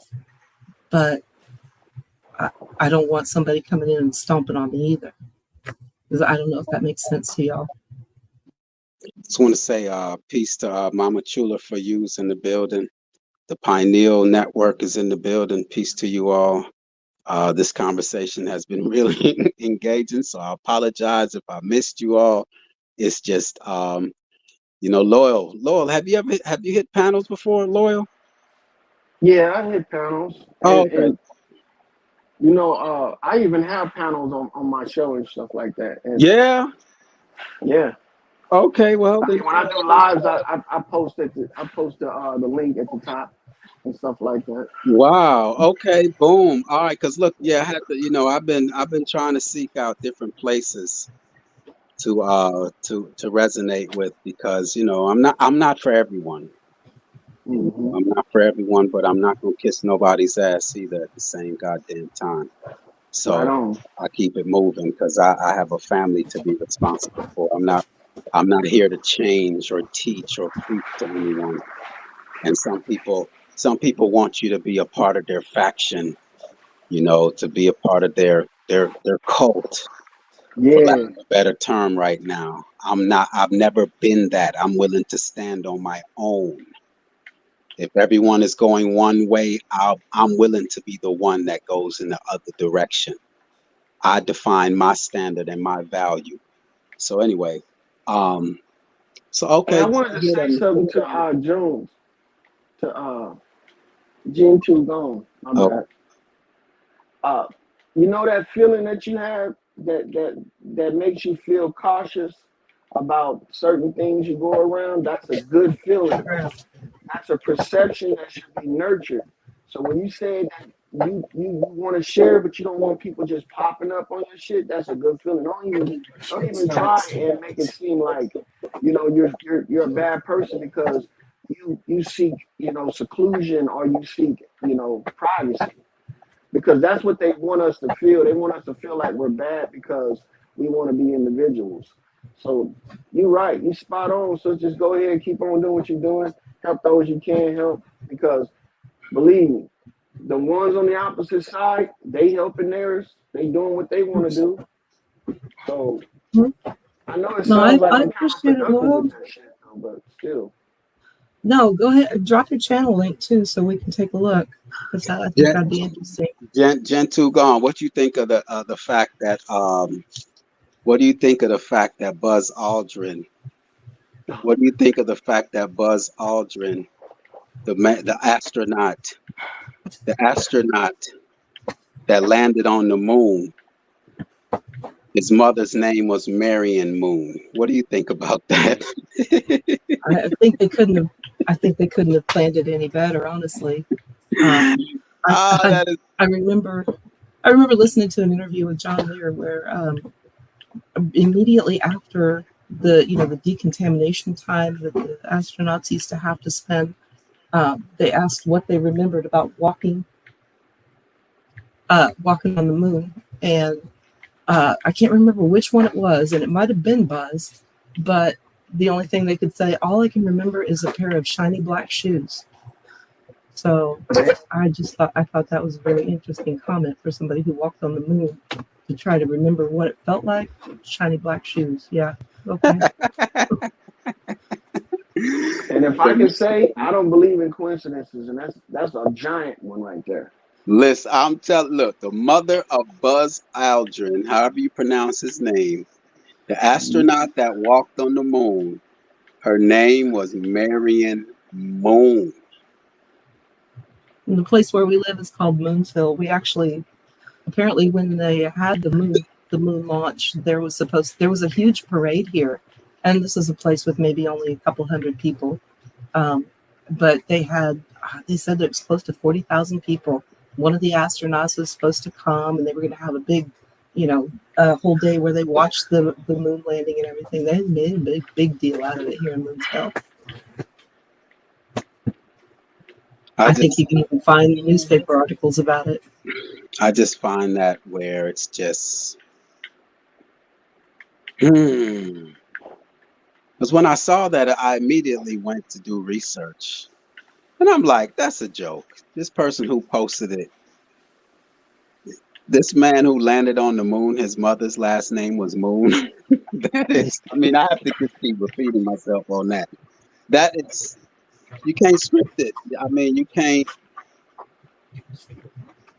I have a thank you letter to my grandfather from all of the astronauts, and it's got all of their signatures and everything. And I really would like to go back and look at some of the names and maybe look at their families, because that's really interesting. I thought that was a great catch. Mm-hmm. And here's the National Academy of Television Arts and Sciences. And if you turn it around, flip it, it spells Satan. Yeah, Never a straight answer. Coincidences. Loyal, come on, man. Loyal, I appreciate you hitting that link, man. I really do. We might not agree on certain things, and I just appreciate the fact that you find this is a place where you can express yourself. I'm not into the arguing nor debating. Zero tolerance for that. Because there's plenty of places to argue and debate. This is not one of them. Just exchange your information. Be confident in who you are, and let what you have to say speak for itself. That's all it takes. But this whole emotional thing is this. It's like, what are we doing here? It's kind of strange to me as adults. I'm comfortable. I just kind of do think we have to stop seeing each other as humans versus indigenous versus something else, because everybody's got to eat. Everybody needs some water. I don't care what race you are, and I don't care what color you are. So I think we really need to get past that, and any kind of sense of victimhood or entitlement, that's got to go by the wayside, because we all need to stick together. You know what a successful victim is today? A victim. A successful victim is going to continue to do what's successful. Be a victim. See, if you're not a victim, and you just been victimized. Now you can get revenge on your victimizers. See, you can think of ways on getting revenge. But if you're a victim, then you accept the victimizer, you exploit the victim or the victimization, and then you also benefit from it. And that's the hard part that people don't realize. By becoming a victim and saying that this person did this to you, and you don't seek any justice from it, your only justice is to identify other victims so you guys can all get together and trauma bond, and then think about ways to undermine the other victims that don't agree with your victimization. See, that's a big circle that we going into, man, that continues and continues. Now, I'm not saying that some people didn't get victimized to the point where they got traumas like my man did, but you can't expect other people to feel your pain if you can't even deal with the pain. I can't deal with the pain of people's loss because I lost people too, and I'm not dealing with it that way. I I was think we just all thinking. did. I was just thinking of Salima because I had a question for Salima. That's what gets missing in these dialogues when we take it to personal. We don't get to know a person. See, I like to get to know a person. And the best way to do that is through communication. And when we don't allow someone to be who they are, we don't really get to know them. And we miss out on that a lot. I see that the interactions that we have here on YouTube is that people, the first two sentences we react to, and then it influences the other person not to be themselves. I like to let a person be themselves. That's the only way I'm going to get to know them.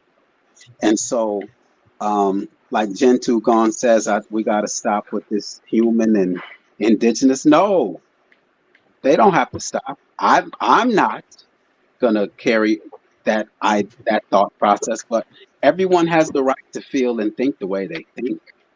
So when you say That's a good point. yeah, we just That's a good point. just get with like-minded people. That's all it is. Just get with like-minded individuals. Those of us who don't feel that way. But my question to Salima was, like, in the time of trouble, would you refuse the help of a human? Would you refuse the help in the hand from a human? Or are you only going to rely on the indigenous individuals? Because, and I'm not going to say, well, what else until if I potentially can have that answer one day, then I will make my point in saying that. But it's just, that's the only way we get to know a person is allow them to be themselves, and then you make your own decision. But to just, suppress that person where this person now doesn't feel comfortable expressing themselves, is you might lose, because this might be a great person under there, but because of a couple words or a few things that you don't share in common, you've cut them off, which is fine. You have that right because your own experiences have told you to do that. So, but at the same time, I want to try to get to know like-minded individuals. We're not all going to share the same thoughts. Now, come on, that's unfair. We are not going to all agree on everything. And Jen, which leads me to the point, which, go ahead, Loyal, because go ahead. Well, I was going to say, doesn't it seem tactical the way it's done? If you don't agree with me, just shut up, so I can get the people that agree with me to do things that I want them to do. It seems tactical, and a lot of people have fallen victim to this shit. So the tactic is to make you seem undesirable if you don't go with the crowd. And if you go with the crowd, then you become one of the people that's judging the undesirable. And this is what the true art of war is. They don't care about killing you. They just care about isolating you and making you feel like an alien and shit. Because the only way that they can actually make their point come across is by alleviating all opposition. All opposition. Once it's alleviated, then damn, they don't have to do no work at all. They can just go and say and do whatever they want to do. And there's no free thinking. There's no free speech. There's no nothing. So I think we need to observe that that's one of their main weapons as well, is making you feel like you're not part of something. When she shouldn't be want to try to be part of anything anyway, unless it supports individuality. If it doesn't support individuality, then shit, it's not for you, not as an individual. Because at the end of the day, they can sacrifice the group for the greater good of the group. And if you're with that, you're a sacrifice. That's one of the things I didn't. Go ahead, my bad. No, go ahead. Finish that last. Go ahead. Well, I was going to say that's one of the things that I noticed as I got older, that I wasn't willing to sacrifice myself like I was when I was younger. And growing up in the military, because I went in when I was 18, I recognized it real quick that they need voluntary sacrifices. They need people that's willing to, give up their time, they family time, just their freedom. Because if you don't, then you're not serving the mission. You're not on their list of good things to do. So if you're not a willing participant, like I stopped volunteering for deployments and all this extra shit, and they started asking me shit like, "Are you okay? You don't seem like yourself." And I was like, "What do you mean? I come to work every day. I just want to get paid and go home." And they looked at that like that was a problem. They were like, "Oh shit, here we go." So then I started noticing people started acting differently around me. They started, when it came to leadership roles and positions, I wouldn't get picked because they don't want people that are going to think for themselves. They want that hive mind type mentality. My bad. I just, went off on a rant right now. I missed this comment by Salima. Salima said, "Why is my acknowledging my indigenous self mean I hate the other species? I do not." I don't think anyone said that you hate the other species. I just think that did hate ever come about? I don't think so. I just think that Loyal now had a difference of opinion on there not being much differentiation, or that we shouldn't just focus on what makes us different. I don't think anyone said that that you hated the other species. I don't think you possess that type of energy to hate anyone based off of their biological makeup. I think the only hate that Salima has is for those that opposes her and is trying to enforce their will upon her. But I want Gentoo Gone. You said you don't have enemies. I don't have enemies. Let me say this. Whether I do or I don't concern myself with it, I guess, as much as some might, because, and this will get into a whole other ball of wax, but I have the perspective that it's all been taken care of. Right now, the only enemy that a person has, I believe, is their perception.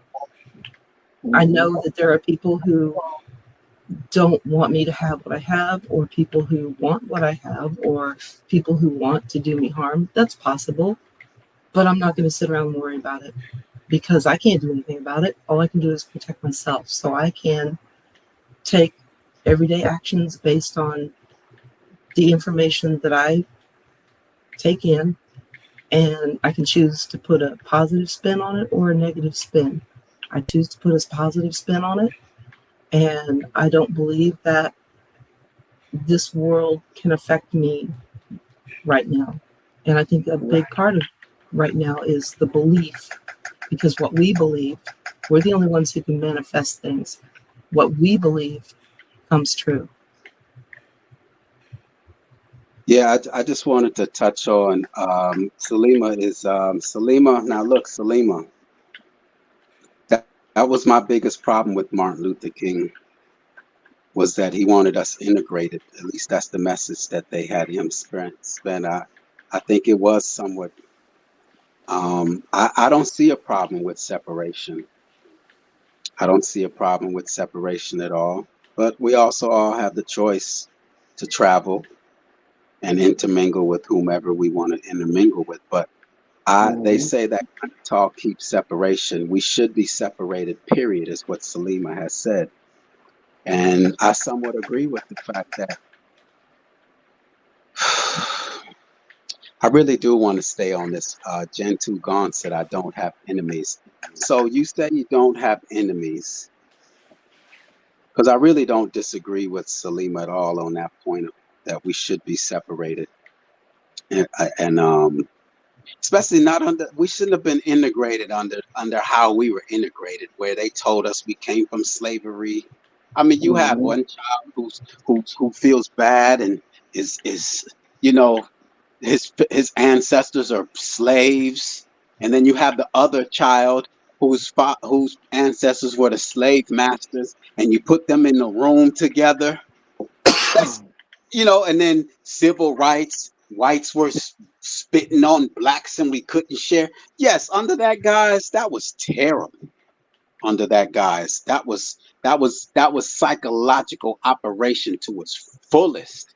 You defeated the white child and you defeated the black child by telling them that story at the same time. At the same time, two birds, one stone.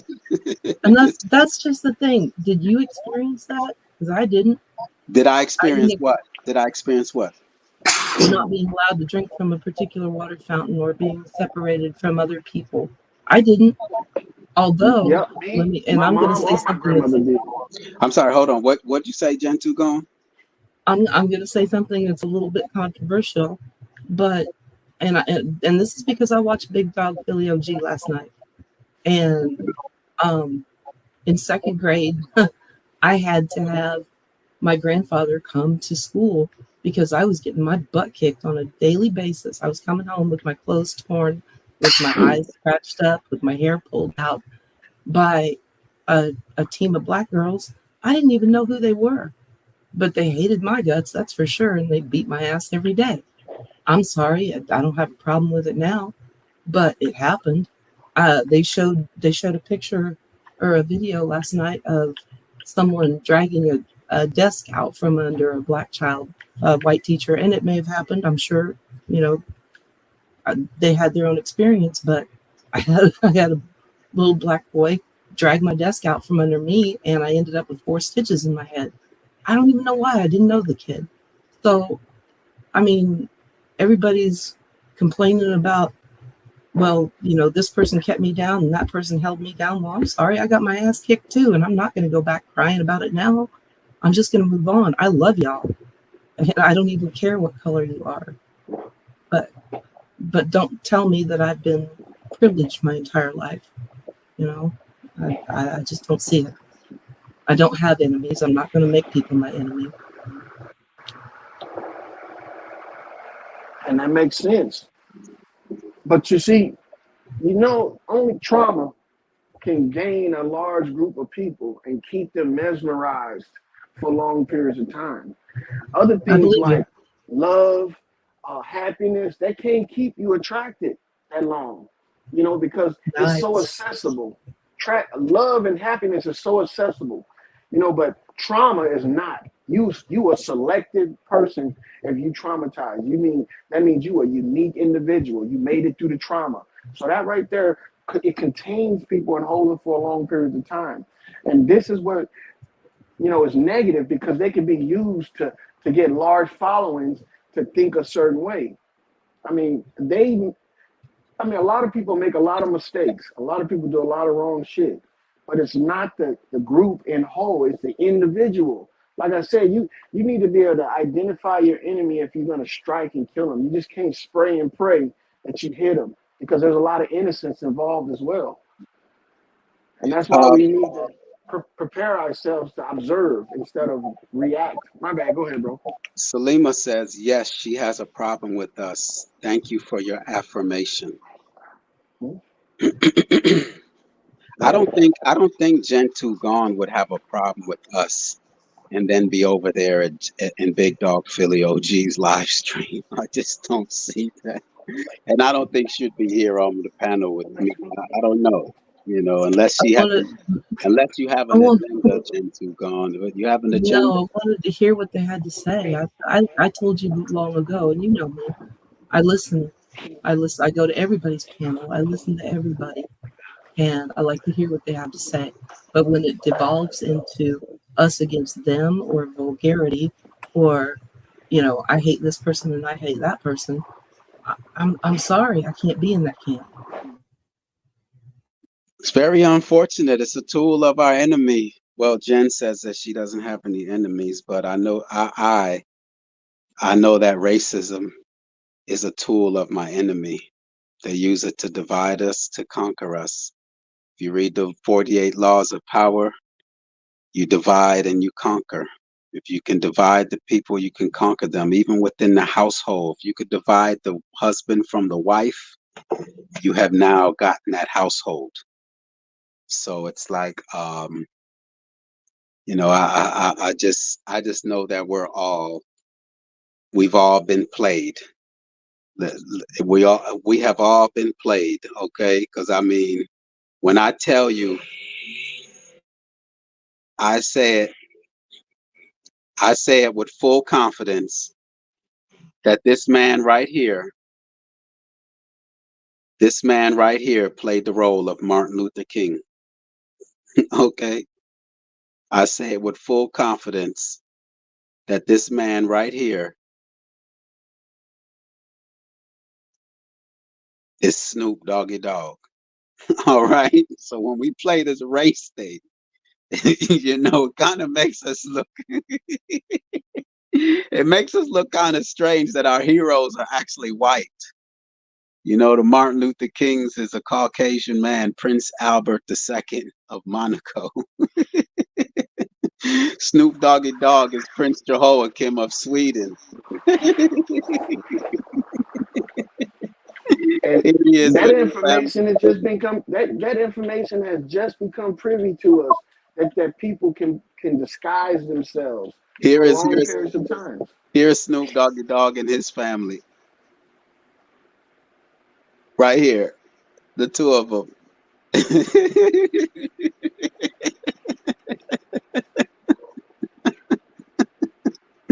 So it's just hey, whatever makes a person happy, I'm cool with it. But just know that not all of us are like-minded on certain subject matters, and I have the right to just say, you know what, I don't resonate with this. Trust me, when I got on this whole YouTube platform, I was hitting panels. I was hitting panels after panels after panels to spread the information that I had. And after a while, I find myself right now probably have 2-3 panels that I'll hit out of probably 50 plus that I used to hit when I first started off. I used to hit Big Aboriginal Powers panel. I hit Red Squid's panel one Yeah. I hit I mean, you name it. I was whether they were Caucasian or not. I hit not necessarily even hit their panel, but I was even in their chat. And after a while, I'm just like, nah, this ain't for me. I didn't down that person. I just moved on.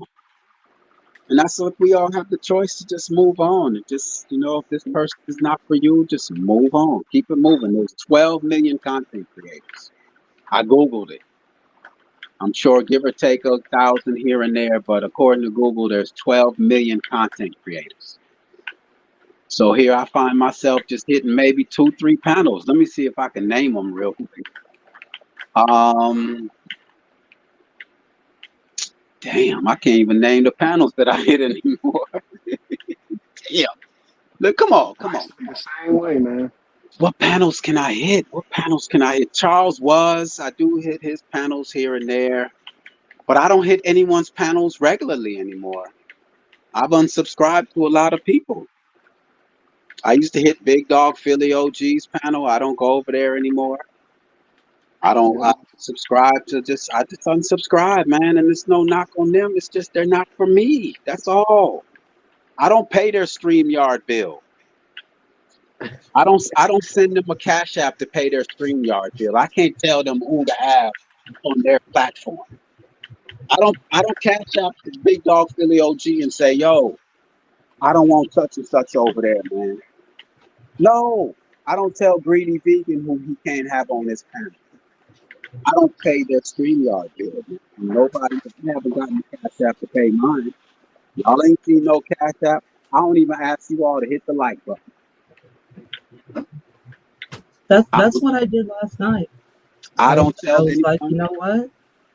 y'all just want to make me your enemy, and I'm not sitting there talking to them or anything, but I'm thinking it's just a bunch of us versus them, and we don't. Yes, it is. Yes, it is, and I don't subscribe to it. I don't subscribe to it. I saw that the enemy's public was going live, and that subject matter I don't resonate with. I don't resonate with it, so I don't even show up.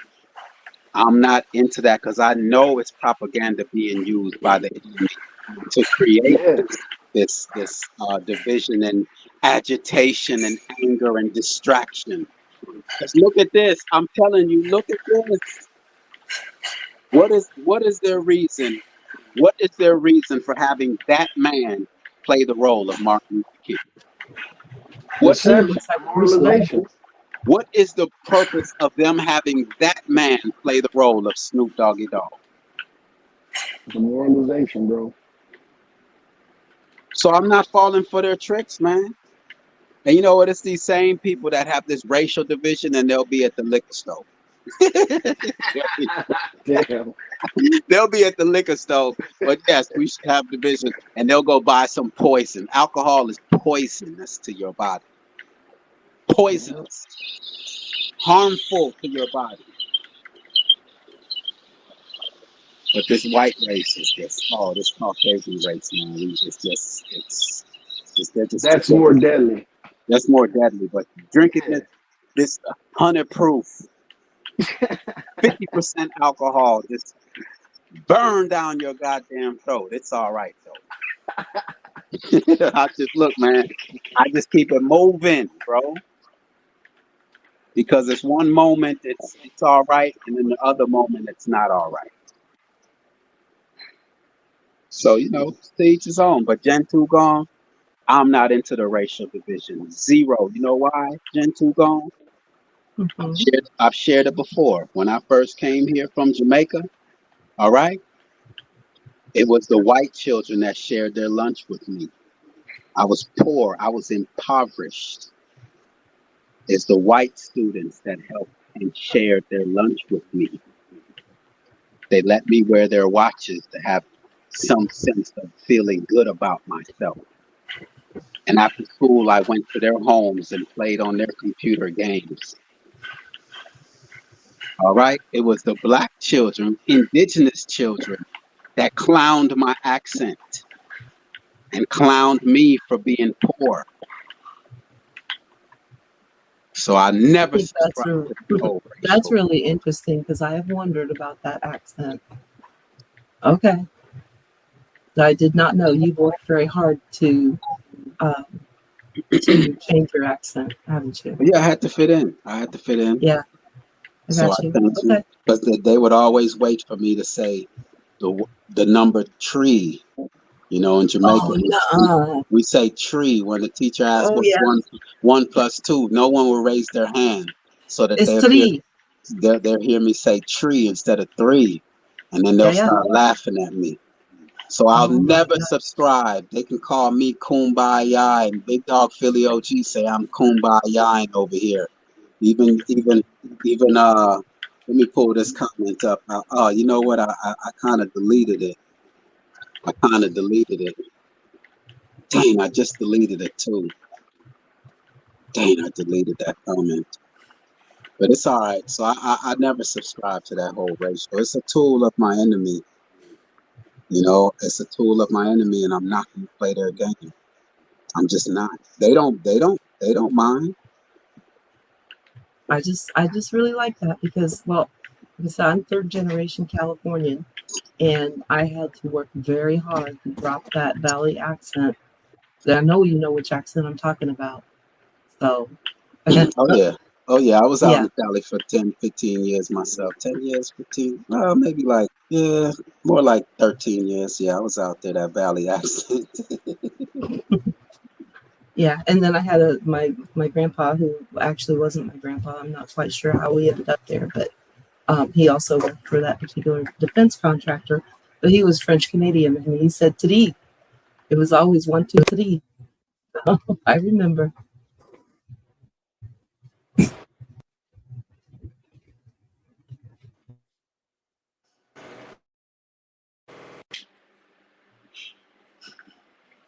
Oh, I wanted to pull this up also.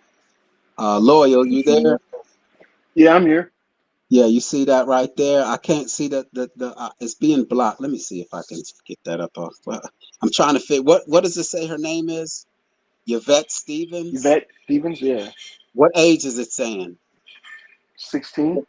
All right, at 16, Yvette Stevens joined the Black Panther Party. She was responsible for I guess, for selling the Black Panther newspaper and helping start the free breakfast program for children. You might know her by another name, Shaka Khan. They're all actors. Yes. They're all actors. Even the Black Panther Party was garbage. That whole breakfast program was a way to get garbage food into our children. They ain't telling me. The Black Panthers is trash. Mm-hmm. Control opposition, controlled by the government. All of them were government agents. Dispute me on it. I want you to. And look, at a young age, bro, at a young age. So they doing stuff that we're not doing. We're not teaching our kids at a young age to be deceptive like that. Exactly. They're You trash. know? All of them, from the Oprah Winfrey's to all of them, they're garbage. They're deceivers. And so while we're down here playing this game, I just want a quality person next to me, regardless of your race. Regardless of your race, I want a quality person who knows what time it is right now. That's all that matters to me.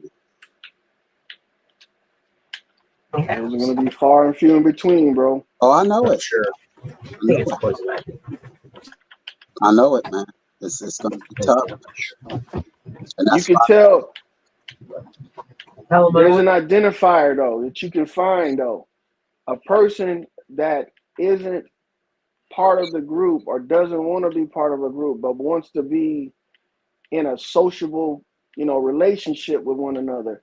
Those are the people that I look for, that can move without other people. That's what I want to look for. I want people that can be, if I bail on them, they fine. If they bail on me, I'm fine. They don't want that no more. They don't want independent. Gentoo gonna say I unmute and then my husband starts talking. That's how it sometimes is with my children. As soon as I unmute, ready to go in and say something, they just run through the door and I can't stop them. So yes, it's that's why I'm over here. I used to hit these panels enthusiastically, but I mean I deal with the truth every day.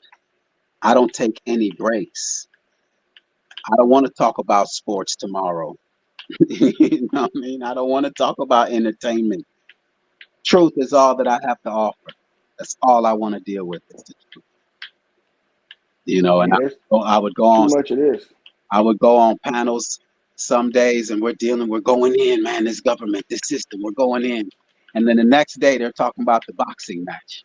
Y'all don't know that the boxing match is rigged, it's trash, it's garbage. It's like, damn. I don't take any breaks. I'd rather just get off YouTube. Yep.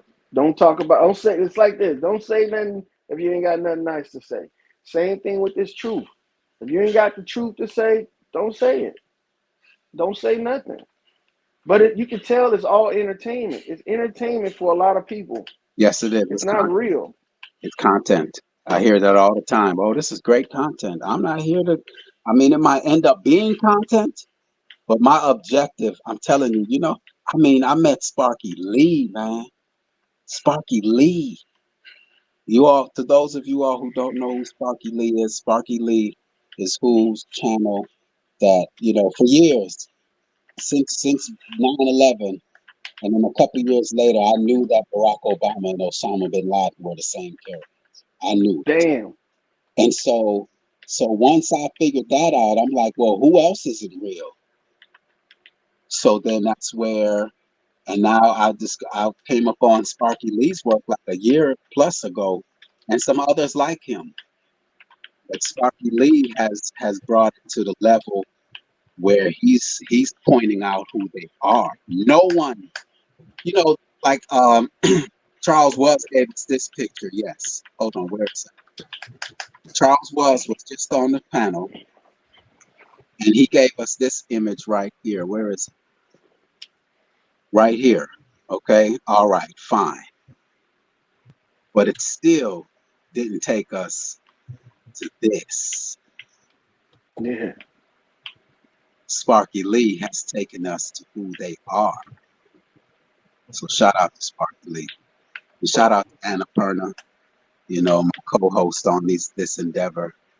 She's very valuable to me in presenting this work. And this is all that I'm focused on. But I just came through to just check in with my peoples, let y'all know I'm cool, and that I'm working on certain projects to unmask the enemy. That's all that I'm about right now. It's not about health. And I know Loyal, I'm going to check that out. I don't know if it's going to take me. Oh, no, you know what? It's not going to take me out of this. Hold on one moment. I know you're which, like when you said about the meat, right? Mm-hmm. That you don't think it's a problem eating meat and all that, right? Yeah. Did I give you any pushback? No. I didn't, even though I'm in complete opposition of that. And I could tell you many reasons why, but I just let you do you.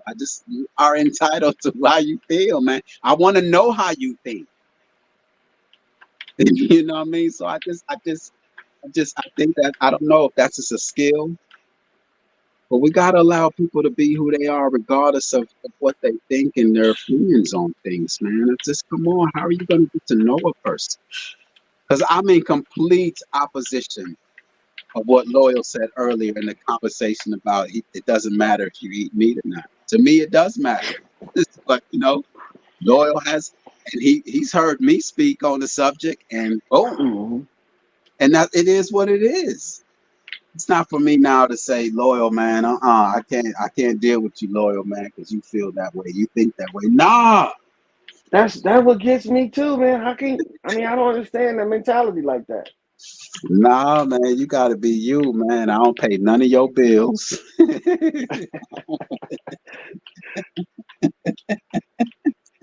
So I want you to be you, man. So it's just, I guess it's just a skill. Okay, so Jen has a picture that she dropped in the chat. Let me see if I can pull it up. I might have to download it.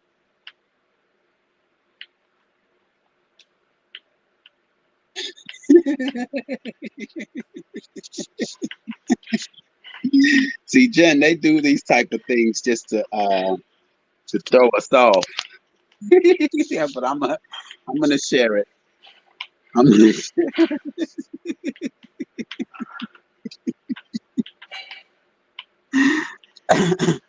Jen, that picture is crazy, by the way. I've seen it in some circles, but I just.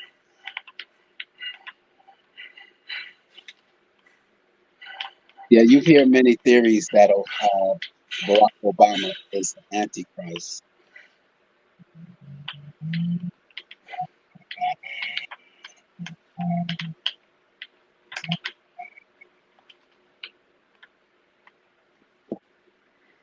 Here's a photo that Jen would like to share with the world.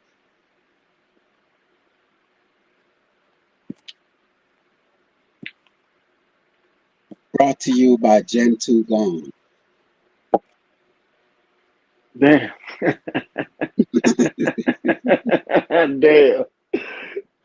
Now I got something like, for y'all. I got something for y'all. Do you all know that Jerry Seinfeld is who plays the role of Barack Obama? mm-mm. See, that's why they throw you those other things. Yeah, Jerry Seinfeld is who plays the role of Barack Obama and Osama bin Laden, obviously. Jerry Seinfeld. Many characters these people play. Many characters. So so Gentoo Gone, I have a question for you. Are you able to respond? I know you Yeah, I'm here. okay, so now you say you don't have an enemy. You don't think that someone who is deceiving you is your enemy and lies to you?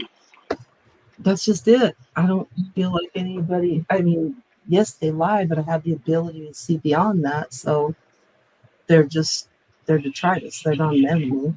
They're just something I can push aside. And I know those people are still here. It's the whole Schrodinger's cat thing. It's how do you perceive what's happening? The observer is the ultimate. When's the last time you voted?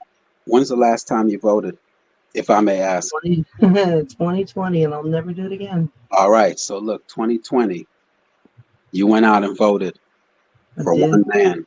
You know you won, right? Oh, absolutely. You know who you voted for won, because Joe Biden and Donald Trump are the same characters. Yep. So either way, you won. Yeah, but I was straight so up, far bro. asleep. What'd you say, Lloyd? Straight up. Yeah, they're the same characters. I believe it, bro. I believe it. They play both sides, so that you know, that's all it is. They play both sides. I honestly probably would have gone over the edge if certain things that I'm not going to go into hadn't happened, and I got a whole new perspective, and I realized it's already over. We're just watching a show. This is just playing out because there are people who are so far asleep they have to be awakened. Gentoo Gone, were you an Elvis fan? No, my aunt was, but she always swore that he didn't die, or that he's still alive because of his tombstone. He didn't die. He just was president 4 years ago. He's still alive right now. He's in the White House. Yeah, and she's still she passed last November, but up till that day, she watched Pastor Bob Joyce. I don't know if y'all have ever seen him, but she would watch him religiously because she believed that was him. So it bothers you none that you're being deceived. Is that what you're telling me? I'm not being deceived.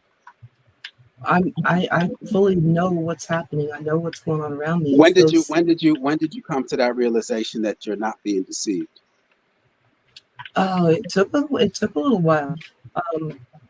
I think that 2 years ago, maybe. So 2 years ago, you came to the conclusion that you're not being deceived? I'm not. Everybody else appears to be.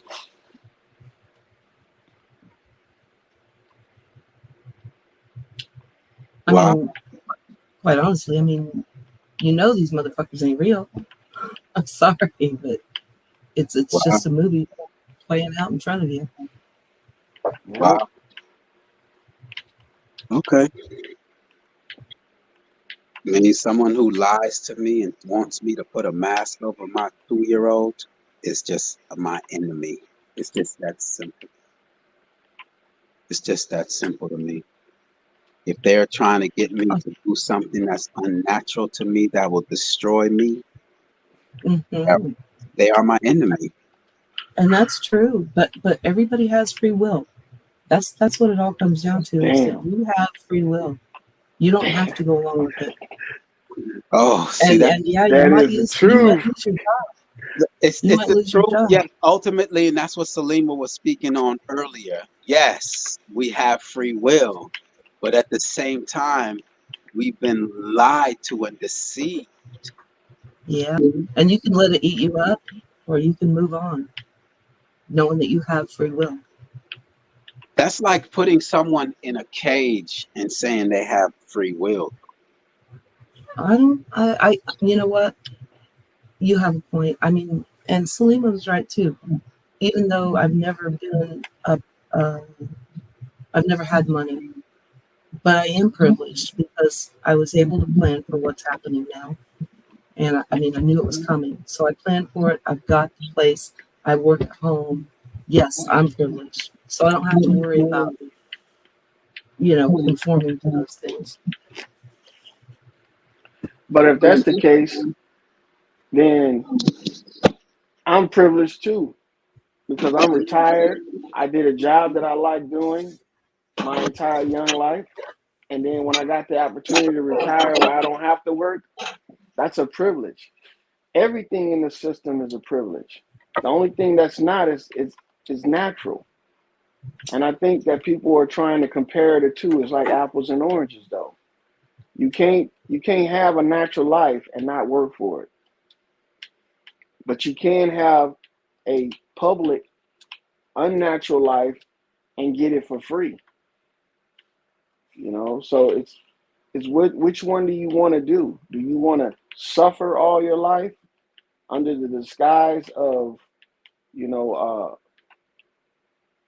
victimhood, or do you want to survive and be happy and deal with situations as they come? If you're not trying to do that, then you're going to fall victim to all this stuff that people are falling victim to. For instance, you won't think moving out of the hood is a good thing for you. You won't think having a job or a career is a good thing for you. You would think that these things are for people that don't want to be real. So working is a privilege, man, because it gives you an opportunity to make wealth off of somebody else's idea. That's a privilege. And if you work hard enough, you can become that person that makes ideas that other people want to work for and earn money for. But when we have that defeatist mentality, we don't even see that we are the users in this situation and not the used. So I don't know, man. I think we privileged, and we always been privileged. Oh my goodness. Damn. Woo. We're gonna have to talk, Lord, man. We're gonna have to talk, man. Your perspective is, if you wouldn't mind, man, one day, man, we have a conversation on your perspective, man, and really I love to talk. I really would like to. And I'm not one to argue, as you'll see. I'm not into the arguing and debating, and I'm respectful of your perspective and your thoughts and ideas. I just I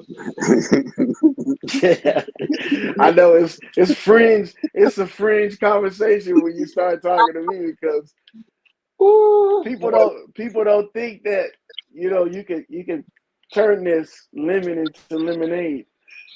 But I've been drinking it for years, man. I'm telling you. I just I'm.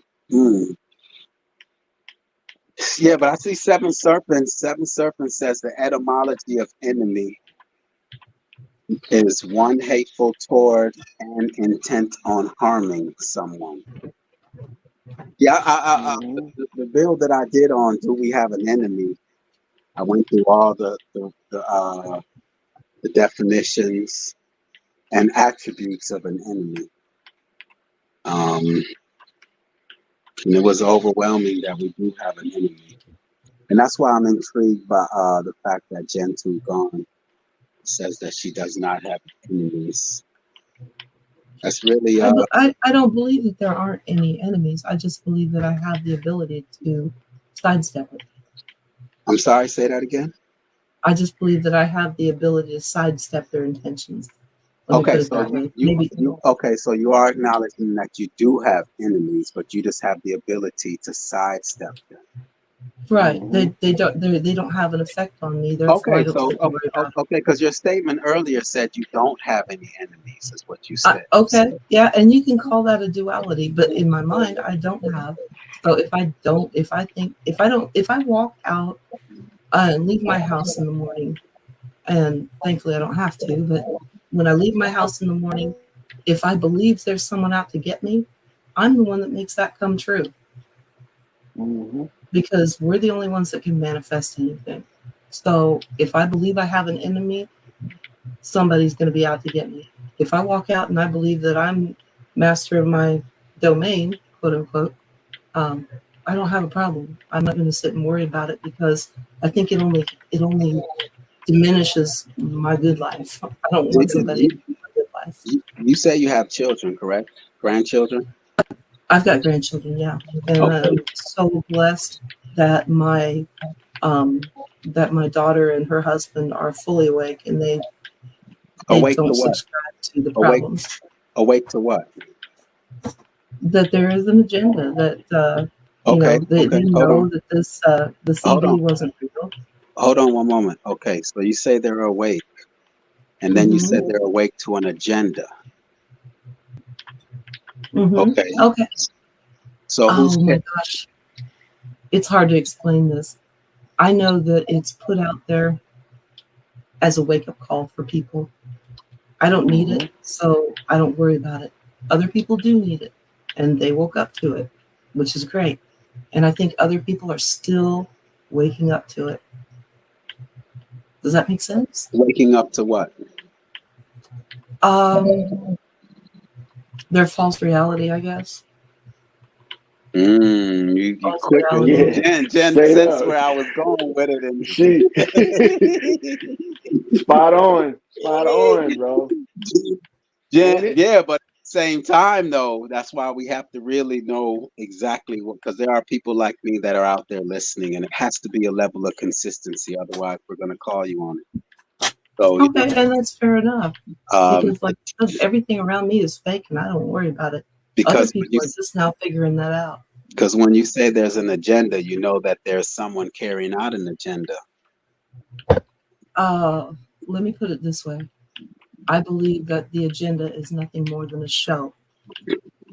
It's like, I don't know if you ever saw Mars Attacks, but the aliens in Mars Attacks, there's a nuclear bomb that gets launched towards their vessel, and they send out this little balloon, and the balloon catches it, and they bring it on in, and then they snort it like it's helium, and then start laughing. That's all it is. That's all it is to me. And look, they have to tell. See, this is a topsy-turvy type confrontation that we're in, because the enemy in real life, your enemy don't tell you what they're gonna do to you, or show you that how they're gonna do it. But in this situation, they showing you and telling you. It's almost like we're in denial. A lot of people are in denial that they can be shown the destruction of themselves and still be able to get destroyed. I mean, you would think if somebody showed you how they're going to kill you, you would be able to avoid it. But a lot of people can't. It's like they're just like sheep. Loyal. They can't stop walking into Do you before you continue, I just want to know your perspective. Do you feel or think that you have an enemy? Yeah. Hell yeah. Oh, okay. All right. Please continue.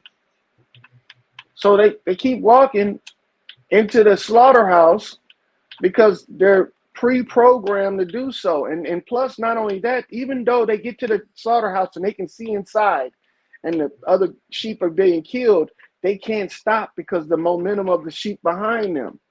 It's almost like they're being forced into the grinder by the people behind them that were sheep. And they don't really realize that they're in danger until they get right there at the door. And that's that's happening to a lot of people. And they can't figure it out before they get there. But then there's some people that have the clairvoyance to see it coming and are able to step out of the line and escape into the wilderness and shit. But that's a misconception too. I never forgot the first day I walked to Lowe's, or I went over to Lowe's by my house, and it was just when the C word started, and they had this weird labyrinth that you had to walk through. You had to follow all these lines to get into the building. I'm like, there's nobody here. Why do I have to go through this? So I stepped over all the stupid barricades that they had, and I walked in, And I don't know if any of you ever noticed this, but there were announcements at the store in Chinese. And Damn. did that happen anywhere where you live? You heard announcements in Chinese, like advertisements? Now I just wear my earbuds. I don't want to hear none of that shit. No, I don't didn't wanna hear hear any. Yeah. Hearing And out I of asked, I asked the employees, I was like, why is this in Chinese? And they said, well, I don't know. And I was like, oh, okay, I got you. I see where this is going. So, I mean, I could see where we were going before we got there. Other people couldn't. Other people were like, oh my God, I just don't want to make grandma sick. It's my civil duty to put this mask on, you know? Mhm. But I'm sorry, I saw when they were trying to teach you how to be herded into little, you know, into little corrals so that you can be controlled. They're going to try it again this fall. So, Oh yeah. sure, you can call that an enemy. You can call it an enemy, but I'm just going to call it something I can avoid. And they're gonna kill a bunch of people with kindness.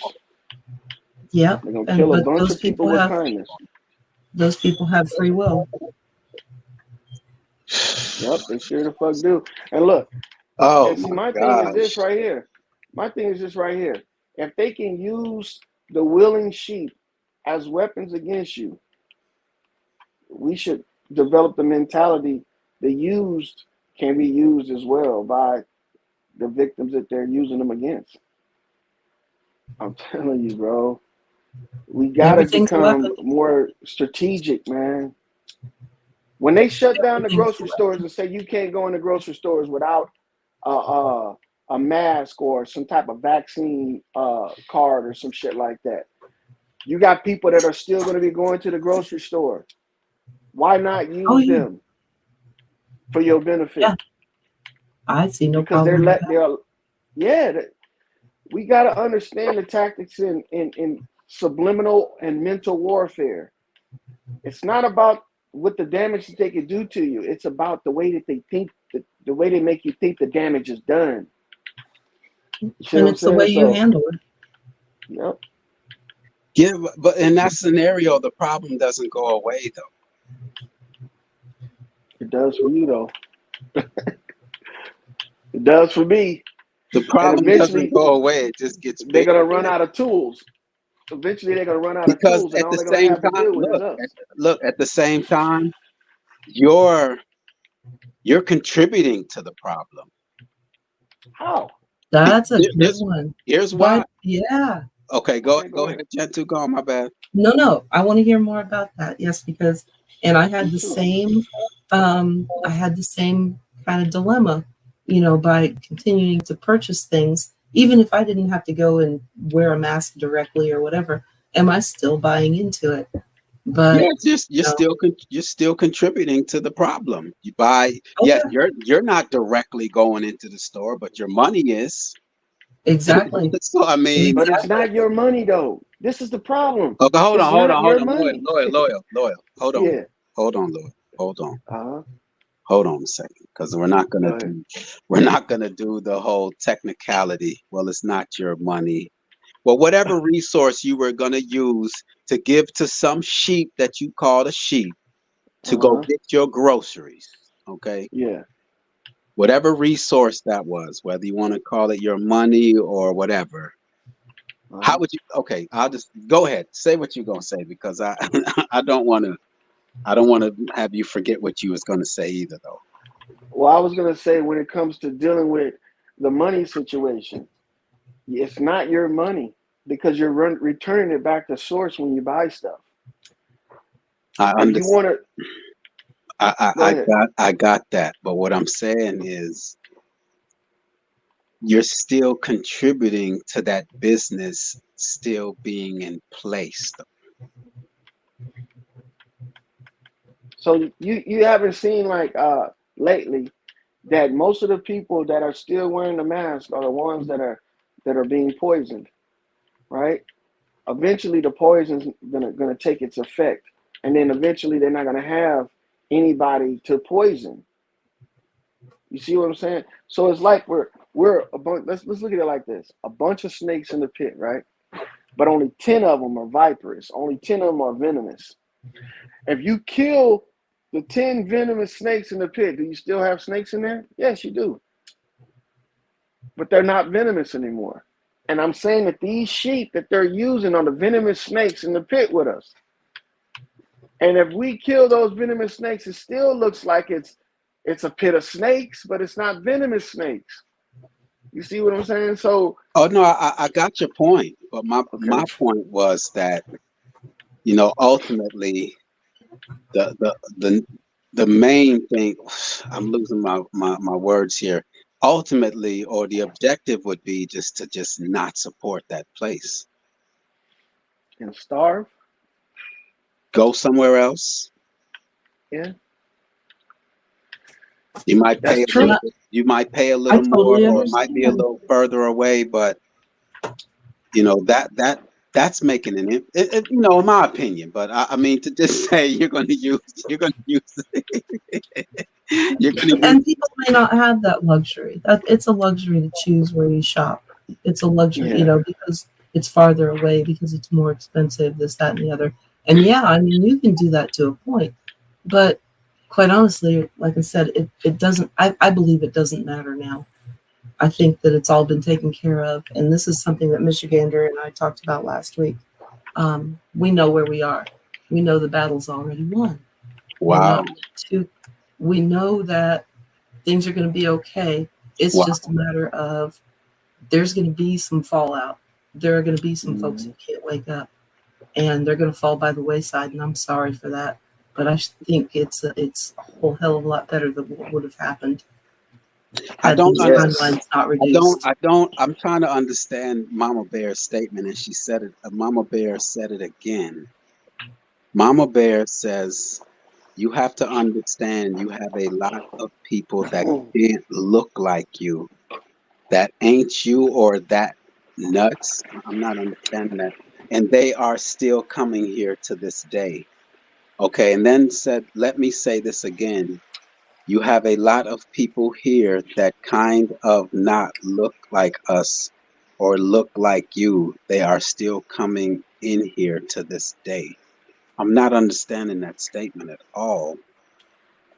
When she's saying that the black folks that ain't kinfolk, and that was that's another tool that's being used to divide us. Wait, hold on, Laura. Hold on. So how do you interpret it? Because I want to see if Mama Bear can confirm whether how do you interpret that statement? That all skin folk ain't kinfolk. Is that what you're saying, Mama Bear? That not all skin folk is kinfolk? Now go ahead and say what you're gonna say, Laura. I just want to make sure that that's what Mama Bear is that. That's another tool that they deploy, or another weapon they deploy, so we can't meet probable allies, or future allies and shit. Because just because you come from another place don't mean that you're not worthy to being in this place. And see, that's the whole deception behind the indigenous and the Native American thing, to try and see division. Because if they have people that are individually, their mindset is not corruptible, then you have a force out there that can team up with any other cell of this war and can counter what they're doing. Because that's the whole thing we are. We're not actually an army. We're a bunch of little cells, almost like terrorist cells. And each cell has individuals in it that don't know the job of the other individual. And it's not your place to learn the job of the other individuals. It's your place to do your job. All right? Do your job. After the mission's done, disperse. If we can't see that's what they're doing to us, then we're not going to be able to counter it, because that's what they're doing to us. They turn these little situations that are personal and private into giant events. For instance, when somebody in your family gets killed, that's a personal thing. That's not for everybody to experience and indulge in. It's for you to grieve and figure out your next move. It's not for everybody, but they turn these events that's supposed to be personal into a public event So everybody can be in this frenzy and shit. And they control that because they control the chaos. And then they got to come in and disperse everybody when it never had to be dispersed in the first place if it would have remained private. Like if somebody kills one of my family members, I'm not going to go to the NAACP or to any of these groups and ask them for support. If I intend on getting revenge, it's going to be a personal thing. It's not going to be a public thing because I don't want the fallback to come back on my family or anybody else. That's a personal thing. If I choose to get my revenge, it's my revenge, not everybody else's. And this is what people don't understand. Once you step out into the public and you make your intentions known, then you're a target. Now your entire objective is blown. It's all blown. So I see what she's saying, that we can't trust the people that are coming over here that look like us because they're being used against us. But we don't realize that there's some allies in those groups that we're trying to push across that border because you ain't going to be able to stop them anyway. You're not going to be able to stop them. Are you familiar with Keith West? No, I thought you were going to say Keith Norfolk, but no, I'm not familiar with Keith West. Keith West. Oh, okay. All right. Why enlighten me? I want to hear about him. Oh no, your voices are very similar. That's all it is. Yeah, my intentions on YouTube and on the internet, period, because I'm on different platforms like BitChute, Rumble, Twitter, and I'm on different platforms, and I do the same thing on each one. I keep my identity as anonymous as possible because that's a tool. That's a tool that you need in order to move throughout this system. I'm sorry. Sorry to interrupt you, Loyal. No, go ahead. Can you restate that again? I had to step right away. My 2-year-old started crying. This is very important. What was you said your intentions on YouTube? That piqued my interest. Can you restate that again? My intentions on YouTube is to get my message across as almost like a silent investor, a silent partner. I don't want to take credit for stuff, not personally. I just want to put the information out there, build relationships, and allow the information to grow. That's what my intentions are. So I keep my identity and my and my presence. I try to keep it anonymous as possible because if you got to tie the information to me by how I look and who I am, then it's not real information. I don't think it is. What did you clear? Would you like to share what your message is while you're at it? Okay, hell yeah. My message is individuality. The number one thing is individuality. And also anonymity. Okay, hold on. You're throwing terminologies out there at the same time. When you say these terminology, can you define or expound on what you mean by them? So the individuality thing is this right here. Hold on, I'm sorry, Lord, my bad. I want to shout out Max Vision. Appreciate you being here. S, what's up, S? Peace to you, S. I know him from over there in London. London McLovin. Shout out to London McLovin. Peace to you. But yeah, go ahead. I'm sorry, Loyal. Go ahead. No, you good. You good. So individuality. I like when people have their own mindset and their own thought process and they don't need nobody else involved in order to carry out their mission. That's the individuality thing. Okay, because it takes strong individuals to make a strong group, which become a strong army. Okay, so, and then anonymity is this right here. If people know your private life, you have nothing other than what you can tell them. That's it. You have nothing else besides what you can tell them. You have nothing else to offer. You can't offer them safe haven. You can't offer them support like monetary support because all of that becomes public. See, we got to watch how these people move behind the scenes.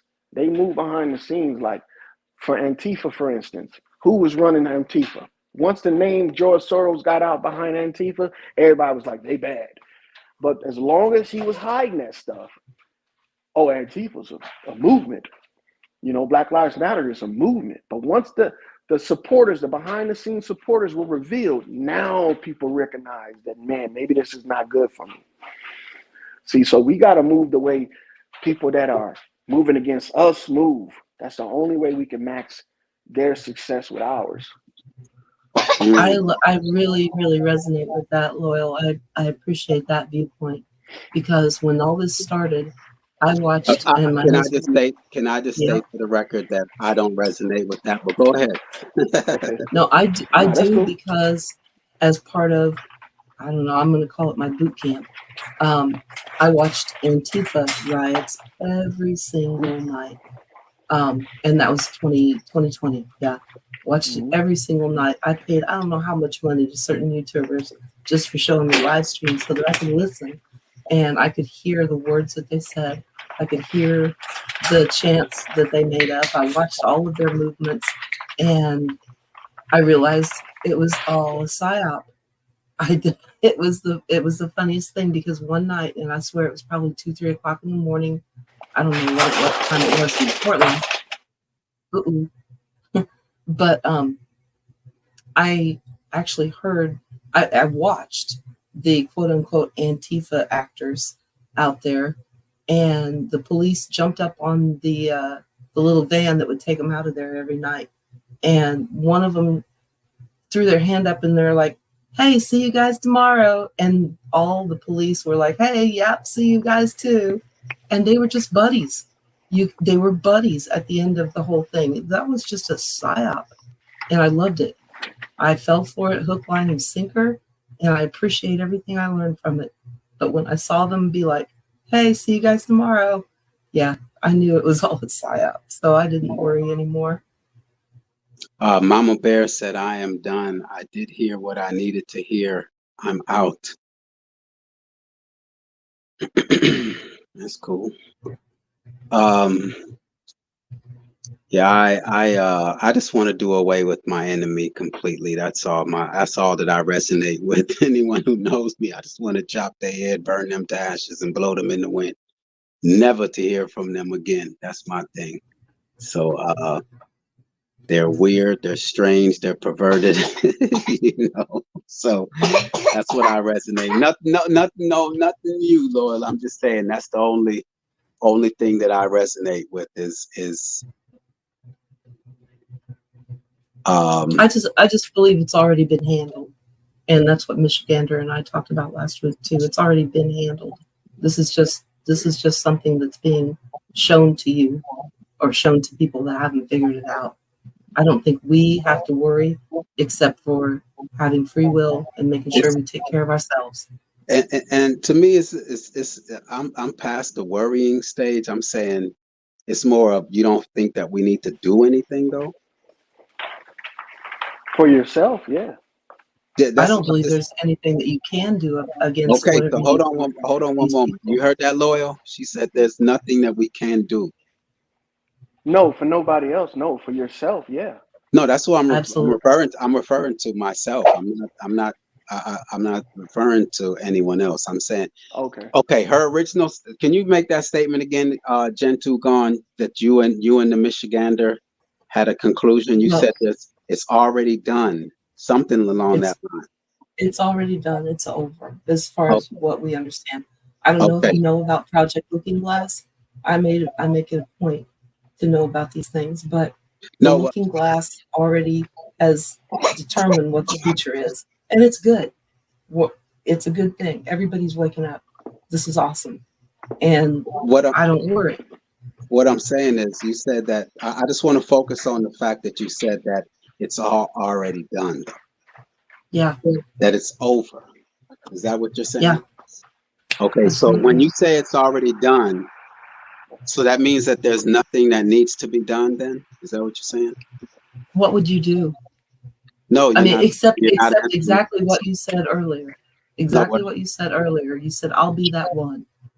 I'll be that one that stands up." What I'm saying is, you and the Michigander drew a conclusion. Mm-hmm. There's nothing, it's already over. There's nothing else to be done, correct? Exactly. Right. Okay, so my question to you is, are you saying that there's nothing that needs There's nothing else for us, me, myself, nothing for me to do. Except take care of yourself? No. Just take care of yourself. Take care of your family. Stand up on your own. So what exactly that is you're- done then? What exactly is done? That's a big subject. Loyal, do you have any anything to add as far as hey, I'm not trying to shift it off on Hold somebody. on. No, you and the Michigander have drawn the conclusion that it's over. It's already done. So what is over and what is done? All right. I'm sure you've noticed, because you've mentioned it quite a few times, that how many Bidens do you see right now? At least 4, probably. So we know that's a psyop. I see one Biden, and it's the same character as Donald Trump, Grimaldi. Okay. From there you go. It's just one character playing all these roles. But what is done and what is over? All right, I'm going to talk about timeline mechanics.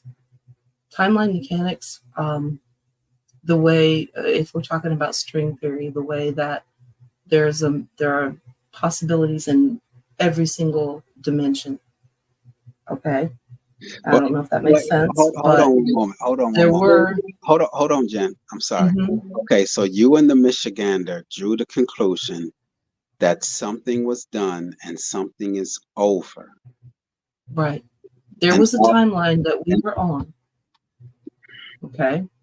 We were on a timeline that was going to wipe us out. And that timeline has been eliminated. However, people are still quite fast asleep. They don't understand what was going to happen. Okay, so the timeline is over and done. Is that what you're saying? I'm just trying to pinpoint what exactly is over and what is done. That's all.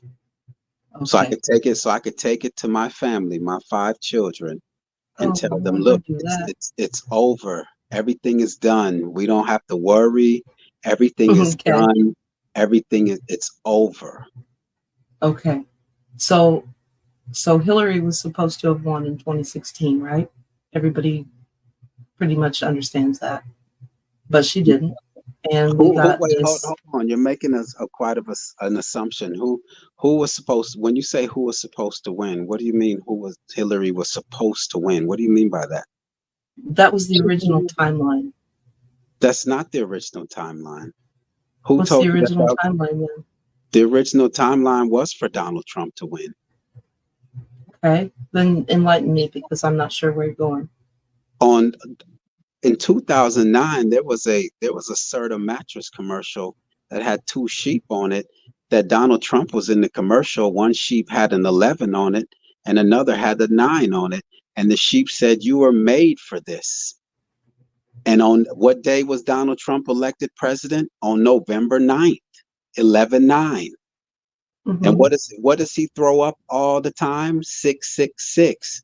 And what city did he announce that he was running for president?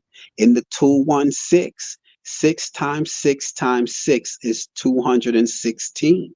There was a movie that was made back in 1952 that spoke of a man named Trump who was going to convince this village to build a wall.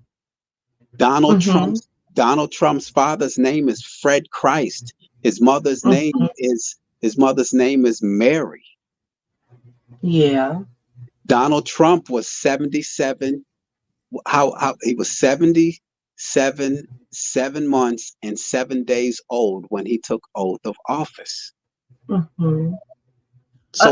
I get this. So when I've been studying these people since 9/11.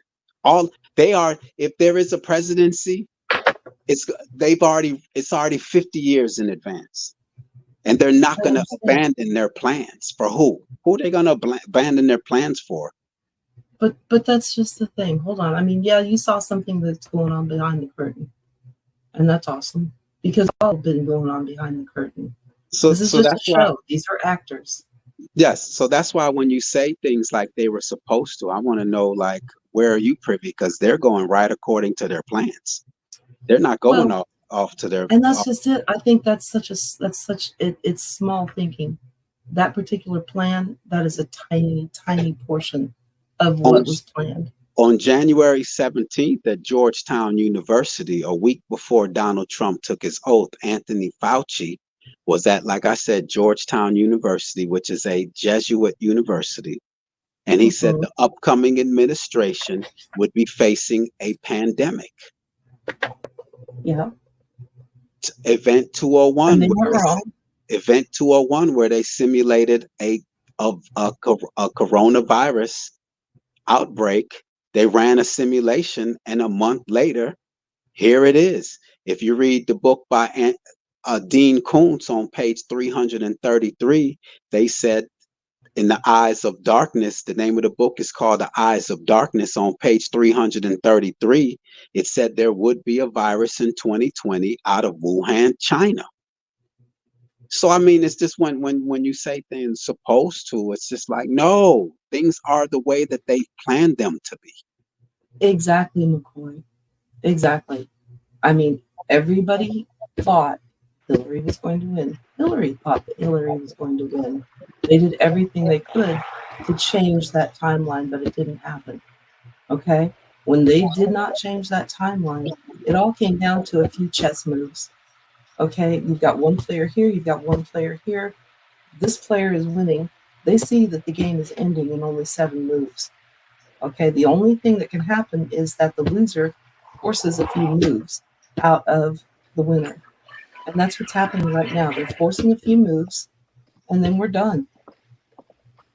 This game is already won. Wait, okay, and then you said, and then we're done. But at the same time, you said that it's already done. It is. It's just a matter of forcing a few moves out of a chess game. But I don't expect anybody else to live in my mind.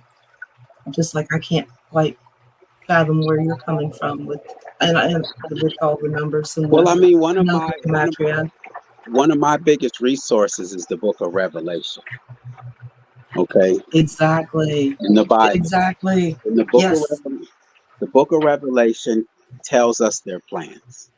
All right. You will not be you will not be able to buy or sell without the mark of the beast. Mm-hmm. Exactly. All right. So that hasn't been implemented yet. Not yet. And it may still come to pass. No, it will come only to pass. It will come to pass. Okay. However, the slop trough that they've fed people for years and years and years, all of the Book of Revelation and the Bible, how do you think they get these things to come about? They get it by making us believe in it. And if we believe in it, we're the ones that make it come about. It's not them, it's us. It's not that they need us to believe in it. They need us to go along with it. Because we don't really need to believe in something that we see. We don't really need a church. Because that's where they put it out, is in their churches. Like, a lot of people possibly didn't believe in the coronavirus, but they knew that these things that they were implementing was real.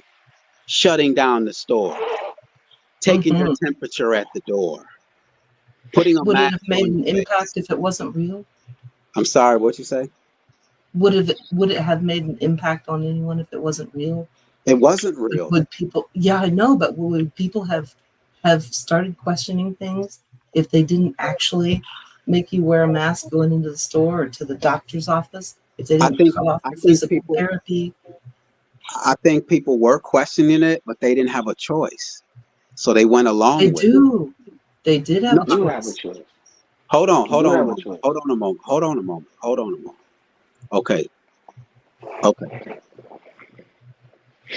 I know that you all say yes, they had a choice. Okay.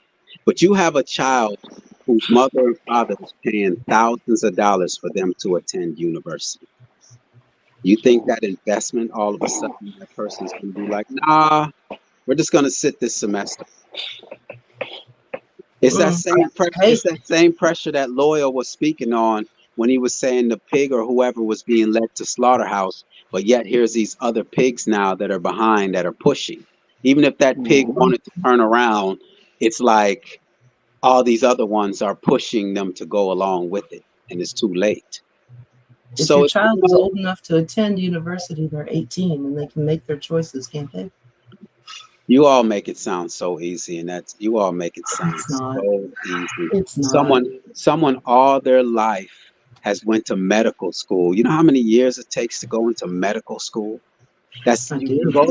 you go to university for 4 or 5 years, then you do 8 years in med school, then you do another, and then you're going to tell that person that you have to give that up because they don't want to take a vaccine, and they Hey, have but They don't have a choice. McCoy, to feed their family. This is all McCoy, and this is all that they know. I have a sophomore McCoy. in university right now. That's a tough one. I have more compassion than that. That's why I say I don't point my finger at the victims. I say straight at the enemy, because I know we've been programmed. We've been programmed That, for generations on generations. We were told that milk does a body good, and there's no way that cow's milk is beneficial to the human body. Zero. But you figured that out yourself. I'm sorry, what you say? You figured that out yourself, though. Nobody told you. You figured it out. Yeah. I'm not touching it, I'm just saying this but you is figured years it of out program. yourself. Loyal, you were trying to say something. I know I was going in, man. My bad. I just nah, and I like to hear that, man, because it sparks something inside of me too when you said that. But it's like this: all that information you gave us, great information. Hell yeah, that is spot on. That reveals a lot of stuff to us. But how hard was it for you to find this stuff? It wasn't that hard for you to find it very because you were difficult. looking. Very You were difficult. looking. Very difficult to answer your question. Very difficult. But I'm saying you were looking for it. You Yes, got I people was. out there that ain't even looking for it, bro. They're not looking for it. They don't care about it. And the thing is this right here. I know you said that all these people that have these things that they work so hard for. But do you value your life more? That's my thing. You value your life more because I had a career that they were telling me you ain't gonna be able to do this no more because you might as well just go ahead and get the jab. You can't fight it. They were telling me shit like this, but I value my life more because to tell you the truth, they can't give me my life back, even with that job. So you put your job and your money before your life. That's why I can't have no sympathy for the victims because they chose something else besides what was really important. How And they many wanted me to do the same thing. how many people do you think knows that there's cockroaches in the peanut butter? I think there's a lot more than you think, but I don't think they're going to act on it because I don't even want to act on it. Shit, I still like peanut butter. So you'll continue to eat cockroaches. Hell yeah. Damn. It's free will, man. I like peanut butter, bro. I can't help it. What No about lie. I can't and like it. chocolate? There's rat shit in it. I And when like it comes chocolate. down to it, So when it comes okay, down then there to you the go. end, So are you going to blame someone else? what No. makes you any different than Loyal if you know that something is Uh-huh. filthy and harmful to you and yet you still partake in it? What makes you any See, different? what makes me any different from who? From you or from the From person that's trying to harm me? those who are the ones you're speaking on that are continuing on into this system, not even trying to do better. Because I'm choosing it. That's the free will of it, bro. It's all free will. It's all free will. You got the will to decide whether or not you want to do this to yourself. That's your God-given right. That's your inherited right. Now, if you choose to do it, then any consequences that come along with it, you have to accept it. Just like we was talking about with YouTube. You click that button. You know that they control this shit, but you wanted to take the chance anyway to put your information and your content on it. So, now when they cut you off and delete all your shit, you can't get mad and say that I didn't know it was coming. You knew it was coming. Just like you know it's coming that if you don't eat or drink, you will get so weak that you can't do nothing. Loyal, man. You're a tough one, man. You're military, man. You're military, bro. No, it's not military, brother. It's the will to survive. It's In that discipline, I'm saying, in that discipline within you, man. That the strategic ability that you have in your mind is what I'm saying. Yeah, you're right. It is. It yeah, is kind of like that. identified that from just listening to you talk. I was like, you military man. The way you spoke, man, is so strategic and disciplined, and that's what made me equate that you were associated with that, with those type of training, because it takes a lot of mental toughness and experiences to gain the kind of insight that you have. And you know how you become the best soldier you can be. The best soldier that you can be, you become that way by getting fucked over. You become that way. Because look, this is the military. The military will make you do stuff or tell you that they're making you to do stuff that you don't want to do. So they're fucking you over. Now, whether you choose to do them or not is up to you. Now, if you don't do them, you're going to get Article 13, court martial, MJP, right? If you do it, and then you come through it unscathed successfully, then you get all the rewards, the accolades, the money, the promotions, and everything. But just because you got the NJP, the court martial, and all that shit doesn't mean you can't be that same soldier later on in your career. Because they're going to keep on trying to make you do shit you don't want to do. It's all about your convictions. It's all about your decision. Wow, you all are really. You all are. And I'm not trying to make people feel like I know more than them or I can do better than them. I don't get that. Only thing that I do get though is a lack of compassion for them. That's the only thing that I don't sense that you feel you're greater than or they're less than you. I just what's missing for me is the compassion for them is what I'm picking up on. Okay, so would you which you have the right hold on, what I picked up on. Go ahead. I wanted to ask you an observation question. Now you know me, right? From how we're talking right here on the YouTube. But are you willing to lay your life down for me? No, you're not. And then every knowledgeable and smart person would say the same thing. I'm not willing to lay my life down for you because I know you, because I got kids that I'm willing to lay my life down for. I don't want to waste my opportunity to save them, saving you. And that's self-preservation, bro. There's nothing wrong with that. Matter of fact, that should be applauded. Because if you got a bunch of people that can take care of their families and sacrifice for them, then when it comes time for them to use that access that they acquired by making themselves comfortable, they'll be more willing to give it up versus a person that can't. You know, you see what I'm saying? This brings me to a point a question that I would like to ask. So Gen 2 Gone says we are gods. Mm-hmm. Jesus told people that, yeah. So Jen, are you subscribe to the Bible? No, but I use it as a tool. It's an excellent teaching tool.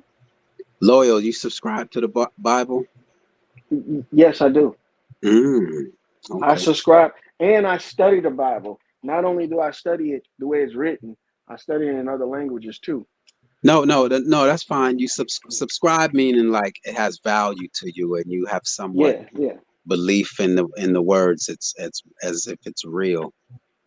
Yeah, and all I was trying to do is to show you my convictions just now, how much of a value I think it has. Not only am I learning it in this language, I'm learning it in other languages because it has a lot, bro, to give. Not on the spirituality base, but on the physical, emotional base. It has a lot to give.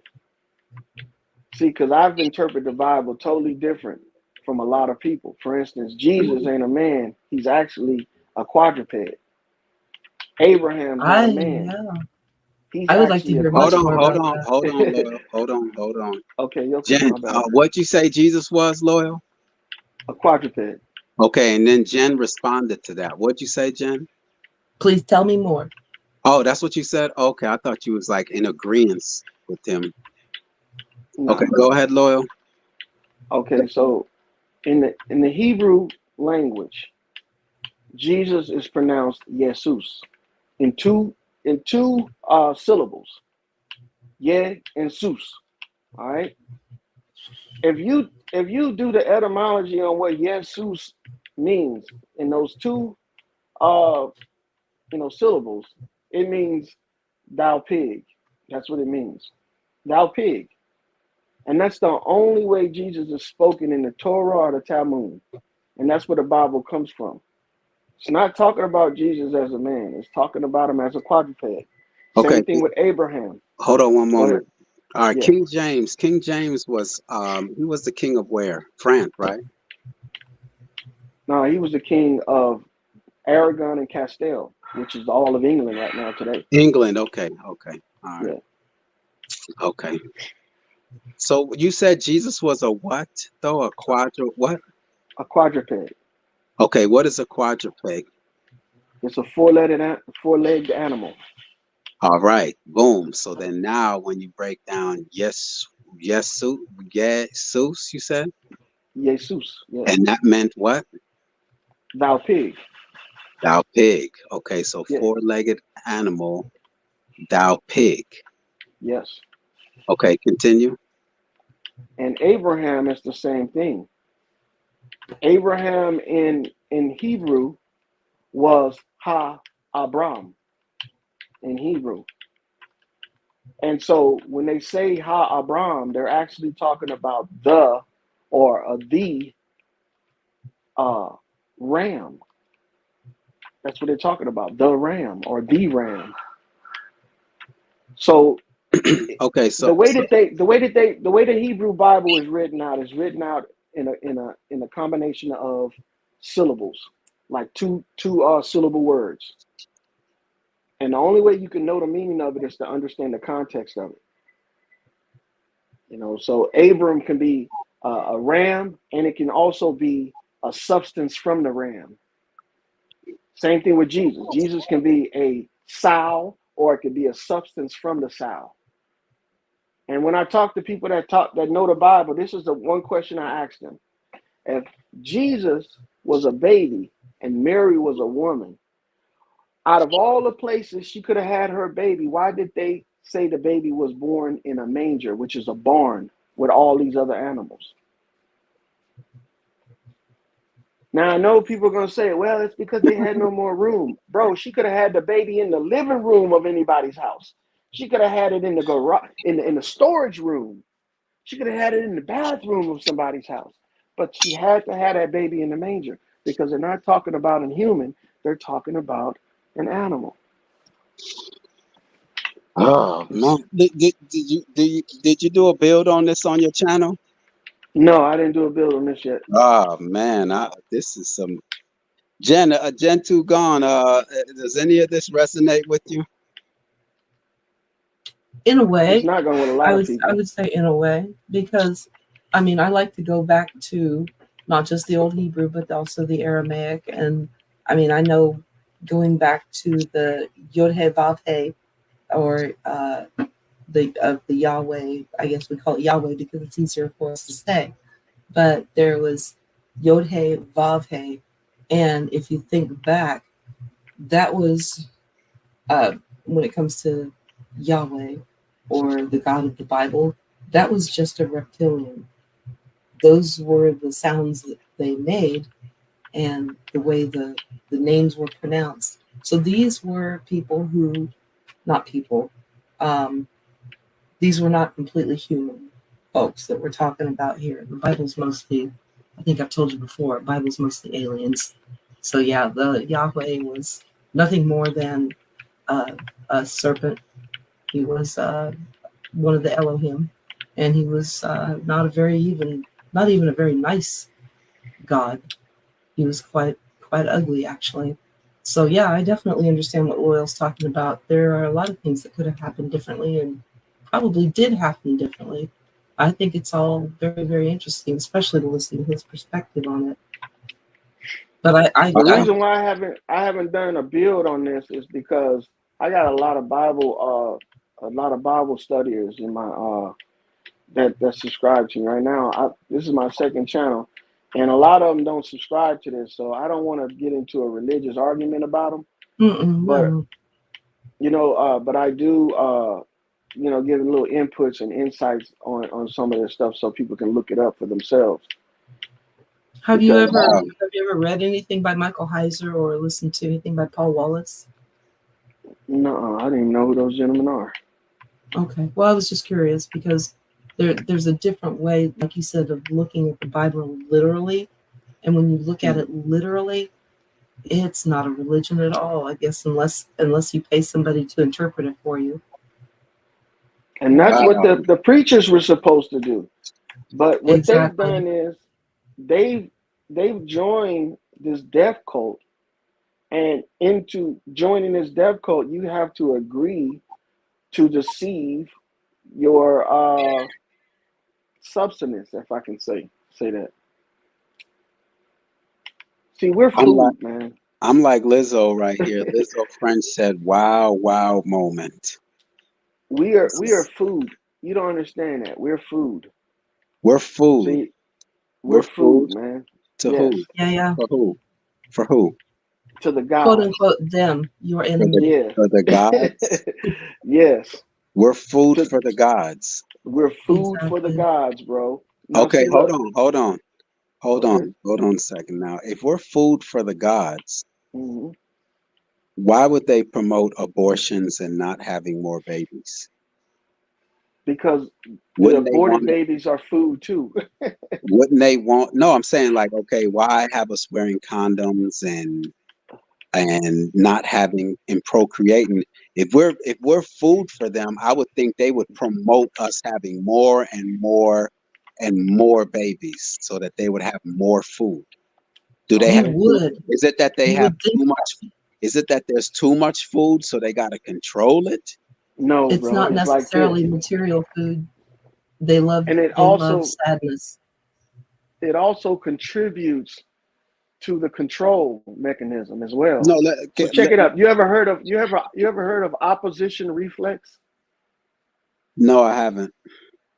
Okay, opposition reflex is like this: when somebody you're in a confrontation you're in a confrontation with pushes you, what's your first response? To strike them back. You know what I'm saying? That's your first response, to strike them back. It's never to back down. You see what I'm saying? Because see, backing down gives you the opportunity to reassess the situation. And how do you relate that to my question? Because your question was asking, why would they promote killing the babies and not having babies at all in order to promote the growth and containment of their food? That's what your question was asking. Yeah, if we're food, I want as much food as possible. I want food that I can pick and choose from. They do. They got a variety. They got the young ones. They got the old ones. They got the black ones. They got the white ones. They got why have us using why eugenics have us not having children? Then I'm kind of, it's kind of productive. I don't know. That's just a question that sparked in my mind immediately. No, you're not wrong to answer that, because once you understand the psychology behind it, you'll get a better idea where I'm coming from. It's like that's opposition reflex right there. The eugenics. It's like a feint before the knockout punch. Go ahead. Jen is, I stopped Jen before she said something because it was dealing with something else that, yes, they might feed off. Jen feels, they feed off of our sadness and our depression, but that's something different. Loyal was speaking on literally that we are their food source. Yeah, that and what she was saying too, because they do, bro. Do you get satisfaction when you destroy your enemy? Do you get satisfaction when you win a fight against your enemy? Yes, they go away. Yeah, that's the satisfaction that they get when they can break you down and demoralize you and make you feel like an animal. That's the satisfaction they get. So it makes the meal all that much better. But in their case, They're just bullies, though. They don't give a fuck. I understand that, but that's a whole. Their satisfaction is from bullying me. My Bullying satisfaction, you, my manipulating you. my satisfaction is from I don't want to get bullied anymore. Yeah, but My, that's still an energy that you acquired by going through the motions of defending yourself. yeah, but And at see, the this is the same thing. time, it's an energy that I didn't create. I'm No, only but you got react. satisfaction from it. No. Yes, the satisfaction is for the fact that I can continue on and live a peaceful life. And in Theirs any encounter you have, you're able to deal with it, right? what I'm saying is theirs is intentional. Me defending myself is just me defending myself. They're proactive. I'm reacting to the situation. They're intentional. Can I They're give you some going. pushback on that? Because I They're hear a lot of going. people saying that. They're Oh, going man. around.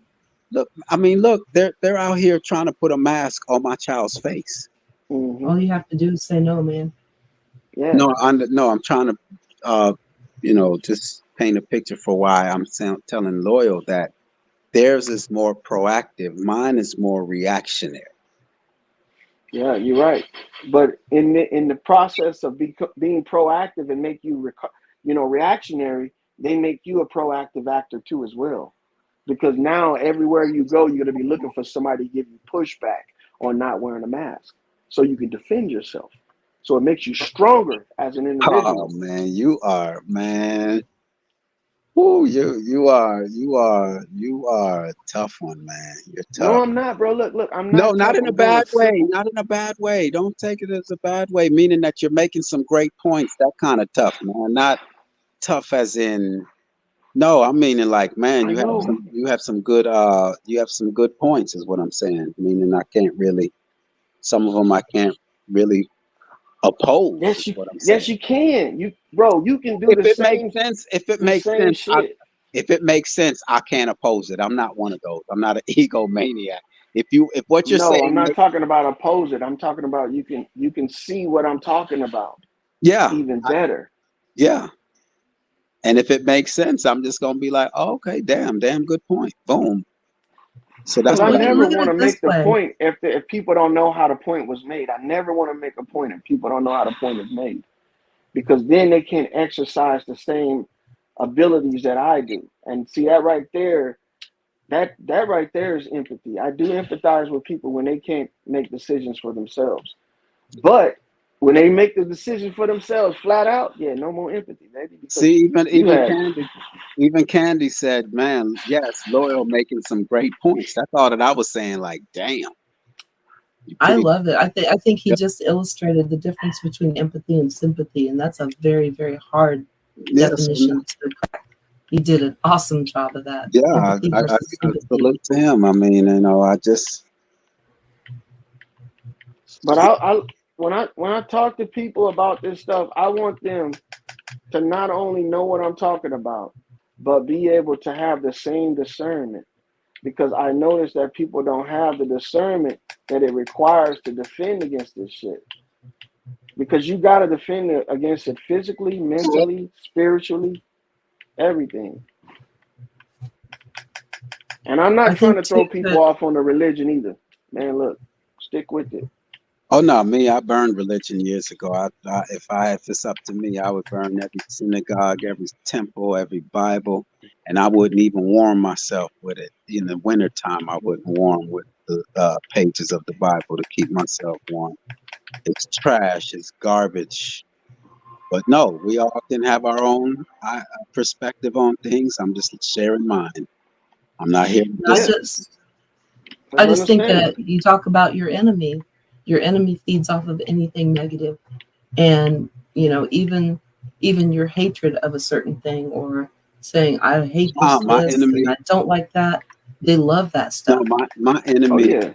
My enemy feeds off the fact that I'm destroying myself and I can hurry up and kill myself. That's all they feed on.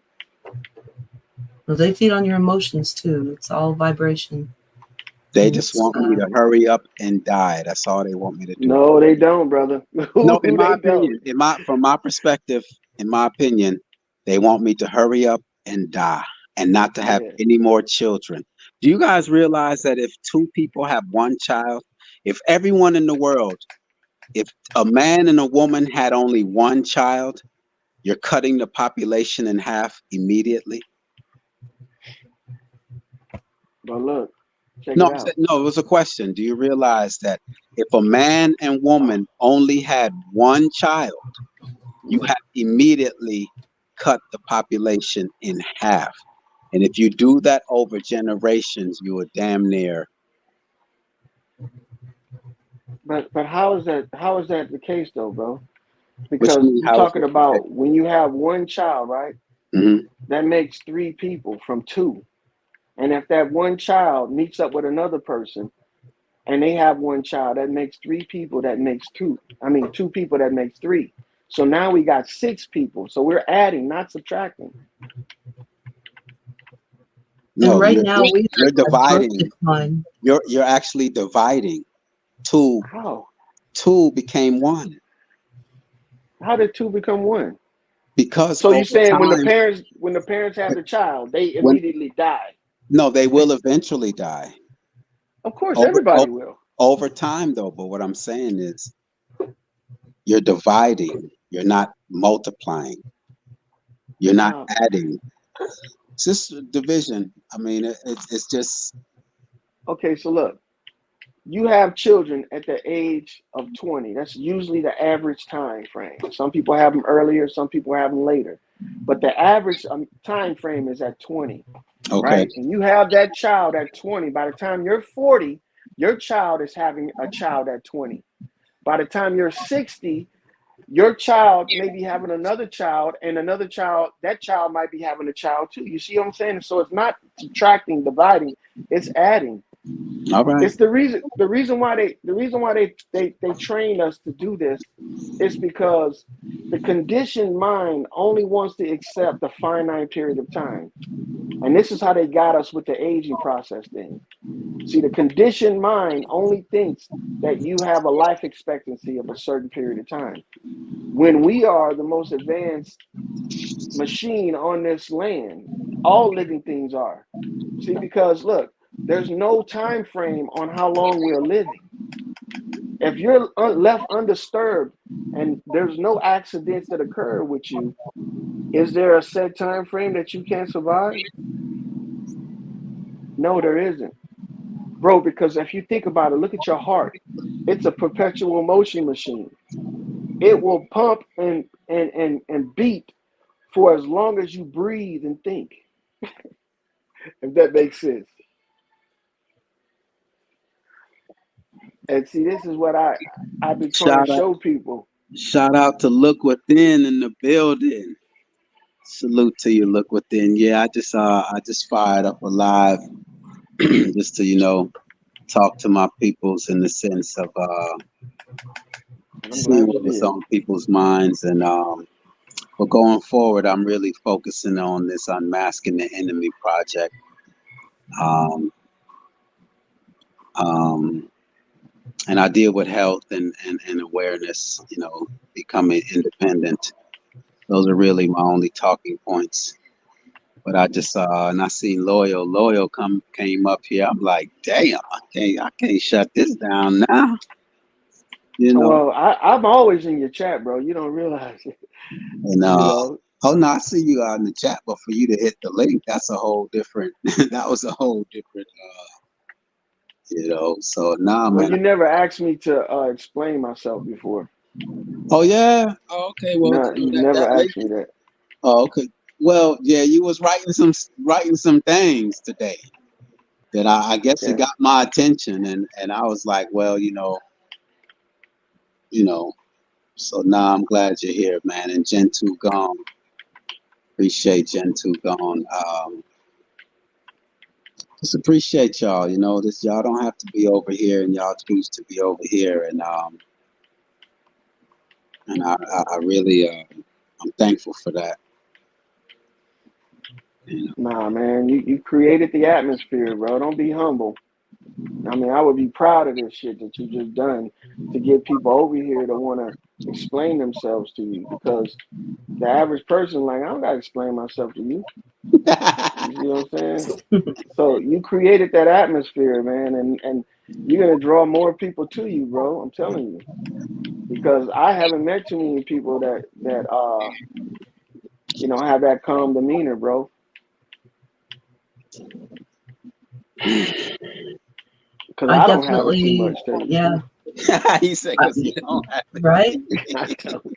right. I'm the same way. And when we come over here on McCoy's panel, and I think I've told him before that I lurk a lot of places and I don't speak, but I'll come over here and talk on McCoy's panel because he will listen for just a second. And that's all I ever ask for.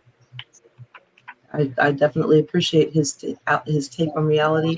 I appreciate what he's doing to keep the human race going, because yeah, we are in a birth declination right now. We're not even sustainable when it comes to our birth rate.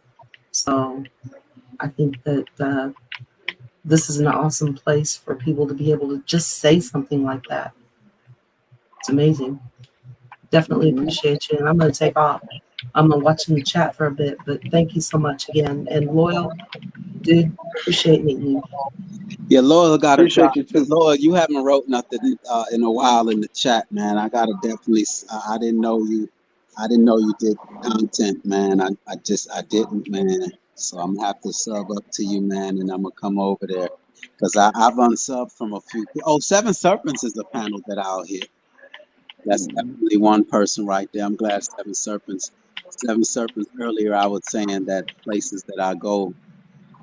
When I first started out, I used to hit a lot of panels or even be in a lot of chats, but the number has been minimized. But Seven Serpents, though, Loyal, I think Seven Serpents would be someone you'd also resonate with.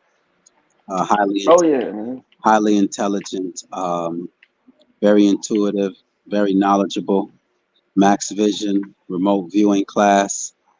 Um, yeah, there's a few people that I'll listen in on. Hitting the panels, that's something different. Mhm. I'm not for everyone, you know. I'm just my message and the information that I have to share is not for everyone.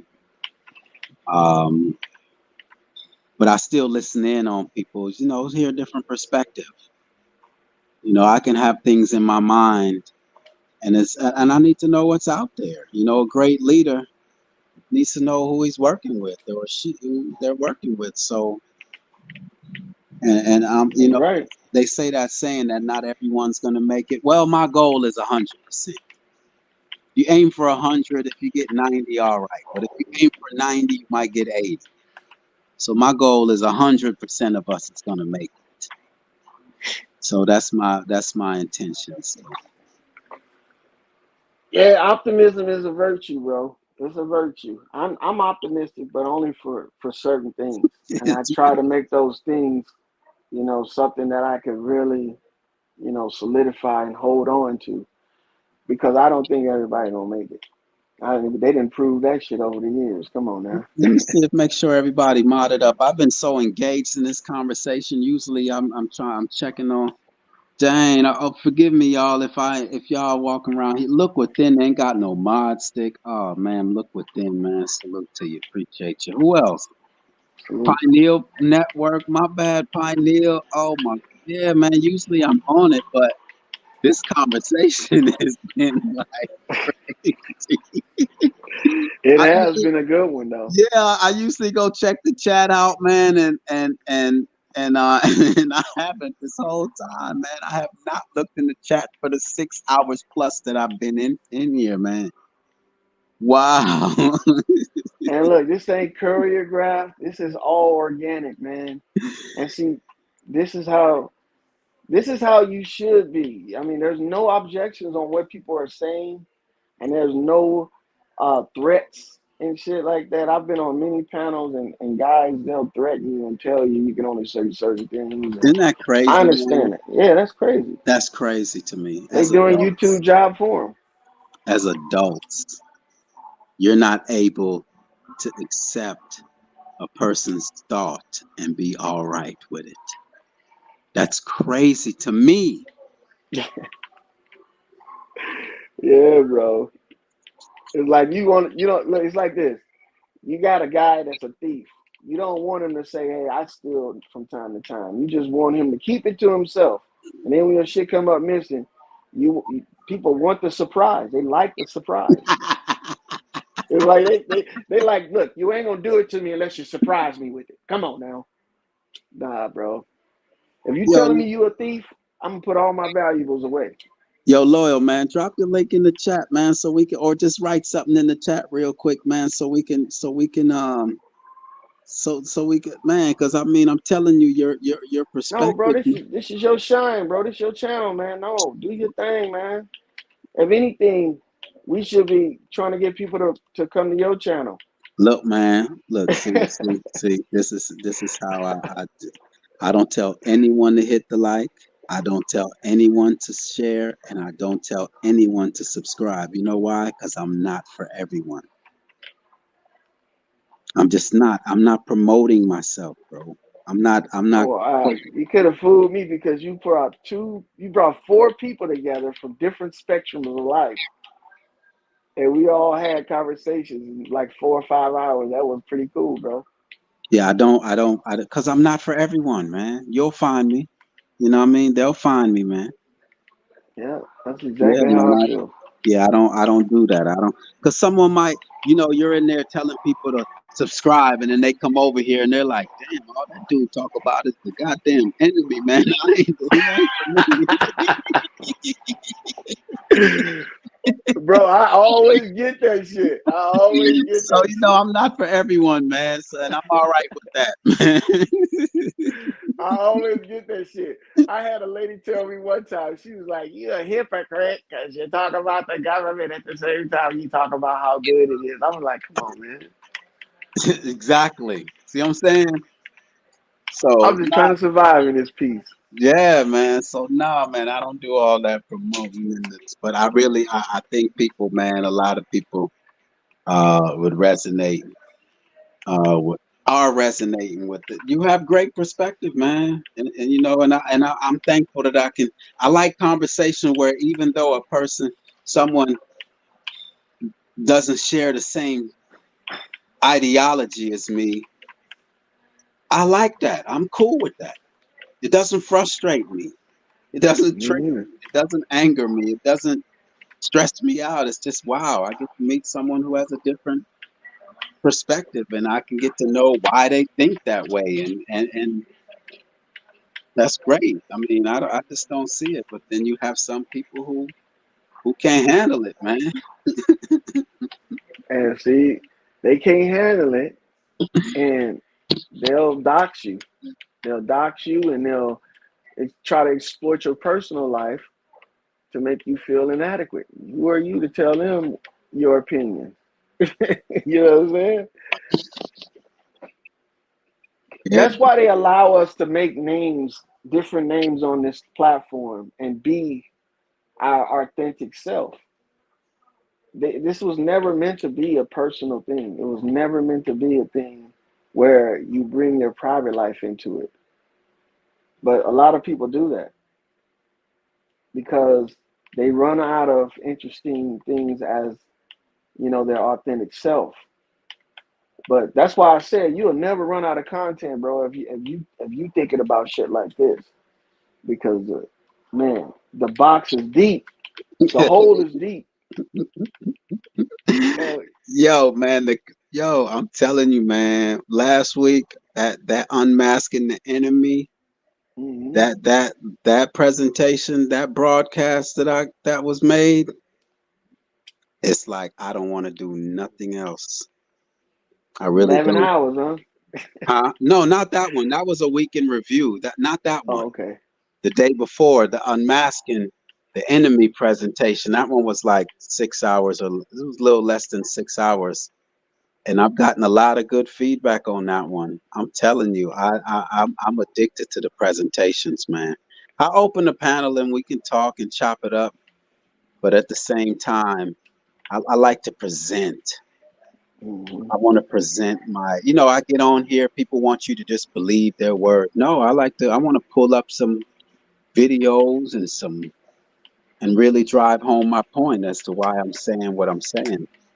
And that's what we did when we touched on when we spoke on Santos Bonacci. When we spoke on reveal that Donald Trump is being played by, and just, I want to unmask these, you know how okay, here it is, Noel. You know how we keep saying they all the time. Yeah. They. Who is they? Right? We want to know who is they. And that's what I want to do. I want to unmask this they. And it goes deep. Just like I said, here is, I keep reiterating it. Snoop Dogg and You are yeah. looking at Snoop D-O-double-G. Hey, I can see it. I can look. I'm not even lying to you. I can see it. Look at Snoop Doggy Dog, y'all.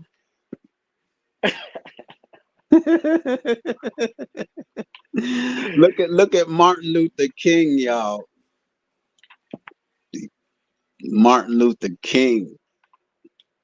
So I'm just saying that's where I want. Come on, is there anything? Okay, I mean, okay. You said absolutely there is an enemy. You said that, correct?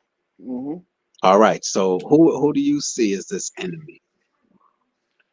They are us. That's the enemy. They are they Right. and they are us. So everything around us is the enemy then? No, not everything. Okay. Everybody. See, they tricked us. Everybody. Look, let me tell you something. They tricked us into thinking there's such thing as innocent until proven guilty when they do everything in the contrary. So when I'm saying that they are they and they are us, it could be anybody, man. And the only way you can tell who they are is by their actions. And the only way you can recognize their actions is through severe observation. Yes, and I've been observing them for a while now, and I have identified that there are liars and deceivers out there who are intentionally trying to bring harm to my existence. Yep. And so that's who I am unmasking. The Donald Trumps who had Operation Warp Speed. came up with Straight a plan. up, bro. You know what I mean? That's the shit I don't get. That's the shit I don't get. I don't understand the MAGA people. How you don't see Operation Warp Speed is the reason why pokey, okie dokie, jokey on you. You know what I'm saying? I don't see how they don't see that. I got another one for you, right? They took indegruv. They took our taxpayer money and gave it to Pfizer, Moderna, and Johnson & Johnson to come up with a vaccine. Mm-hmm. And then they turned around and purchased the vaccine from Moderna, Pfizer, and Johnson. After paying for it. After paying for it. Come on, man. Are you out your mind, man? They can't play and me. Look, no refund. Because the shit ain't working. And it's killing motherfuckers. You know what I'm saying? I'm just saying. So it's just, that's who I'm dealing with. That's who I've taken the objective of exposing are these weirdos. These are the same weirdos that said that they detected the COVID in the wastewater in Houston, Texas, a couple years ago. Mm-hmm. Yep. That's what they said. They said that they detected COVID in the wastewater. So my immediate question was, if you can detect it in the wastewater, why do you have to now jam that thing up our nose to test us? Why couldn't you just test our wastewater? Yeah. See what I'm saying? So that's when you say observe them. See, once you know you have a goddamn enemy, it's just everything they do, you're like, yeah, you know what I mean? But if you don't know you have an enemy, you'll just think that, oh, this is just life. No, there are people who are intentionally trying to bring harm to you. Intentionally. Bro, look, not only they not on purpose, but some of them are unaware that they're doing it. And these are the people that are the weaponized motherfuckers against you. Yes, I will agree with you, but they're not my focus. Because, like you said, they're unaware. So I'm not going to hold them accountable for something they do not know that they're doing. I want to hold the ones accountable who know exactly what they're doing. Yeah. I want to chop that head off, man. But I'm still not gonna give a baby my gun. Because look at the boule, the boule, and these fraternities and sororities and these masons. They took an oath, but they don't even know the depth of the oath that they're taking and carrying out the royal family's agenda. So I have compassion for them. They don't know any better. Their mama and their daddy was Omega Psi-Phi, so they have to follow the tradition. Their father was an Alpha Phi Alpha, so they have to follow the tradition. Okay, you're only doing what you think you're supposed to do. Fine, but these royal families, they get they get straight headshot, finished. They don't even get a burial. They get They don't want one, dog. burned to ashes, man. See, Wickedness, man. these royals, man, they act like they don't know what they doing, or they act like they don't know that we know what they doing, because they believe their beliefs and their systems that they use are totally different from ours. It's like night and day, bro. Hold on now. You're about to share some knowledge. So take your time with it. So this should be common knowledge, but it seems like it's not. They don't use the systems and belief systems that we use because they know that the thought process is a very important aspect of survival. And the reason why they don't do that is because the more you waste your time over trivial shit, the longer it takes for you to recover from any attacks. So let's say if you believe in Christ, you go to church and you believe that God saves you. To them, that's trivial. Instead of recognizing what's causing you the need to be saved. So the need to be saved, if once you destroy the need to be saved, then you no longer need to be saved. And this is what they teach their kids, is not to concentrate on shit that you can't control. Only concentrate on the shit that you can control and be brilliant with the basics. Okay, You know hold on. I thought you was gonna head in another direction with it.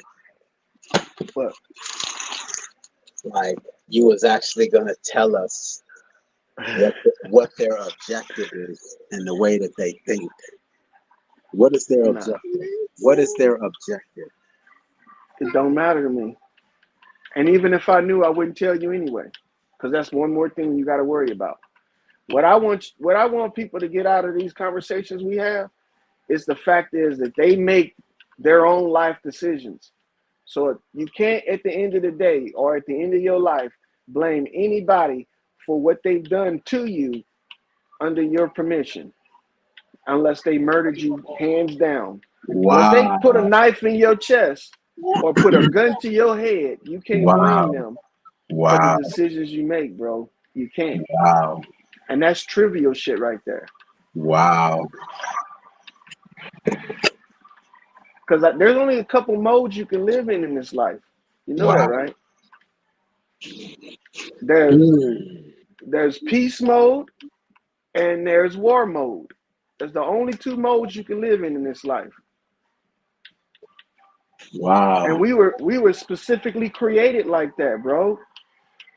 Whatever created us and however they created us, specifically created us to survive at ease within those two modes, peace mode and war mode. And some of us ain't equipped to bounce back and forth in between the two. You know, some of us have a breaking point. And if you ain't capable of surviving the war mode as well as you do in the peace mode, that's when we see the difference between societies. That's where we see the haves and the have-nots, like that young lady was saying earlier. And I don't mean to be cryptic with people, but it really doesn't matter what their motives are, bro. It doesn't matter. It only matters with their methods.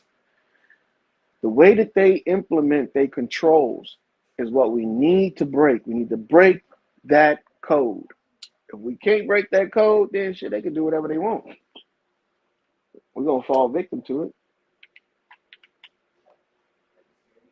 And this is common knowledge between a lot of people, man. They know this shit. That's why I can freely say this. It's not like I'm sharing any top secret information with anybody. I'm sharing basic. These are basics. These are basic information before life ends. You know, but we make too many trivial decisions, and we do things that really don't contribute to our success. For instance, drugs. Drugs can contribute to your success, and they also can be detrimental to it, depending on how you use those drugs. If you use drugs to open your mind up so you can be more aware of your surroundings and be more perceptual to or you know, to your inner beings, then cool. You're doing the right thing with it. But if you're using drugs just to get high to waste fucking time, then yeah, you just fucking away your life. And that right there is a terrible thing to waste. You know what I'm saying? Because I know people that self-medicate not just to get high. They do it to you know, regain something they lost dealing with all this shit that they gotta deal with. And that's what drugs are supposed to be used for. But as soon as you become addicted and you know, abusive with it, that's when you become something that you're not supposed to be. You become habitual and shit. You know what I'm saying? That even sounds derogatory. I'm a habitual user. You know, so that's demoralizing. Anything that's demoralizing should be alleviated from your natural life. That's like being able to go to prison and wanting to go to prison. You know what I'm saying? Anybody can be able to go to prison. Anybody can go to prison. But wanting to go to prison, you a sick motherfucker. You know, and that's what I see a lot of people doing. We got a lot of people that are self-destructive, not only to themselves, but the people that's around them. And they doing it willingly, or they doing it unwillingly, or they doing it knowingly or unknowingly. Regardless of what, they doing it. And it's up to you whether or not you fall prey to that shit. So, I don't know if that's Wow. good enough, you know, good enough I mean, example. if you see Gen 2 gone, and then you see what Candy and Gen 2 gone, I tried to get him to drop his link in the chat, but he said it's all about me. So it is what it is. Man, you're doing a great job, bro.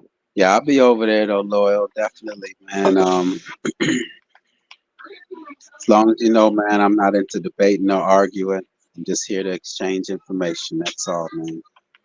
Me too, bro. Yeah, I'm not on that debating and arguing. I run from platforms like that. You know, it's Well, you know, I'm like I'm saying, I'm in those modes, man. I'm peacetime and wartime. And I recognize when it's time to fight and when it's not time to fight. So that's the thing that a lot of people don't get. You know, you gotta. I'm not saying debating is a good thing, and I'm not saying it's a bad thing. But when it's time to debate, I'm a debater, and when it's time to exchange information and be in peace with shit, I'm there too.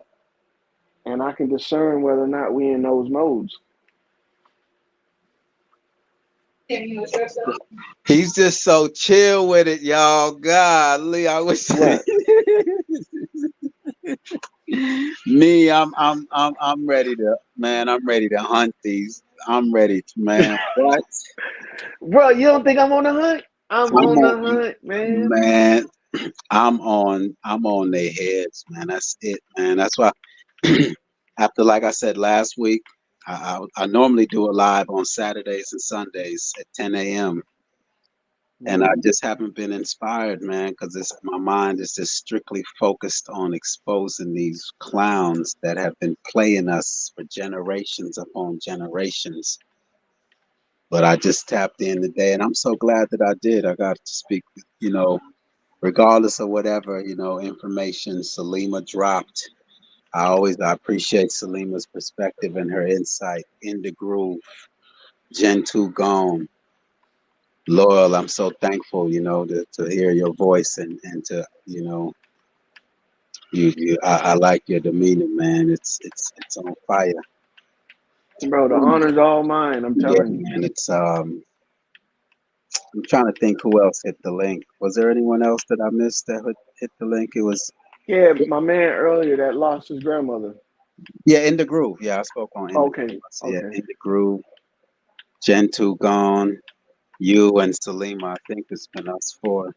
Oh, Charles Watts. Charles was That's there. right. He hit the link too. So salute to everybody, man. I appreciate y'all. I really do, because it gives me confidence, and it encourages me, because I know, I'll continue to say, I know what I have to offer is not for everyone right now. I know eventually it is, because I'm after the truth. That's all my objective is to live the truth. And so that's why I said, if it only takes one, I'll be that one. And I'm not looking to protest. I mean, Lord, you saw what we were trying to. Well, yeah, you did agree with us in the fact that we don't have the right to Google and YouTube and Walmart. Yeah. We're not entitled to those things. I don't. I just. We're actually taking advantage of the motherfuckers. I mean, Yeah, come I on, mean, yeah, let's like be right real now, about it. exactly right now, here it is. I'm like Dean Kendall, he's in what? Dean Kendall's in New Zealand. People are in the UK. People are all over. So I was able to now draw a conclusion that, damn, it's not a US thing. This agenda is being played out worldwide. And that's how you know it's not a racial thing. Mm-mm. Because even within the Middle East, where there's all Arabs, even within the Arabs, there's division, whether it's a Sunni or Sufi or Shiite, I should say. There's division Straight up. everywhere. That's a strategy of the enemy to divide us, man. I mean, religions, race, economics, whether it's your football team, I'm a Bears fan, you're a Packers fan. Just all these different ways to divide us, man. It's a tool, man. I don't subscribe to the racial thing. I don't subscribe to it at all, because it's a tool that they use. And at the same time, I'm not entitled to YouTube. I'm not entitled to go into Walmart. The only problem that I'm having, and it came to my mind this week, was, damn, we have to really buy land.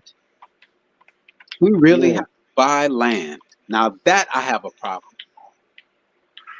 And I'm the type of person that will take you up on trying to tell you why we gotta buy land. Let's go. Let's go. Tell me why I gotta buy land. Okay, so the use of land is what you're buying, and the seclusion of that use is what you're buying. Meaning that if I pay for this land, I paid for you not to be able to use it the same way I do. Pay who though?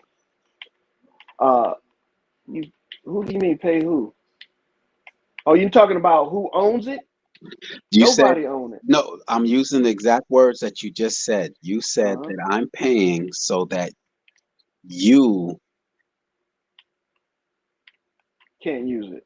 So who is the you? Who is the you in that scenario?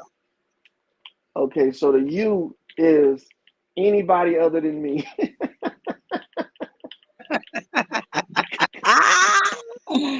Come on, man. Come on, man. Come on, man. What?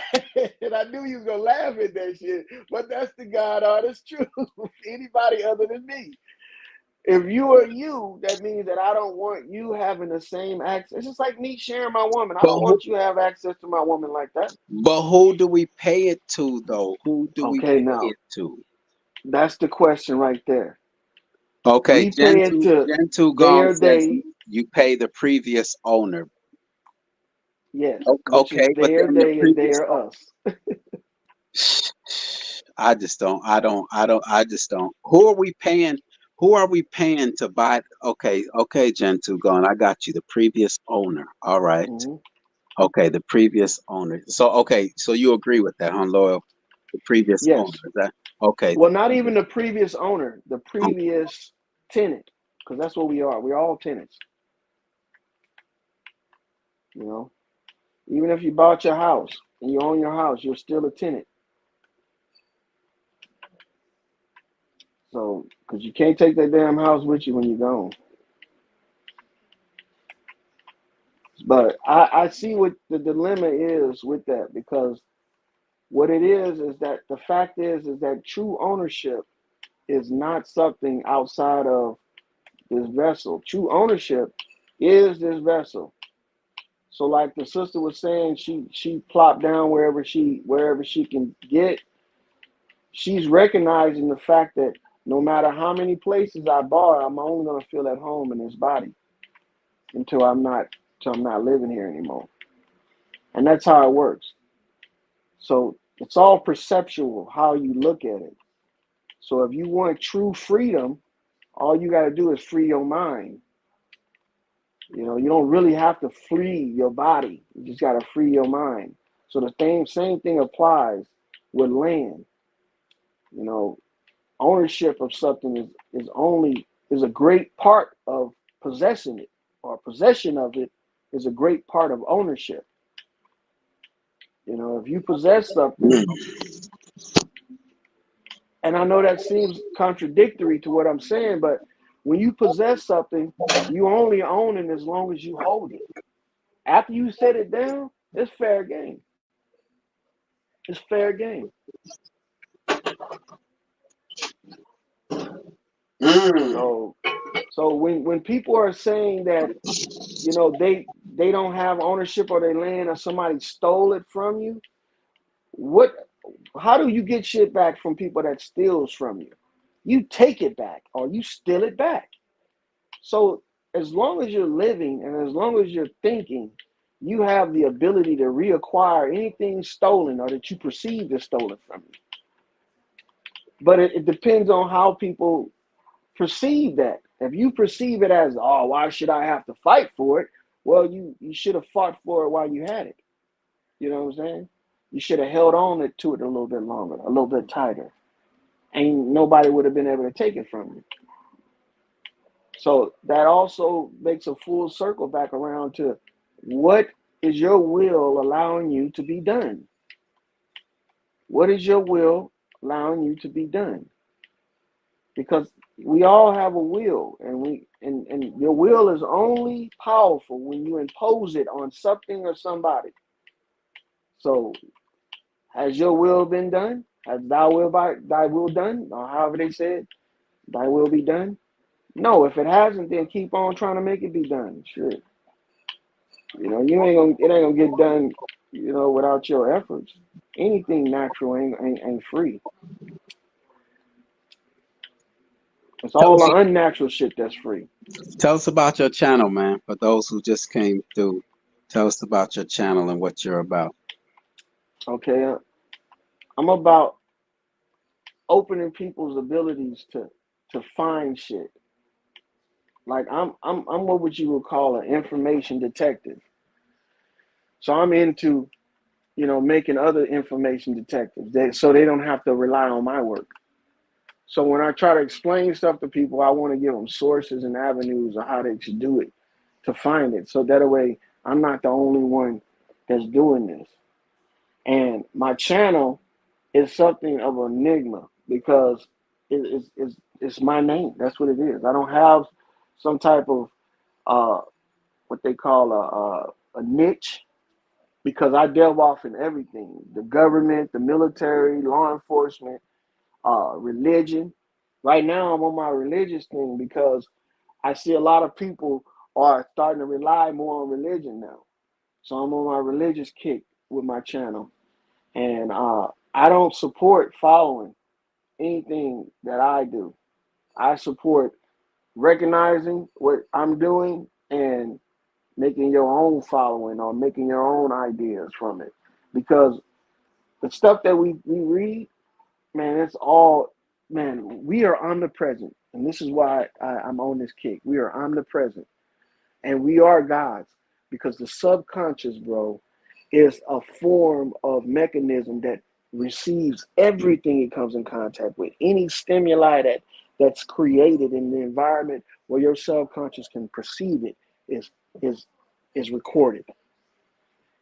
The hard part about that is that when it comes time for us to disseminate and shit and fall back on what we have as a reference, the subconscious ain't in the sharing. You see what I'm saying? The subconscious is selfish. It's not in the sharing.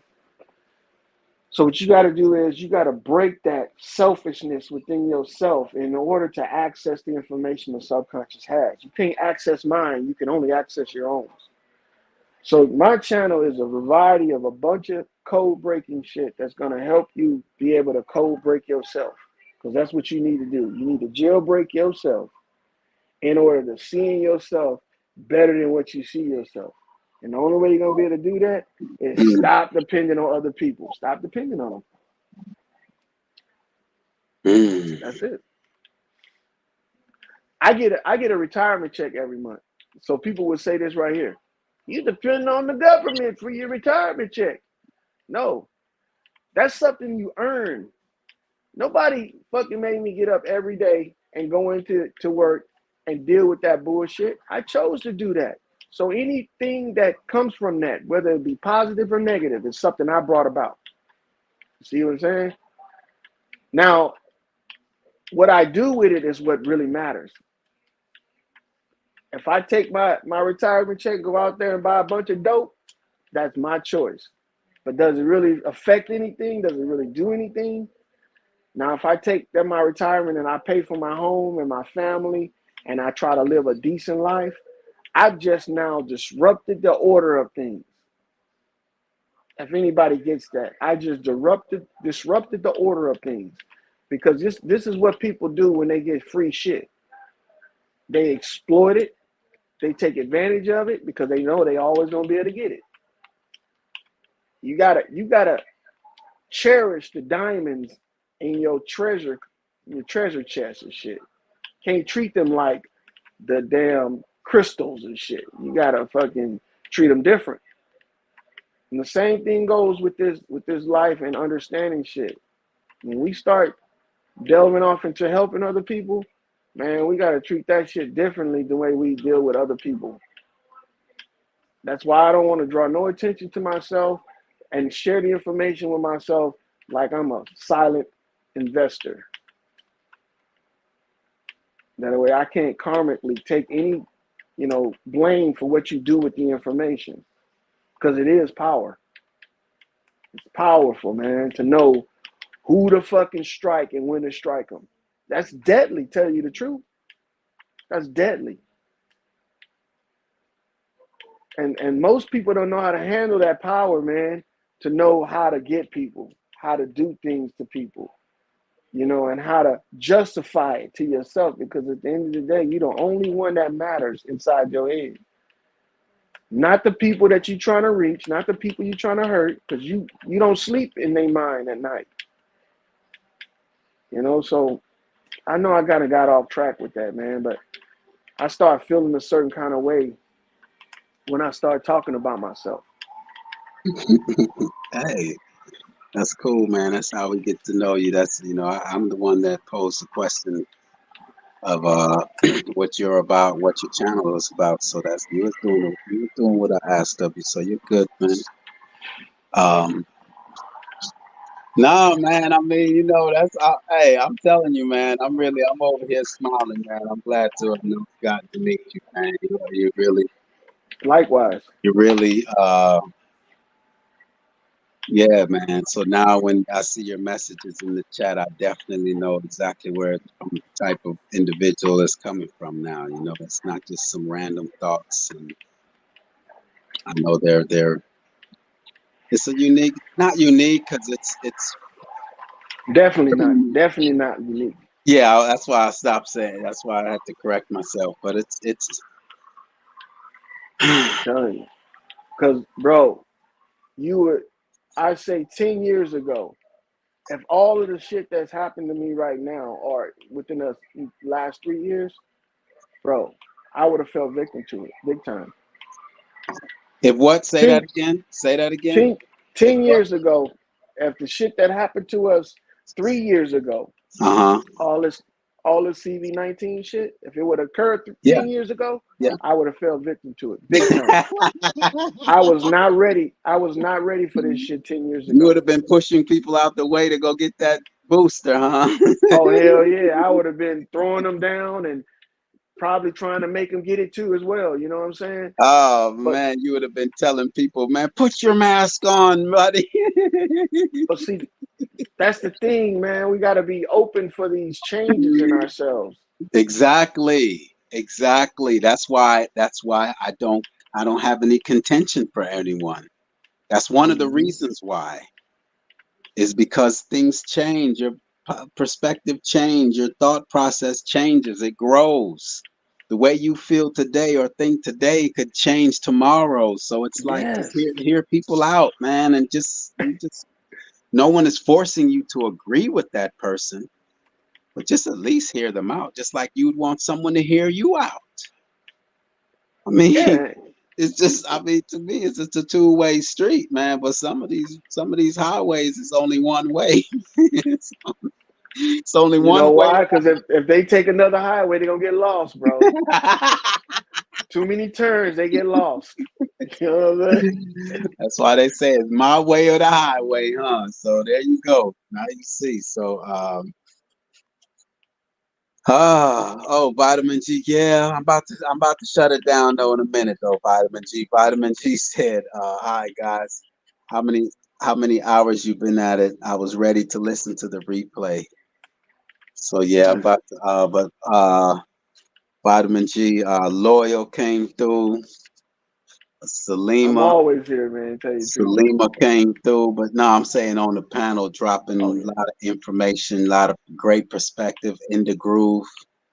And look, because in the groove, you know, everyone appreciates his passion.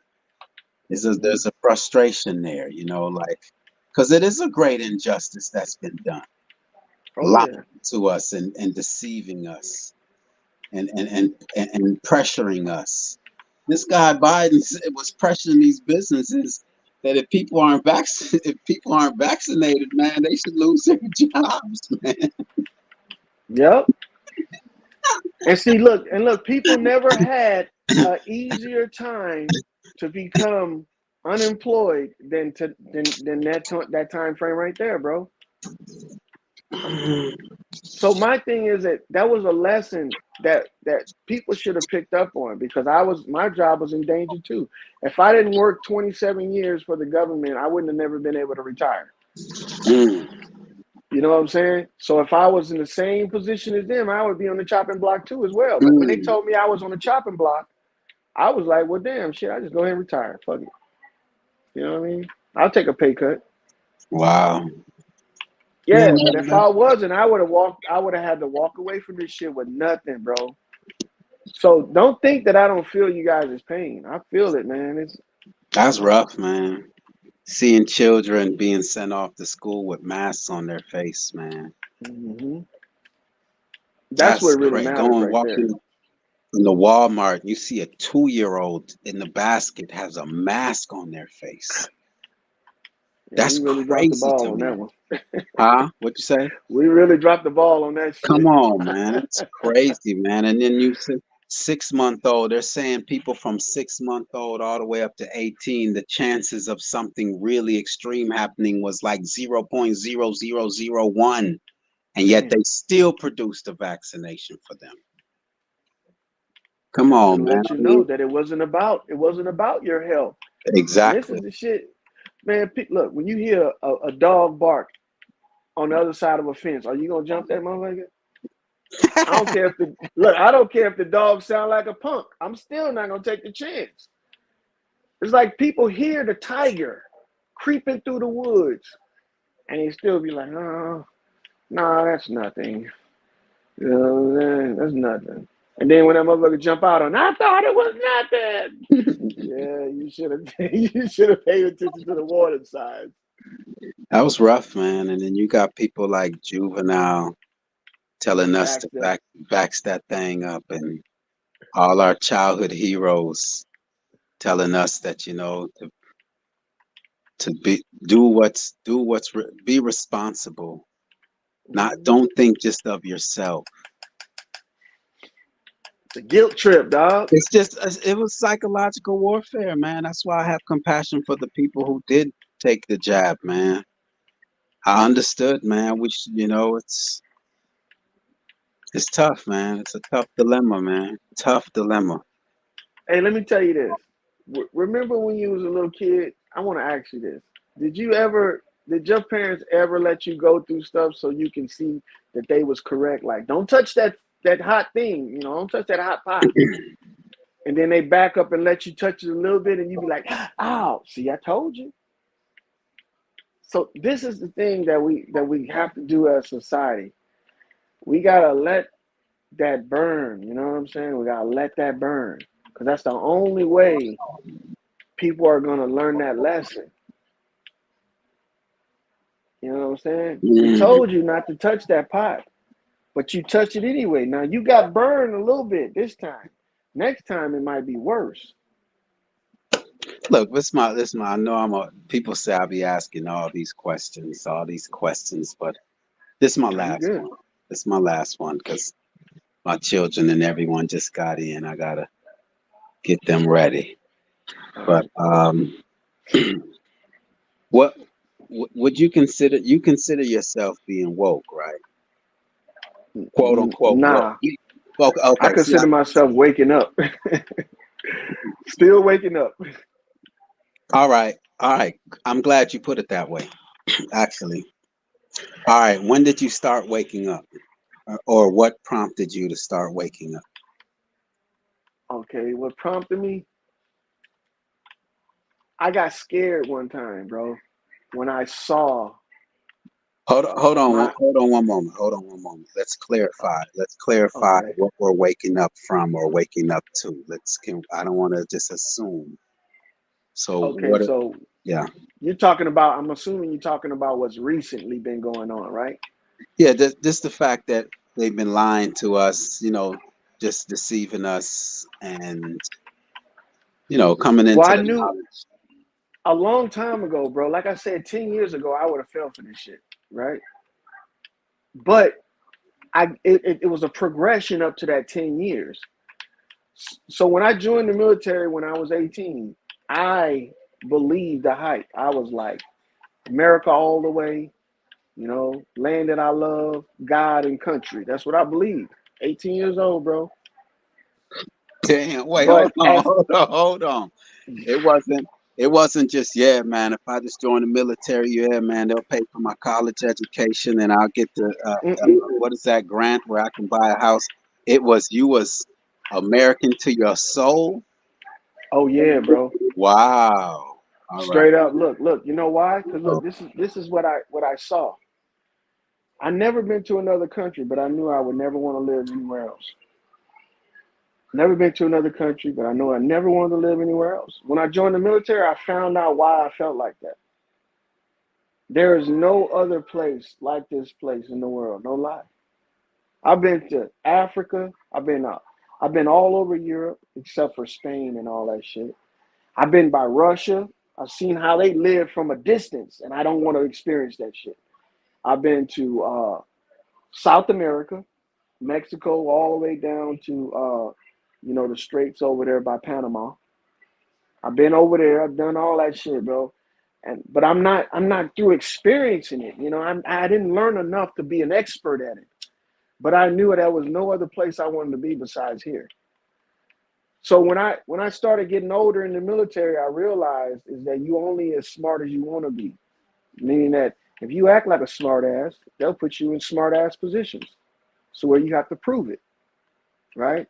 So what I did was I started limiting the amount of responsibility outside of what I wanted to do to a minimum. I was like, I ain't trying to do nothing I don't want to do unless this is something I think is going to benefit me. Once I got that mentality, oh, it was game over. They were like, you ain't no more use to us. You worthless. They don't. The way this whole hive mind process works is that you're not beneficial unless you're ready to sacrifice yourself for the hive.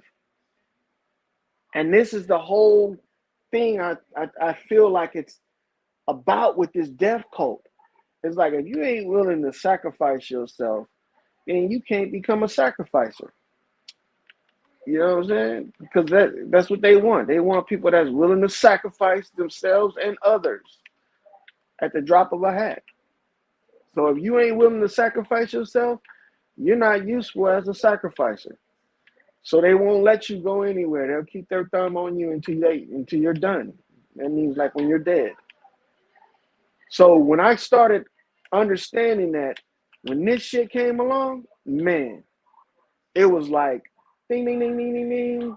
Watch out, because they are trying to kill you. The When what alarm was came? already What on. I just want to clarify. When what came along? I was about to tell you about when I got scared, bro. And when I was working for the military, I got scared. Oh, okay. And I was All a right. civilian. And this is just recently, like 3 years ago. Bro, I watched my coworkers and my friends at work that will stand in front of you if somebody was shooting at you, turn on each other like animals. You gave it to me. You sick. You know, you coughing and all this shit. Bro, it was like borderline like the purge shit going on. But on a level of civility. With a level of civility though, bro. You know how you say I'm cold because I think that we should use the people that are being used? That's where I got that shit from. That's where I got it from, man. I watched these guys turncoat on each other Wow. and throw each other under the bus. And then the same people that I saw that was standing in front of me if somebody was shooting at me. Like we had an active shooter on, I work with a guy, right? That one of these guys I was talking about. We had an active shooter on one of the bases I worked at. And bro, he wanted to be the first one in the door to take a bullet that they needed to get this guy. Yeah. He wanted to be the first person in the door. But when it came to this sickness shit, he was the first person to throw you under the bus. I'm like, motherfucker, how are you willing to take a bullet from me? But you say that I'm a super spreader. I'm getting you sick. I'm like, my nigga, how do you come to this? You willing to die for me? But you talking about I'm a threat to you because I don't want to jab myself? Something is seriously going wrong. I said, so bro, you don't want me to work with you and you want me to be locked away because I don't want to do this shit, but you will go into a room of gunfire in front of me. He was like, yeah, because that's my duty. But I was like, ain't it your duty to respect the fact that I want to, I don't want to do this? No, because it's not your duty to do that. It's your duty to protect everybody else. And I'm like, no, bro, that seems kind of counterproductive. I was like, I share your protection mentality, but I don't share that suicidal mentality. And now I realize, yeah, bro, I realized why he was willing to do that, why he was willing to stand in front of me to go inside this room of gunfire. Because they all want to die, man. They all want to die. That's the death code for you. And they want you to want to die too. Scared me, man. Scared me. Yeah. So I'm not laughing like, as if it's humorous. I'm laughing because that's for someone to willing to stand and take a bullet for you and then be spooked over, that is just like too extreme, But so that's fairly recent when you started waking up, then, huh? Yeah, where I was like, this is, I come to the realization I can't play with this shit no more. I can't straddle the fence. Either I'm gonna be serious about protecting myself, because I used to put myself in harm's way, because I was like, I can handle it. You know what I'm saying? I can run faster. I'm stronger. I know how it feels to get hurt seriously. I know how it feels to get shot and shit like that. I can take it. And nothing can stop me. But that's the illusion that they want you to have, man. That's part of the psychosis. Because if you start sacrificing yourself just a little bit, you part of it.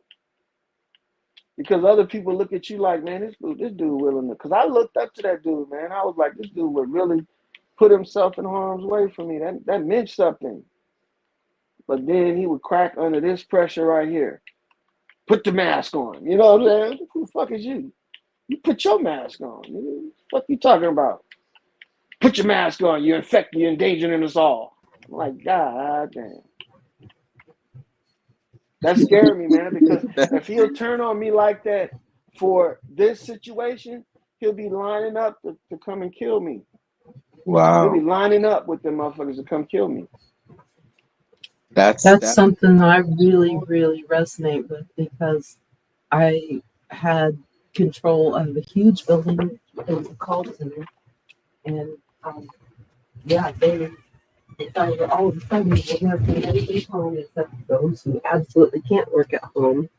And they wanted me, they cut off my janitorial service. They said, you can't, you're going to go clean the bathrooms yourself. You're going to go do this yourself. You're going to clean all the dirty computers that come from the work at home people. And I'm like, wait a minute, where's my training? You didn't teach me anything about hazmat. You didn't show me what I'm supposed to do with all these people in their dirty masks and this, that, and the other. If this is such a fucking pandemic, how is it that you're making me bring the dirty cleaning rags home to my house and put them in my own washing machine and clean them? You're expendable. That's what it is. It's a flat out what it is. Well, I enjoyed the building being empty for about 6 or 7 months, but then when they decided they couldn't decide whether, well, we're going to be closed or whether we're going to be open. Well, we're going to have some people here, we're going to have some people there, and I'm cleaning 8 freaking restrooms a day, and that's not my job. I'm the facilities manager. I contract people to do these jobs, and if you can't see at that kind of point that this is all a clown show. I mean, if this is such a deadly virus and you have to have masks, where are your biocontainment disposal units? They want me taking, I'm like, really? So I got all these, I'm supposed to go in here and just pick up everybody's masks and this, that, and the other. I mean, I wasn't worried about it anyway, but any normal person would be scared out of their pants to have to do what they told me I had to do. So yeah, I understand totally where you're coming from. And most people, man, they look at the threat and they just, if it's not threatening them right at the moment, threat, it's gone. And then you got some people that are threat orientated, that always in threat mode. They don't know how to switch back. So these are the people at these far ends of both spectrums, these extremes of both spectrums, that need to be identified, because they are the ones that are taking these drastic steps, these drastic measures to make things happen. For instance, when they started implementing the mandates, who told them to put up signs and, make sure you follow the rules? Who told them to do that? Nobody. The CEO of our company sent out an email saying, you have to paint. I had to actually go and put arrows on the floor where people were allowed to walk. I had to make sure that there was this television that nonstop played a some kind. It was a really cheesy little video about how not to get infected and how to wash your hands.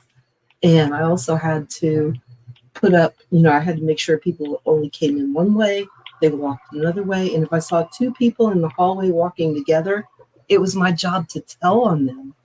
And I'm sorry, I'm not doing that. So yeah, I mean, luckily I was able to find another job, but the whole place has been closed down since then.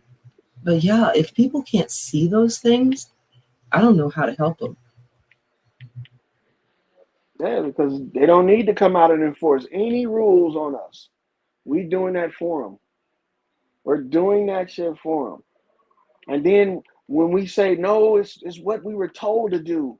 They're fully justified from not only the media, they're justified from these little mandates, and they feel empowered to do this shit. That's why it's so dangerous to have sheep around, the herd, because they will lead the herd into danger.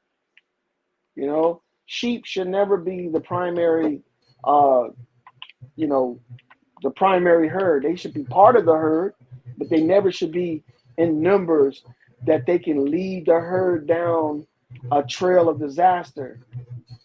There's a reason why they say sheep to the slaughter. It's not because they're trying to be, funny or, clever and shit.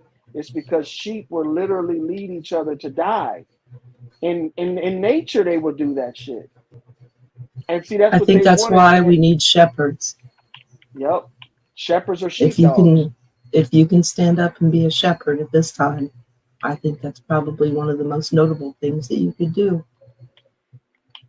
But look, what does a shepherd do with the sheep? And what does a sheepdog do? Let me tell you something. A shepherd doesn't control what the sheep do. It only monitors them. It only keeps them safe.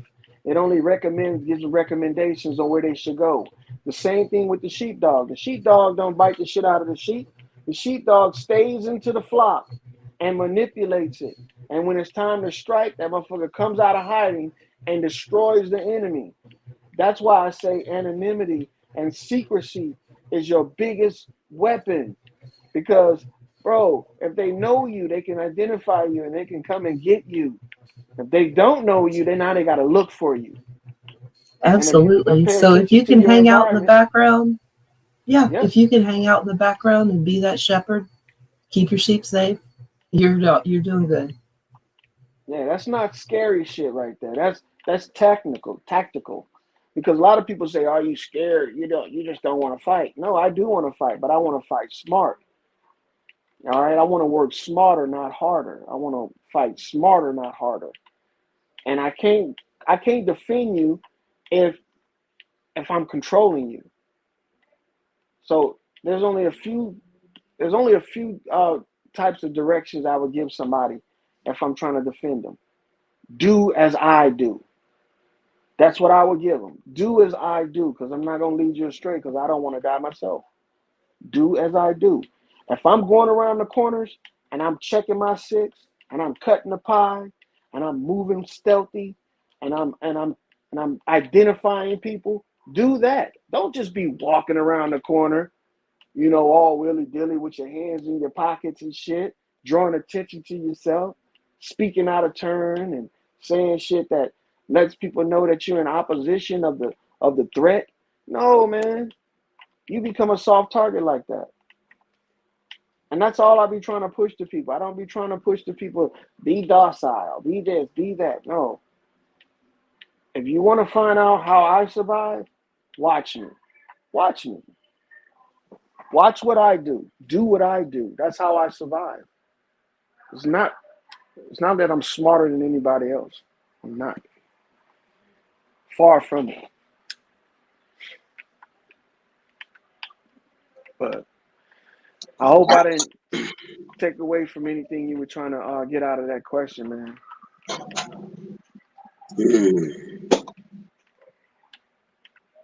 I definitely I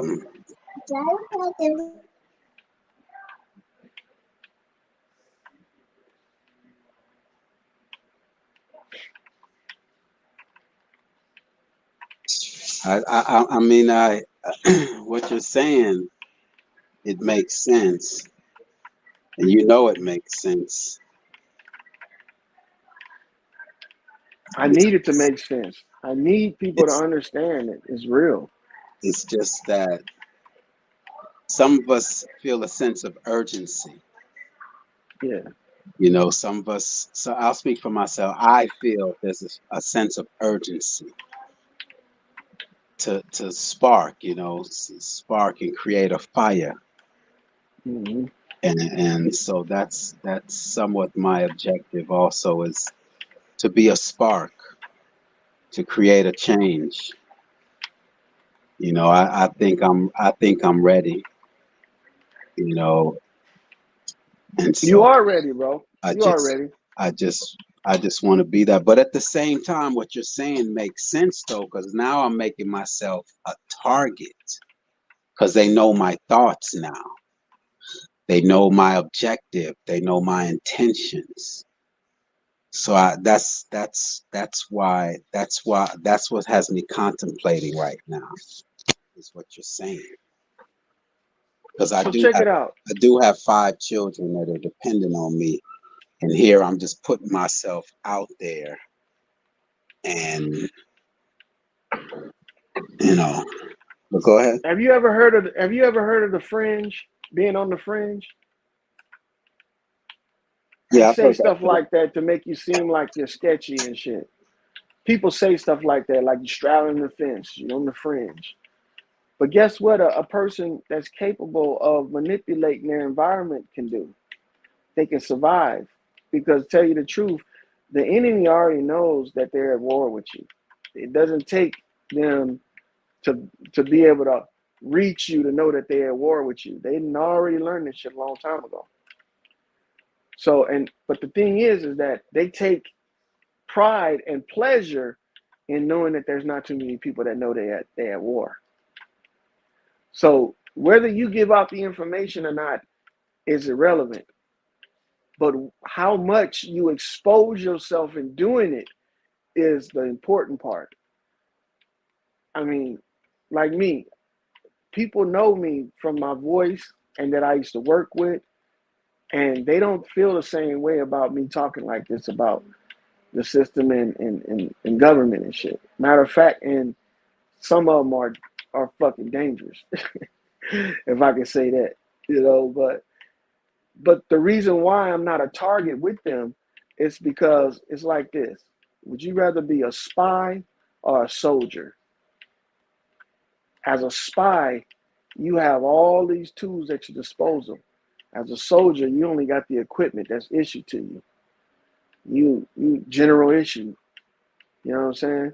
As a spy, I could pick up the enemy's weapon, pick up their uniform, and wear it, and infiltrate their numbers. And this is something that's taught to the people that are in the know. And see, it's taught to everybody too as well. It's just that it's not implied. You know what I'm saying? We were all taught this shit. I'm just reminding you of these things. So it's not like I'm breaking any rules that these guys would consider a threat.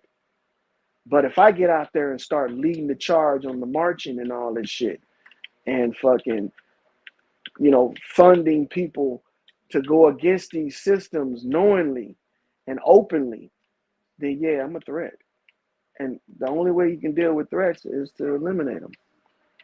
I'm not ready to go out like that. There's too many of them motherfuckers to fight, bro. I guess I By do have myself. I do have another question. How'd you happen up on this channel over here? It came up in my reel, bro. What? Straight up. Yeah, it came up in my reel. What do you mean? I don't get it. Like it said recommended. Yeah. So one night you were on and nobody from the platforms that I go to were on, and I started listening and I was like, man, this brother's spot on, man. He's spot on. You see what I'm saying? So you are getting recognized. And you are getting recognized. If that makes sense. Hmm. And you need to be aware of this. Don't be afraid of this. Be aware of it. You know, I hear people say, I'm sorry. No, fuck sorry. Don't do it again. You know what I'm saying? I Fuck sorry, like don't that. do it again. Yeah, I You like know that. what I'm saying? Yeah, I like that. Just don't do it again. Yeah, less crying and more trying. That's what they used to tell me when I was in boot camp. Less crying and more trying. You know, so my whole premise behind this is not to make a lot of me's. Is to empower a lot of yous. You know what I'm saying? A lot of yous is what's gonna make a difference in my world. If there's a lot of individuals, there's no way I can lose. But if there's a lot of sheep, I'm dead. I'm done. I'm done. You know, so I don't want people to follow and be, be taken by what I'm saying, because this is not special. It's not at all, man. As a matter of fact, I feel like sometimes it's a curse because I can't help myself. You know, when you ask me what I mean by that, I could have just typed in the chat what I meant. But nah, I had to come up here and mix words because I don't know. I've been instructing, and it's a habit. It might be detrimental to me one of these days and shit. So Man, good for you, man. You got a great demeanor, man. Great demeanor. Unless it's just an intro right now. Yeah. Nah, man, but I'm about to have to feed my babies right here. And by all means, bro. Appreciate you. oh man, Hey, I y'all stay appreciate you, safe. bro. Yeah, man. Salute to you, man. I'm gonna come check you out, man. How often you go live? How often do you put out content? How often do you? Well, man, I'm a firm believer. If you ain't got nothing nice to say, don't say it at all. So it takes me a while to get my material out. Gotcha. You know, because I want to be thorough and shit. But I be putting out material, every so often, man. That's probably why I ain't got a lot of subscribers, but it is what it is. Nah, man. Yeah. But I feel like I'm better equipped to staying in the background, bro. I'm better equipped for that. Nah, man, you're You know? good, man. Your perspective you're unbiased. You're just confident in what you have to say. You don't mind being questioned. Nah, never that. Some people can't handle it. Because that question could bring me to, something that I could really use, like, insight. I can always use some insight. Yeah, man. But look, I'm gonna be looking out for your upcoming video that you said you were gonna Oh run, man. man, yeah, man. That's it, man. I mean, I open up the panel here and there, but man, going forward, I'm just on my enemy's head, man. I want to expose them, man. If nothing else, man, because I think that will make a big impact. If we knew that Joe Biden and Donald Trump are the same person, you don't think that people would be like, "Wait, hold on, they're the same person." Bro, I knew that when they said COG was in effect. When they talked about that, yeah, continuity of government. See, man, that's why we gotta chop it up, man. Your terminology, man. It's off the chain, man. Salute to you for that, man. That's what I'm saying. Just because you don't agree with a person, you still can learn from them, man. That's just wild to me, man. That's just wild that Right, people dog. can't. Man, that's just strange. But you said what now? You said the moment the COG is when you. Yeah. So when they announced that we were going to be going into continuity of government, and then they proved it at the same time. You know that we haven't had any new laws passed since before the election. No new laws. Only mandates and executive orders that don't really apply to us as civilians. It don't even apply to the military, tell you the truth. Wow. Yeah, bro, they didn't tell people that. They didn't tell these military members that executive orders are not lawful orders. Executive orders are orders that are passed down to the staff of the president, his executive staff. That's it. Not us, Marines, Air Force, Army, and Navy, and DOD. None of us. Now, what makes it a lawful order is when your superior takes that as an order and then he reinforces it. That's what turns it into a lawful order. Because there were commands that were saying, well, I'm not doing that to my guys. And they didn't have to do it. And then there were commands saying everybody is going to follow the mandate because the executive order such and such. Them the identifiable threats right there. See, he became an identifiable threat in my book because he's trying to kill me under the guise of a mandate. You know, so all I could do was warn the people that I could reach and, you know, take heed myself. Because I know a lot of guys right now that are suffering with that myocarditis and all that stuff, the paralyzing of the face. Hold on, is that real or is that just some YouTube internet rumor, man? Nah, that's real, bro. A lot of soldiers and sailors and Marines and Air Force have heart problems and blood clots and all that Man, shit. to me, I don't know of anyone. Mm-hmm. To me, it's just a rumor, man. Until some people come up here and really tell me about other people, to me, it's just a rumor. I'm not being insensitive, but to me, it's just a conspiracy theory. Look, okay, so check this out. I kind of felt the same way. But, bro, I was watching the military do this. The entire time they was injecting these guys, they didn't let them PT at all. You think that's because they were like, well, you guys deserve a break? They didn't let them what? They didn't let them PT at all, bro. What's PT? They didn't let them run, work out, none of that shit. What is it? Some training? What is that called? They call it physical training. Okay. Physical training, yeah, got you.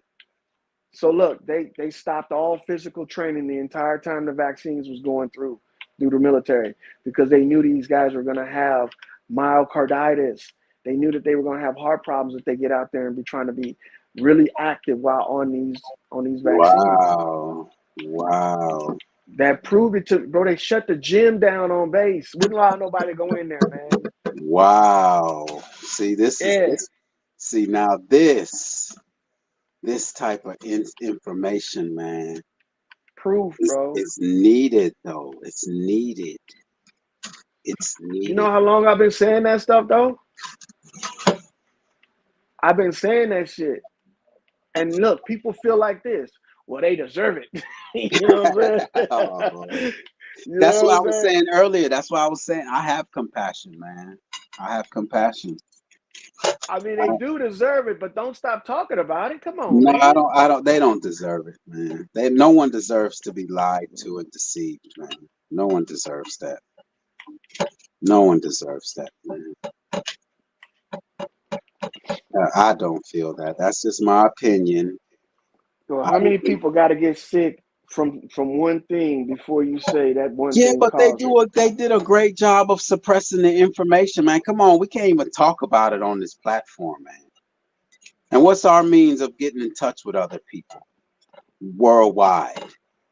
It's a YouTube and these social medias, man, and they locked it out, man. They locked it down, man. We still can't say nothing bad. I uploaded a video when I first started this channel, man. I uploaded a video, and within 4 minutes, they struck me and told me, it's against the World Health Organization. And I listened to the video, and all I said was that they came up with a thing in 9 months. That's all I said. 9 months. And they struck the channel, man. You can't say nothing about the thing, man. So how else were we supposed to learn about it? But let me tell you something. You don't realize, bro, that it wasn't YouTube that brought attention that you were talking about this shit. It wasn't YouTube. See, we think YouTube has the ability to see everybody's channels at all times. No. YouTube is depending on its subscribe and on its people that are content creators and people that have accounts to report these incidents. That's how they get the word out. They don't have no network sifter that goes through and sift all this shit. You know how much computing power it would Well, take hold on. If you go to a channel and you hit that, just click on the description or whatever, right? And just hit transcript, you will actually see the transcript of everything that's being said. So it could be AI that picks up on certain red flag words, because I did title the title of, because it was a snippet from another video, and the original video is up, but I think it's the way that I titled my little segment. It got a red flag, which led to them like really going in on it. But I also, yes, especially like on the Facebook and other social medias, yes, I think people were reporting. There were a reporting each other. lot of snitching going on. Straight up, bro. And look, when they created the job, the contract tracing job, oh, bro, let's not even talk about that. Because people were getting paid thousands, and it depended on how many people you were snitching on, how many tabs you had, how many people you had in your batch. That's what they called it, batch. Yeah. So we only see what they want us to see, and the rest of it is done behind closed doors. So when they created that occupation, and it's still the job still exists. People are still out there contract tracing right now. Yeah. And look, anonymous. They get paid without, reporting to anybody. It's like a terrorist cell. It's like a terrorist cell. Look, bro, look at the breakdown of it. I wish I could show you what I'm talking about. And you wouldn't believe it, man. They got terrorist cell as a job in well, I'm not gonna say that.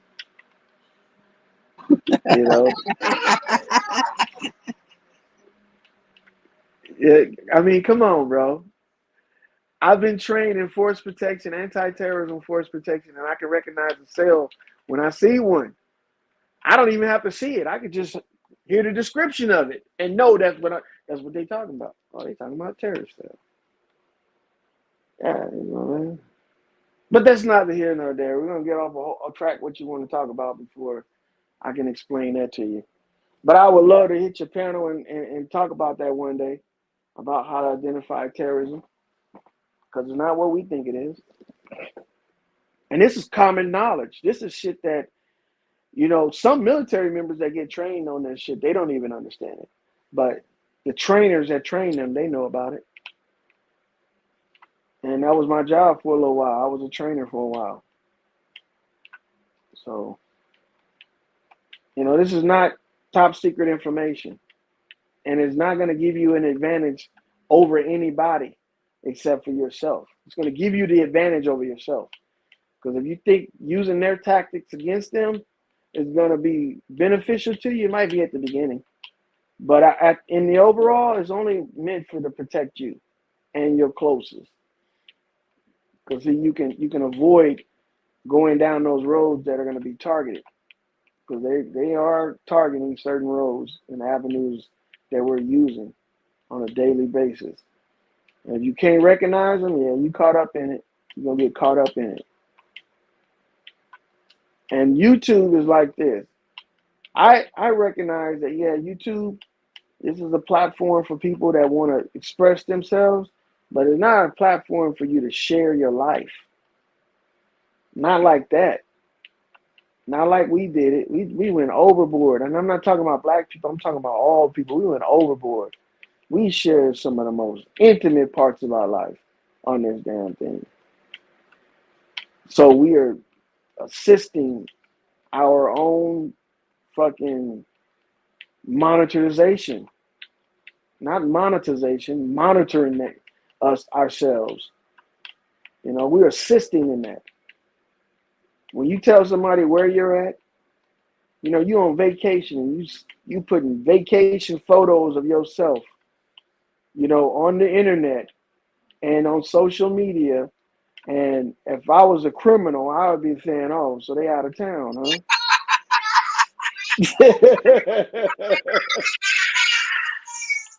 my gosh, you are I know, man. I don't know. I know it sounds bad, but people need to start thinking like this because it'll save them a lot of time and effort and money, on dealing with these problems. There's keywords that they use when they're trying to deceive you. One is, "I'm helping you." You see what I'm saying? This is for your own good. That's just like saying "I'm helping you" is like saying this is for your own good. That's what I meant to say. And then there's this one right here. Why do you think? Anytime I hear people say, "Why do you think?" before they ask me this, now what they're doing is they're trying to, this is my opinion, the subjectiveness of the question is going to be targeted to me personally. Not the situation that we're addressing, but me. Now, once that occurs, now I know who I'm dealing with. I'm dealing with an operative. If I'm dealing with an operative, now I got to put on my spy disguise. And I need to start asking little questions of my own. And everybody, that's not deceptive, bro. That's common sense. If the cops start asking you, "Why are you around here?" you're going to be questioning them like, "Why are you asking?" And if you're not questioning that and you feel like that's normal, then, yeah, you one of them. You one of them people that's used, and you're a threat to me. So my whole thing is this right here. If there's anything you should recognize is that's a threat, is the shit that's threatening you personally. Other than that, if it's hearsay and it's some type of, gag to pull you into the inner circle to make you aware of something, then you should only be concerned with whether or not it hurts you. You know what I'm saying? And your family. Because you can't save me if you destroy. How the hell you gonna save me if they destroying you? I don't want to get in your little private war and be destroyed with you. If I need help, I need people that's capable of helping me, not somebody that's under attack. So these are key things that I use to avoid the deception, recognizing these phrases, and some people saying without even knowing what they're doing, because they've been trained. And it's not hard to train people without them knowing it. It's called the principles of conditioning. I can train you without even letting you know that I'm training you for something. And they do it all the time. How do you think people raise racism? How do you think they create racism? This is like hypnosis 101 or psychology 101. Oh, and I got one more thing. This is how people, flattery is another thing. Watch people that flatter you for different reasons. I'm not saying it's not okay to flatter somebody, but for reasons unbeknown yourself. Like, let's say you did something and you received a lot of credit for it, and then the moment passed. Some people feel like rehashing that flattery is going to get your public opinion of them different, changing, the change. And sometimes it does, especially if you're prone to certain shit like that, flattery. Like, I noticed that when a lot of brothers want to pull you into the race baiting thing and get you to, take that step towards that direction, they'll tell you that you're smart and that you're, your shit together. And then they'll hit you with so do you believe, or, you know what I'm saying? They hit you with that shit. So watch out for the flatterers, man. If it's not genuine. Man, that's facts right there, what you just said, man. I've seen it, man. They compliment you, and yeah, man, brother, I love what you're doing, man. But and then they come with that question, man. Yeah, I just experienced that, too, man. Yeah, because it's a big ass chess game. They're playing psychological mind games with you. That's just some of the tips that I found at work. And look, free of charge. So but I'm gonna let you go, man, because yeah, don't know them babies, they around you and they want your attention. So yeah, man, thanks for the invite, and I appreciate the panel and the chat. You guys have a good one, man. Man, salute to you, man. Loyal, man. Appreciate you, man. Have a good one, man. For real, man. It's been an honor, man. Salute to that. Loyal, y'all. Loyal. That was some information, man. That was like, and just the way that he and just the way that he communicated it, just the way he communicated it. Just, it's just, I appreciate that, man. The confidence, but yet patient. Salute to Loyal. Good to talk to you, man. Looking forward to future bills for sure.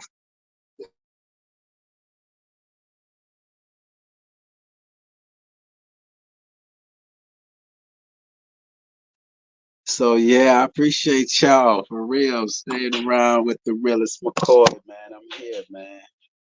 I'm here. Appreciate everyone that listened in and contributed, whether in the chat, whether on the panel. Yeah, I don't know what to call this one, but y'all saw the thumbnail. Tupac Shakur in a tutu. Oh, it is Tupac. Tupac.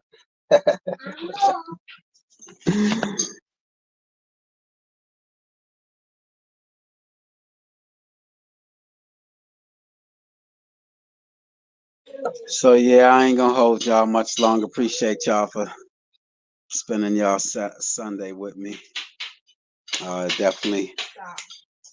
Definitely helped me gain some focus. So I'm just gonna tap out right here. Gentoo gone. I want to know what that TMFRNL meant. I didn't know what that meant. So maybe I'll ask you next time what that meant.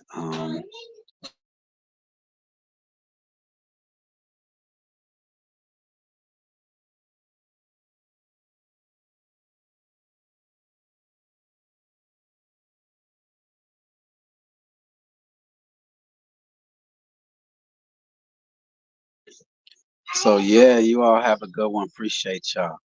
Um, Kim B came through. Peace to you, Kim B. Candy came through. It's a lot of people, man. A lot of people. Look within. Glad to see you. Definitely glad to see Look Within. Um, Panelist Charles Waz, Salima Ellis, indegruv, Loyal, Gentoo gone. Wow, I didn't know that many people hit the panel.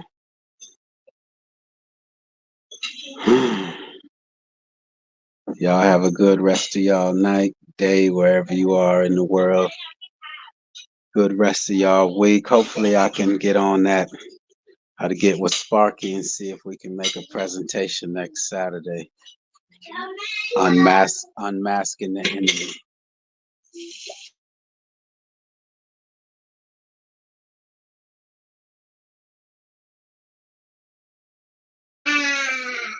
I'm out, y'all. Peace to y'all. Thank y'all.